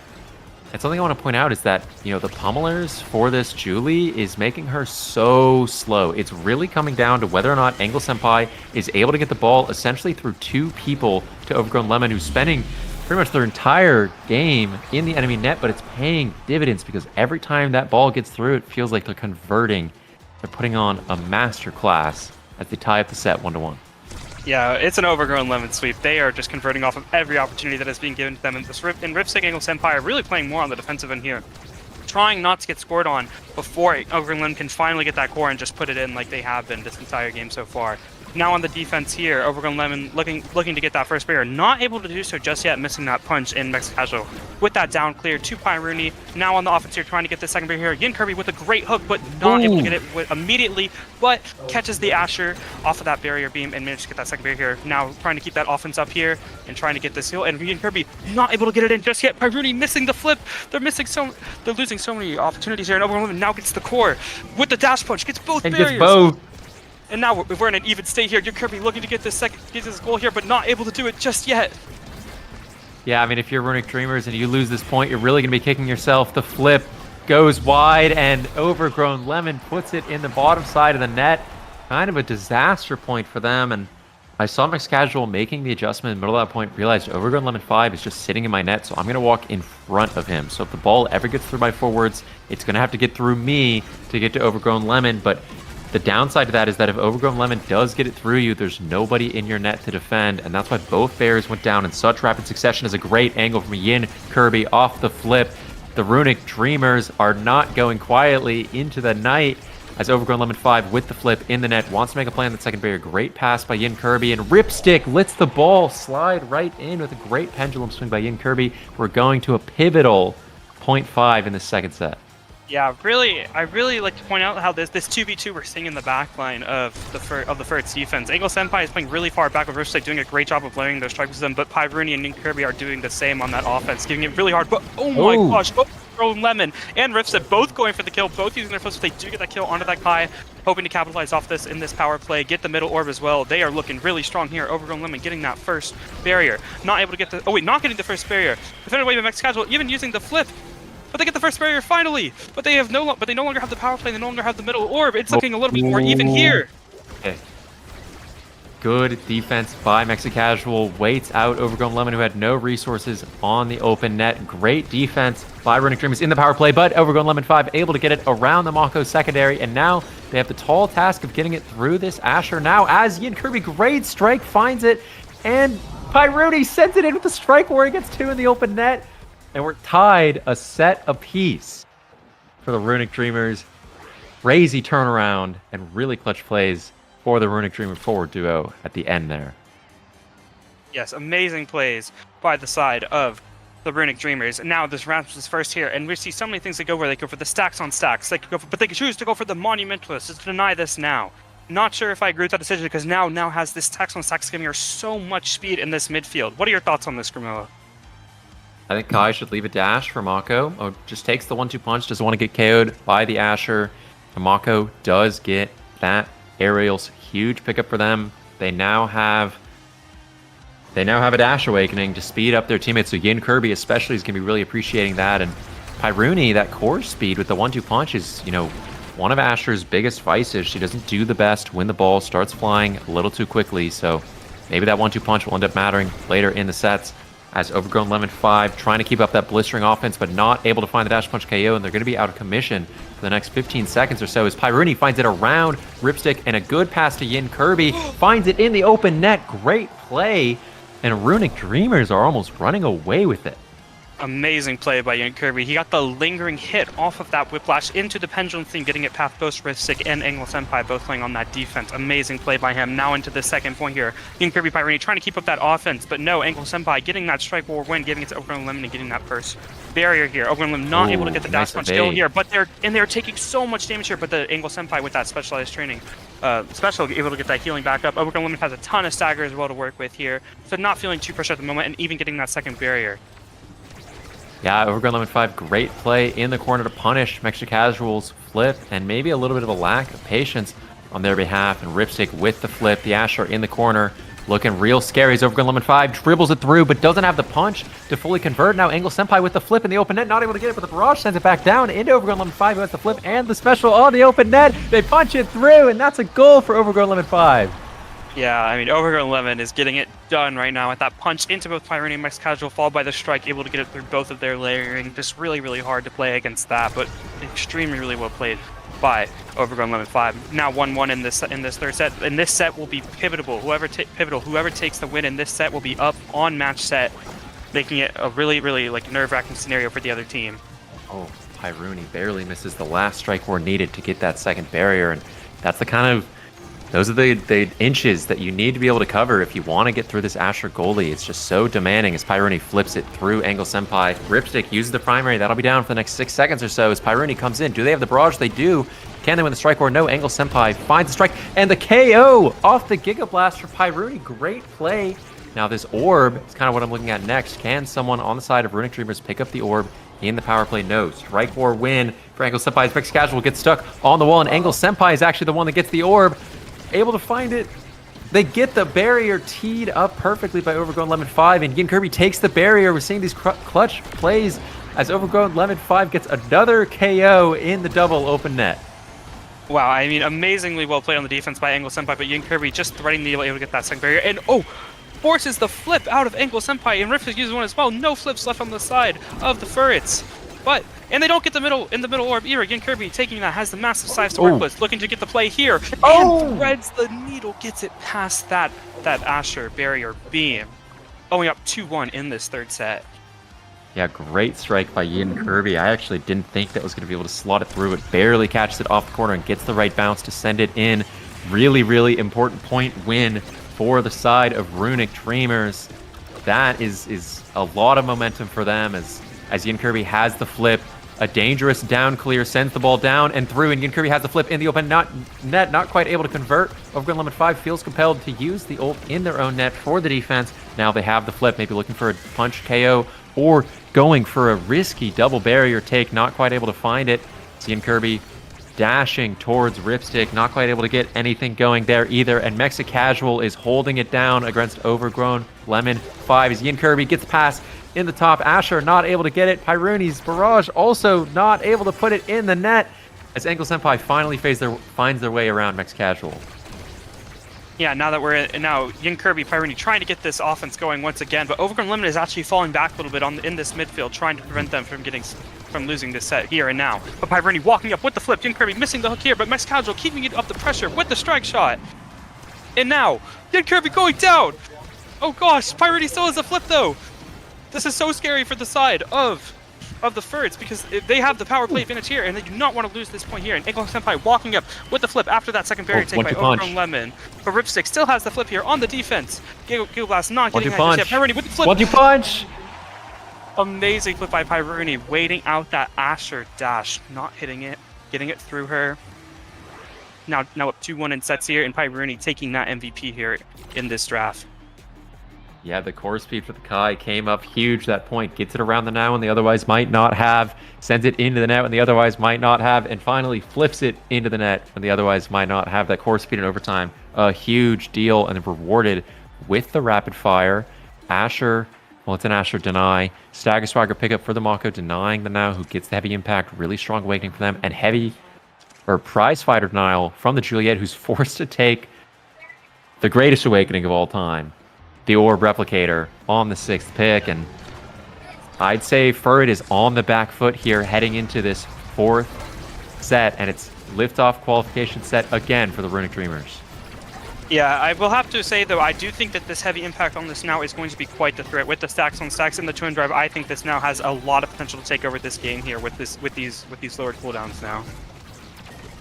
Yeah, I agree. She's going to have so many secondaries. She's going to have so much presence in the midfield. That denial on the Monumentalist by Yin and Kirby earlier looking better and better by the second with what this now build has become. But Ripstick accidentally dribbles into their own net, onto their own barrier, and Yin Kirby with the speed from the Mako just covers every option and is able to find it into the top corner. We're now 2 points away from a Runic Dreamers liftoff qualification. Yeah, great offense set up by Pyruni and Kirby there, passing between one another, getting it through the Ripstick on that Brown's house. Taking advantage of the fact that Asher doesn't really have the greatest mobility, able to deal with that. And now they're setting up this office once again, but Overgrown Lemon going for the dash once, not able to get it. Angle Senpai, no flip now as well, but Pyruni taking their own barrier with the Atlas middle. Now Max Casual with the flip here. On defense, not losing his second barrier just yet. Ripstick getting it through. Overgrown Lemon getting the dash done to get that second barrier. But Young Kirby now with the core once again. The Now Mine getting it through. Oh gosh, Max Casual, no flip anymore. Overgrown Lemon, open that, no! Getting it right past Max Casual, not fast enough, no abilities, able to catch that core as it slowly rolls into the top side. Great shot from Angle Senpai. Yeah, I mean, crazy point there. A lot of aggressive strike wars from the side of Furret, and they're rewarded, for them greatly as Overgrown Lemon 5 opts to flip for the middle orb. Really going to want to convert, which they do. And now things looking really scary. Open net once again for the side of Runic Dreamers as the hook finds it around Ripstick. Primary, not quite able to catch it through. As Overgrown Lemon 5 catches off Pyruni on the other side, and Yin Kirby stuffed out by the barrier beam. And Max Casual, yeah, not so many abilities up. Hard to defend against the punch from the Juliet. And Furret is not going down without a fight. Yeah, this now is really doing a great job of keeping that core forward. Overgrown Lemon making a great opportunity there to get that kill offside, getting that power play, and instantly capitalizing it. We're going to need to see more plays from those out of Furret in order for them to get into this set 5. Angle Senpai, though, staggered here, trying to get that orb. Still not unstaggered just yet. Overgrown Lemon coming back on the defense to help Yin Kirby, almost getting that second barrier, but Pyruni!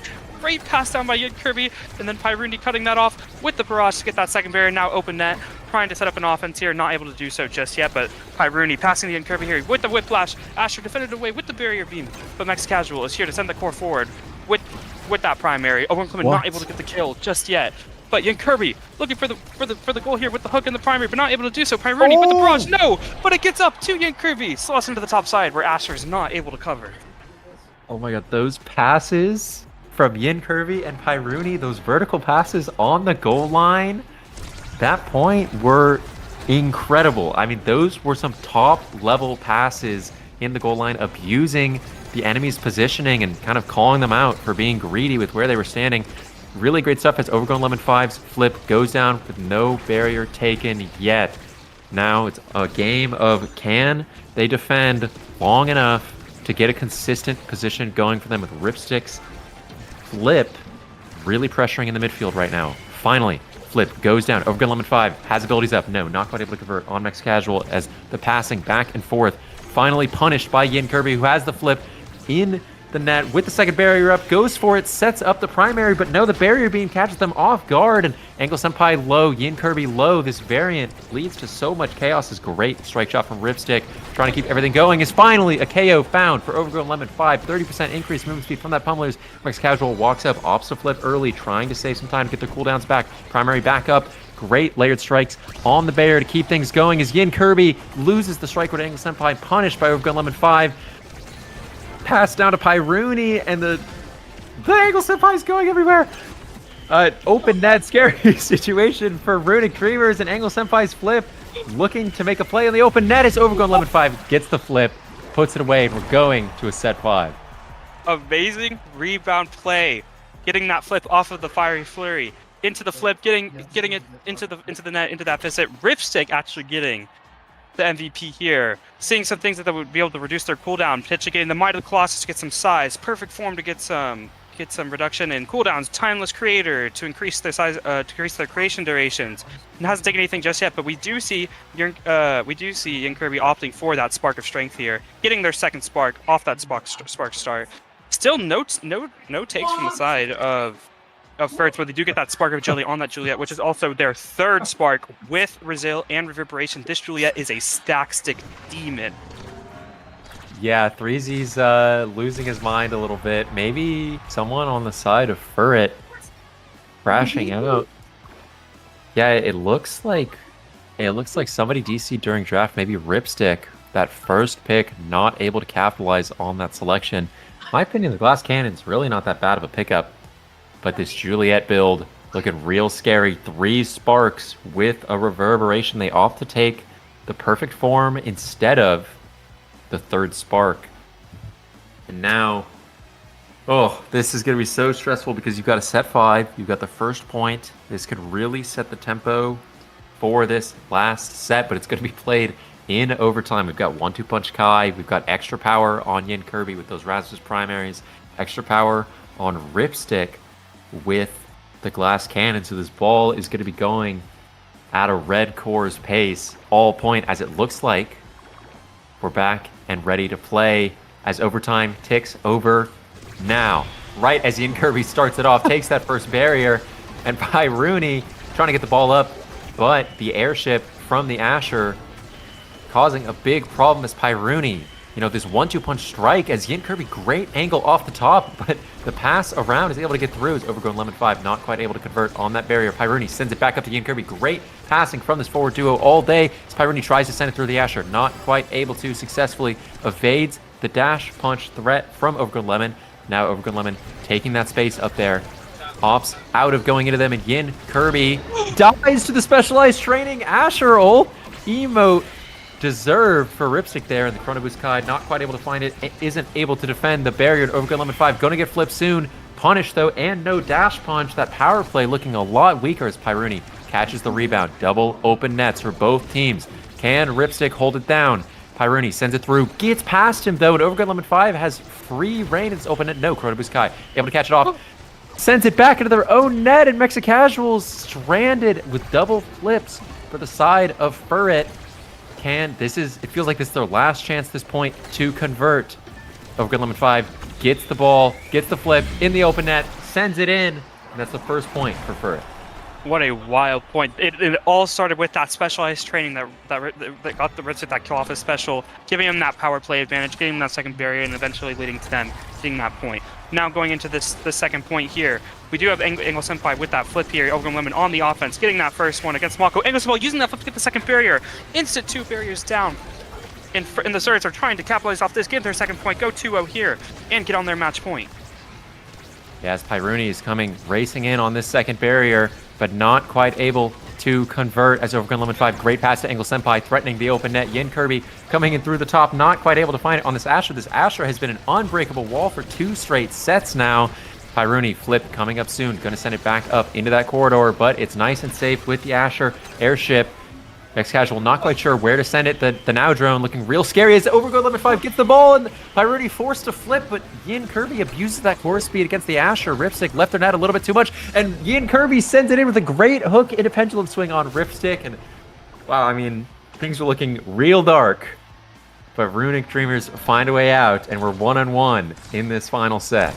Runic Dreamers are constantly capitalizing off their offensive opportunities. Pyruni and Yin Kirby have these passing plays down. When we saw that just then with Pyruni passing Yin Kirby and instantly getting that play. Only one. Going for the flip for the barrier. 2. Only getting 1, but the bounce off the middle gets the second barrier. We have both barriers down for the side of Runic Dreamers. It is looking a bit scary here. However, no one has a flip here. Overgrown going for the dash punch kill. Not able to get it. Pyruni still alive here. Going for the hook on Yin Kirby. Able to get that second barrier. Now all barriers are down. Ripstick with the flip. Missing it. Not able to defend. Missing the strike. And Yin Kirby barely hitting that and putting it into the top after the missed strike by Ripstick. Up 2-1. Match point. Cleared for liftoff if they get this next point. Yeah, every single point I'm looking at Runic Dreamers and I'm like, wow, they are digging themselves quite a hole. I don't know how they get out of this, but this point is looking great for them as they get a power play, and the reverse power play does not come out from Overgrown Lemon 5's dash punch. Next Casual wins the critical strike, where Pyruni wins one of his own, but the barrier falls in the power play. Overgrown Lemon has so much presence in this midfield. Next Casual sends it back to Overgrown Lemon 5 and loses the barrier. It's looking bad for Verdict Dreamers, but Yin Kirby traps the ball in the corner, has the flip. As the ball gets back to Overgrown Lemon 5, the barrage keeps the ball out of their hand as Yin Kirby forced to flip. Steal goes down to Overgrown Lemon 5, who barely misses the angle, but isn't quite able to convert as the stun on Pyruni allows Overgrown Lemon 5 to send this to a set 5.5 on Glare Testaver again. Set 5.5 on this Obscura variant. One of the most versatile ones. It will see a lot of chaos happening on this point here. Already getting that first barrier for the side of Furrets. However, and Pyroni taking a bunch of damage. Rusik looking to do some damage here with his abilities, but Yin Kirby slides it past him, gets that first barrier, looking to establish that offense here between Pyroni and Kirby. Still have that core, looking to get that second barrier, but not able to do so just yet. Now, Overgrown looking for the dash punch, but great flip by Mex Casual to stuff that out. Yin Kirby getting the core forward with the pendulum swing. Pyroni, not on the same page there, but they're looking for the offense here against it. But now, great Dorito to keep that away. Now, on the side, Overgrown Lemon not able to get the second barrier just yet. Now, we see a constant switching of offensive. Overgrown Lemon not able to get the second barrier. Now a kill onto Eagle Senpai, but Pyruni is staggered. Not just yet. Yin Kirby not able to get the second barrier either. But gets it with the pendulum. See both barriers down. Pyruni look barely alive, but still looking for it. With the barrage, not able to get it yet. Yin Kirby can't get the strike. Next to Casual. Oh my god, Overgrown Lemon gets the kill with the dash. And what a turn of events. The Furrets bring it back on from the verge of defeat and steal victory in this set 5.5, and they are cleared for liftoff. Wow, an immaculate run for Furret Seed 19. No one expected them to make it here, and yet here they are. They are cleared for liftoff. You'll be seeing them in at least Nast T next season. Huge win for them, and Verdict Dreamers, we will be seeing them back next week. Absolutely, they'll be making that liftoff push for themselves. So Overgrown Lemon 5 just puts on an amazing performance, 8 KOs, 11 goals, and it felt like they just got every barrier they wanted. Huge win for them. Congratulations. And wow, I mean, what a series of games we got today. Yeah, and that is the last of our matches today, and we will see you back next week for our third Launchpad, where we will find out the rest of the teams that will be qualifying for liftoff. We'll see you next week.